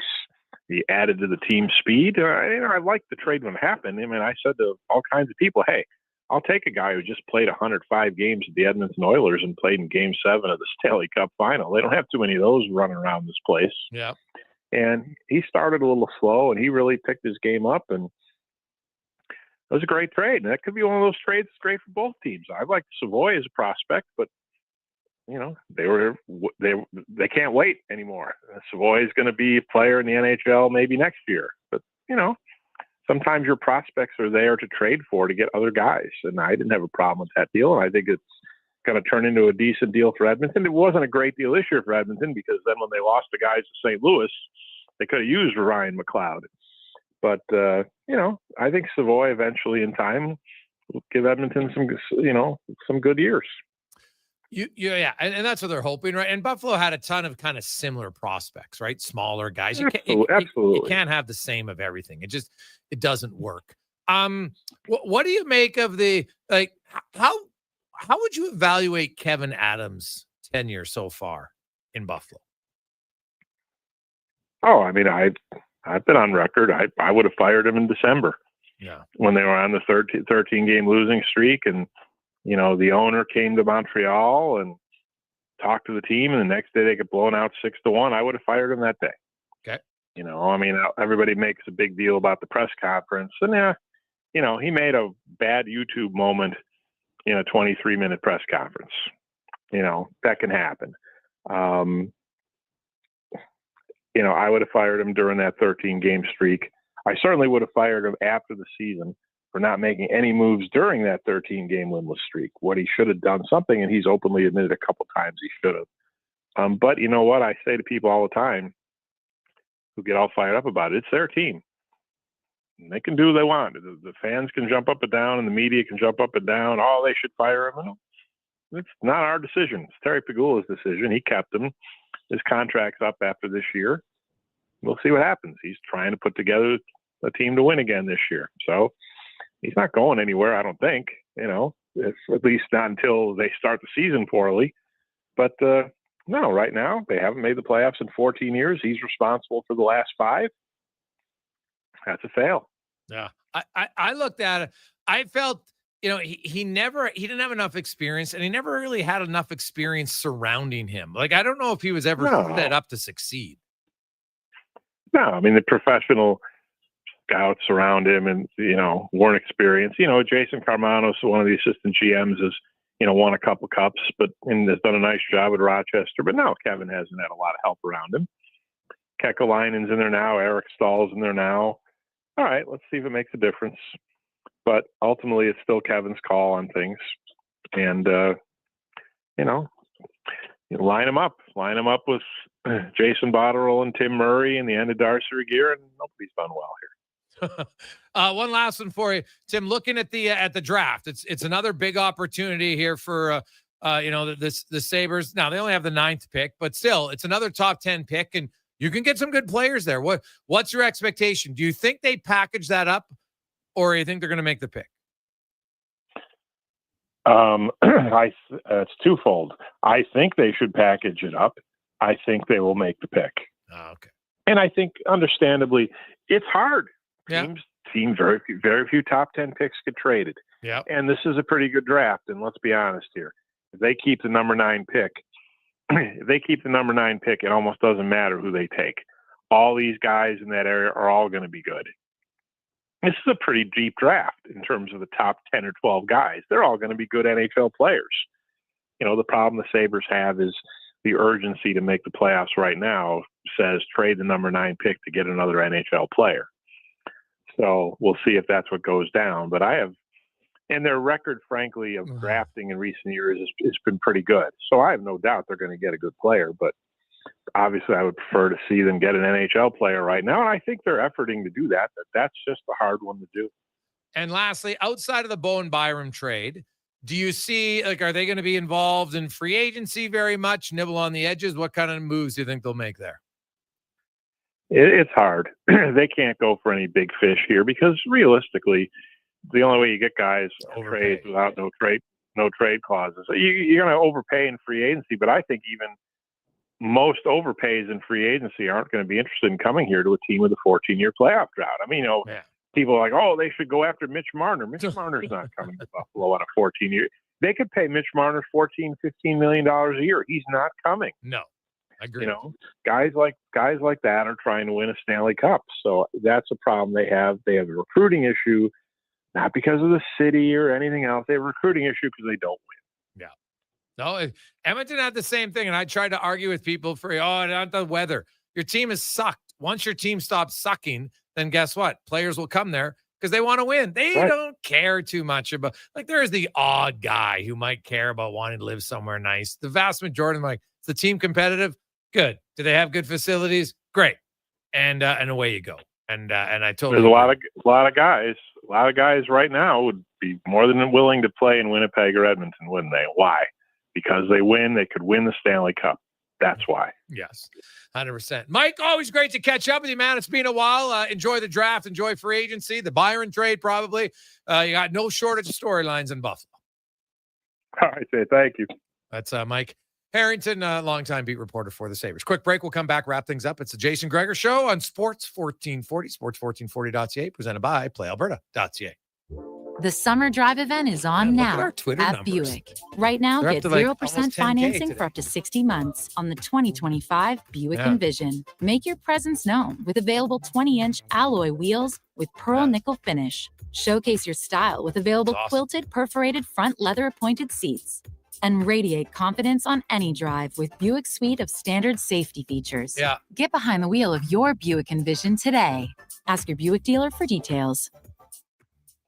Reports suggest the Canadian taste buds are bored to tears. I can't handle another dull drink. Summertime smoothie experts everywhere are recommending a watermelon wake-up from Booster Juice. It's so smooth, cool, and refreshing. And ridiculously delicious. Enjoy the Watermelon Wave and Watermelon Explosion smoothies, available all summer long at a Booster Juice near you. Stay cool, Canada. Booster Juice, Canadian born, blending since 1999. Hey everybody, it's Gene Principe. How would you like to join me and others? It's the Edmonton Hockey Legends Cruise, and it's the summer of 2026. It begins July 17th. 7 nights on the Mexican Riviera. We go to Cabo, Mazatlan, Puerto Vallarta, and visit cast.tours/Edmonton. Number to call is 1-833-347-7678. Save $200 when you mention promo code Stingray Radio. That's cast.tours or call 1-833-347-7678. Imagine a family get-together where the smiles are as genuine as the conversations.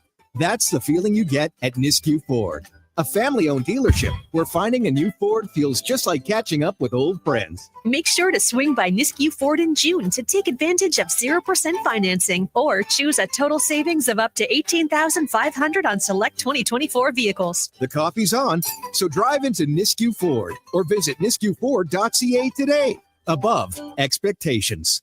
Whoop, there it is. 4 days of basketball at its best. Hoop City 2025, North America's largest FIBA 3x3 showcase. The top 4 Olympic teams on both men's and women's categories, featuring Canada's women's Olympic team, with Edmonton's own Michelle and Catherine Blue. More than just hoops. There's entertainment, long-distance shootout, Grand Slam showcase, plus interactive games and prizes for everyone. Hoop City 3x3 Basketball Festival, July 31st to August 3rd. Ice Palace and West Edmonton Mall. Admission is free, so bring the whole family. Ah, summer. The sun's out, the road's calling. And your car said, Nope.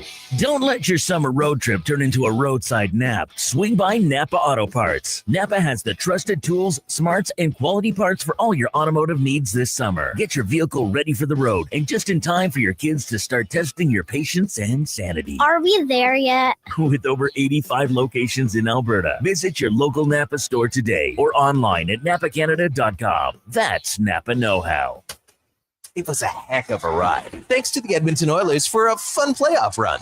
Now it's time to turn to football, soccer, baseball, and other summer sports. From the team at Sports 1440, Edmonton's sports leader.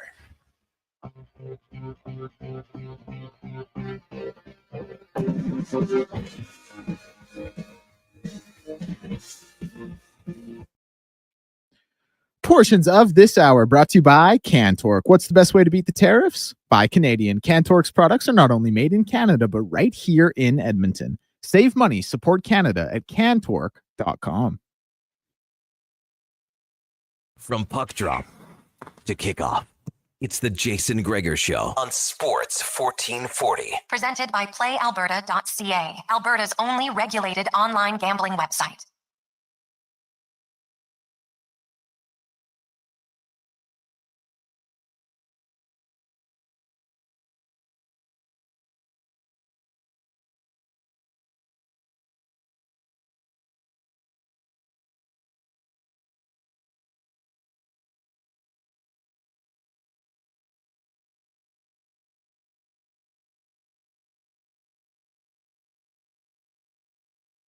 We are rolling through. Busy show. Man, we are flying along. Man, numbers on the text line today are massive. I think we're over 10K on the X today, which is awesome. Everybody watching, listening, we appreciate it very much. Hope you're having a fantastic day. There's lots of sports going. There's no shortage of it, man. You got NBA round 2 tonight. You've got NHL draft round 1 Friday, rounds 2 to 7 on Saturday. NHL have to have all their qualifying offers in by Sunday. You got Canada taking the quarterfinals of the Gold Cup on Sunday. You got the Elks tonight. You got the River Hawks. You got the Stingers on the weekend. Oh, baby.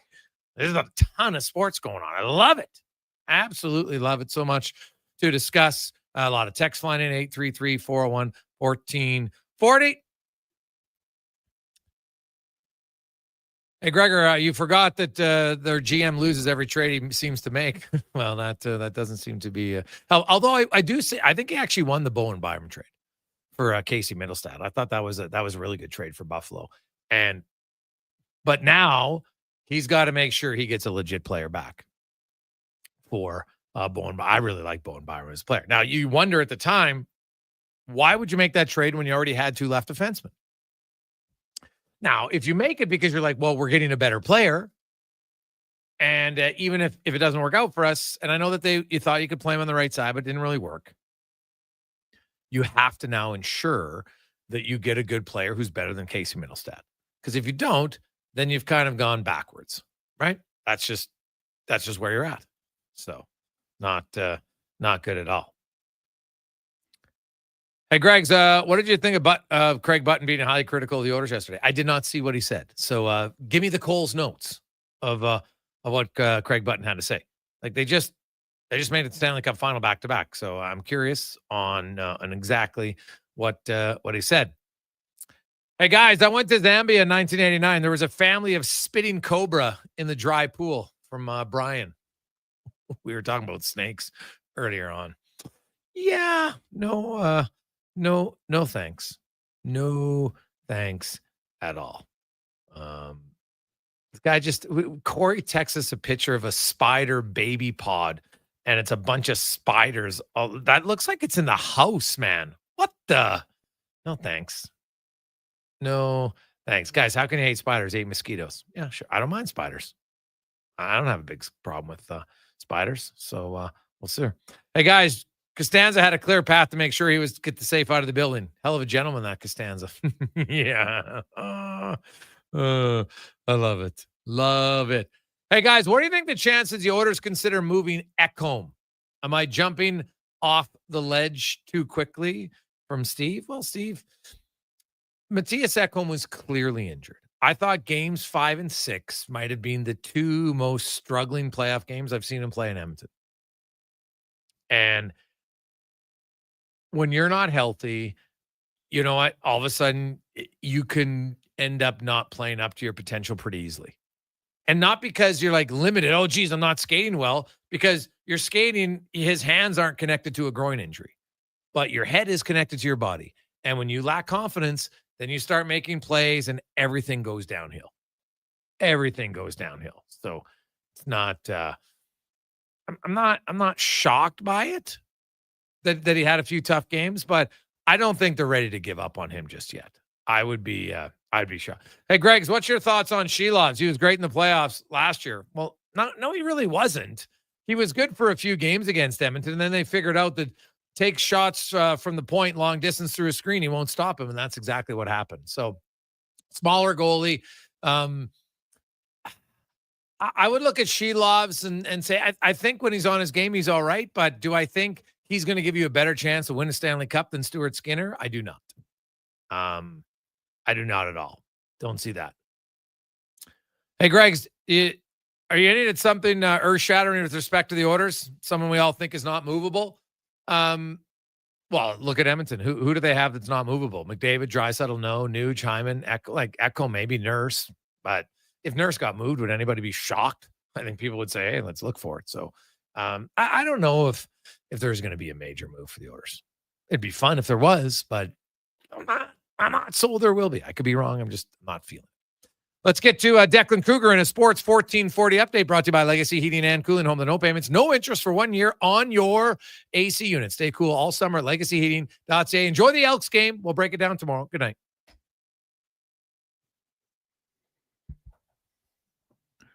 And for your Sports 1440 update, CFL Week 4 gets going tonight. Elks and Bombers meeting out in Winnipeg for that one. Kickoff set for 6:30. The NHL and NHLPA are in the final stages of agreeing to a 4-year extension of the CBA that includes an 84-game regular season, reduced preseason, and providing a solution for emergency goalies. It'll also limit player contract lengths to 7 years. Round 2 of the NBA draft going in just a couple minutes here. Timberwolves on the clock, followed by Boston, and then 2 picks from the Hornets for the first 4 picks. Riverhawks in Victoria taking on the Harbor Cats once again, looking to make it 2 straight in Victoria. First pitch set for 7:35. In the MLB finals from earlier today, it was the Blue Jays over the Guardians 6-0. Cubbies over the Cards 3-0, and Dodgers over the Rockies 3-1. 2 games in action right now. Braves and Mets tied 0-0 at the bottom of the 3rd, and the Twins over the Mariners 10-0 in the top of the 9th. 1 WNBA game in action right now. Fever lead the Sparks 34-30 at halftime. That's going to do it from us here on the show. On behalf of Connor Halley and Jason Gregor, I'm Declan Kruger, and this has been a Sports 1440 Update.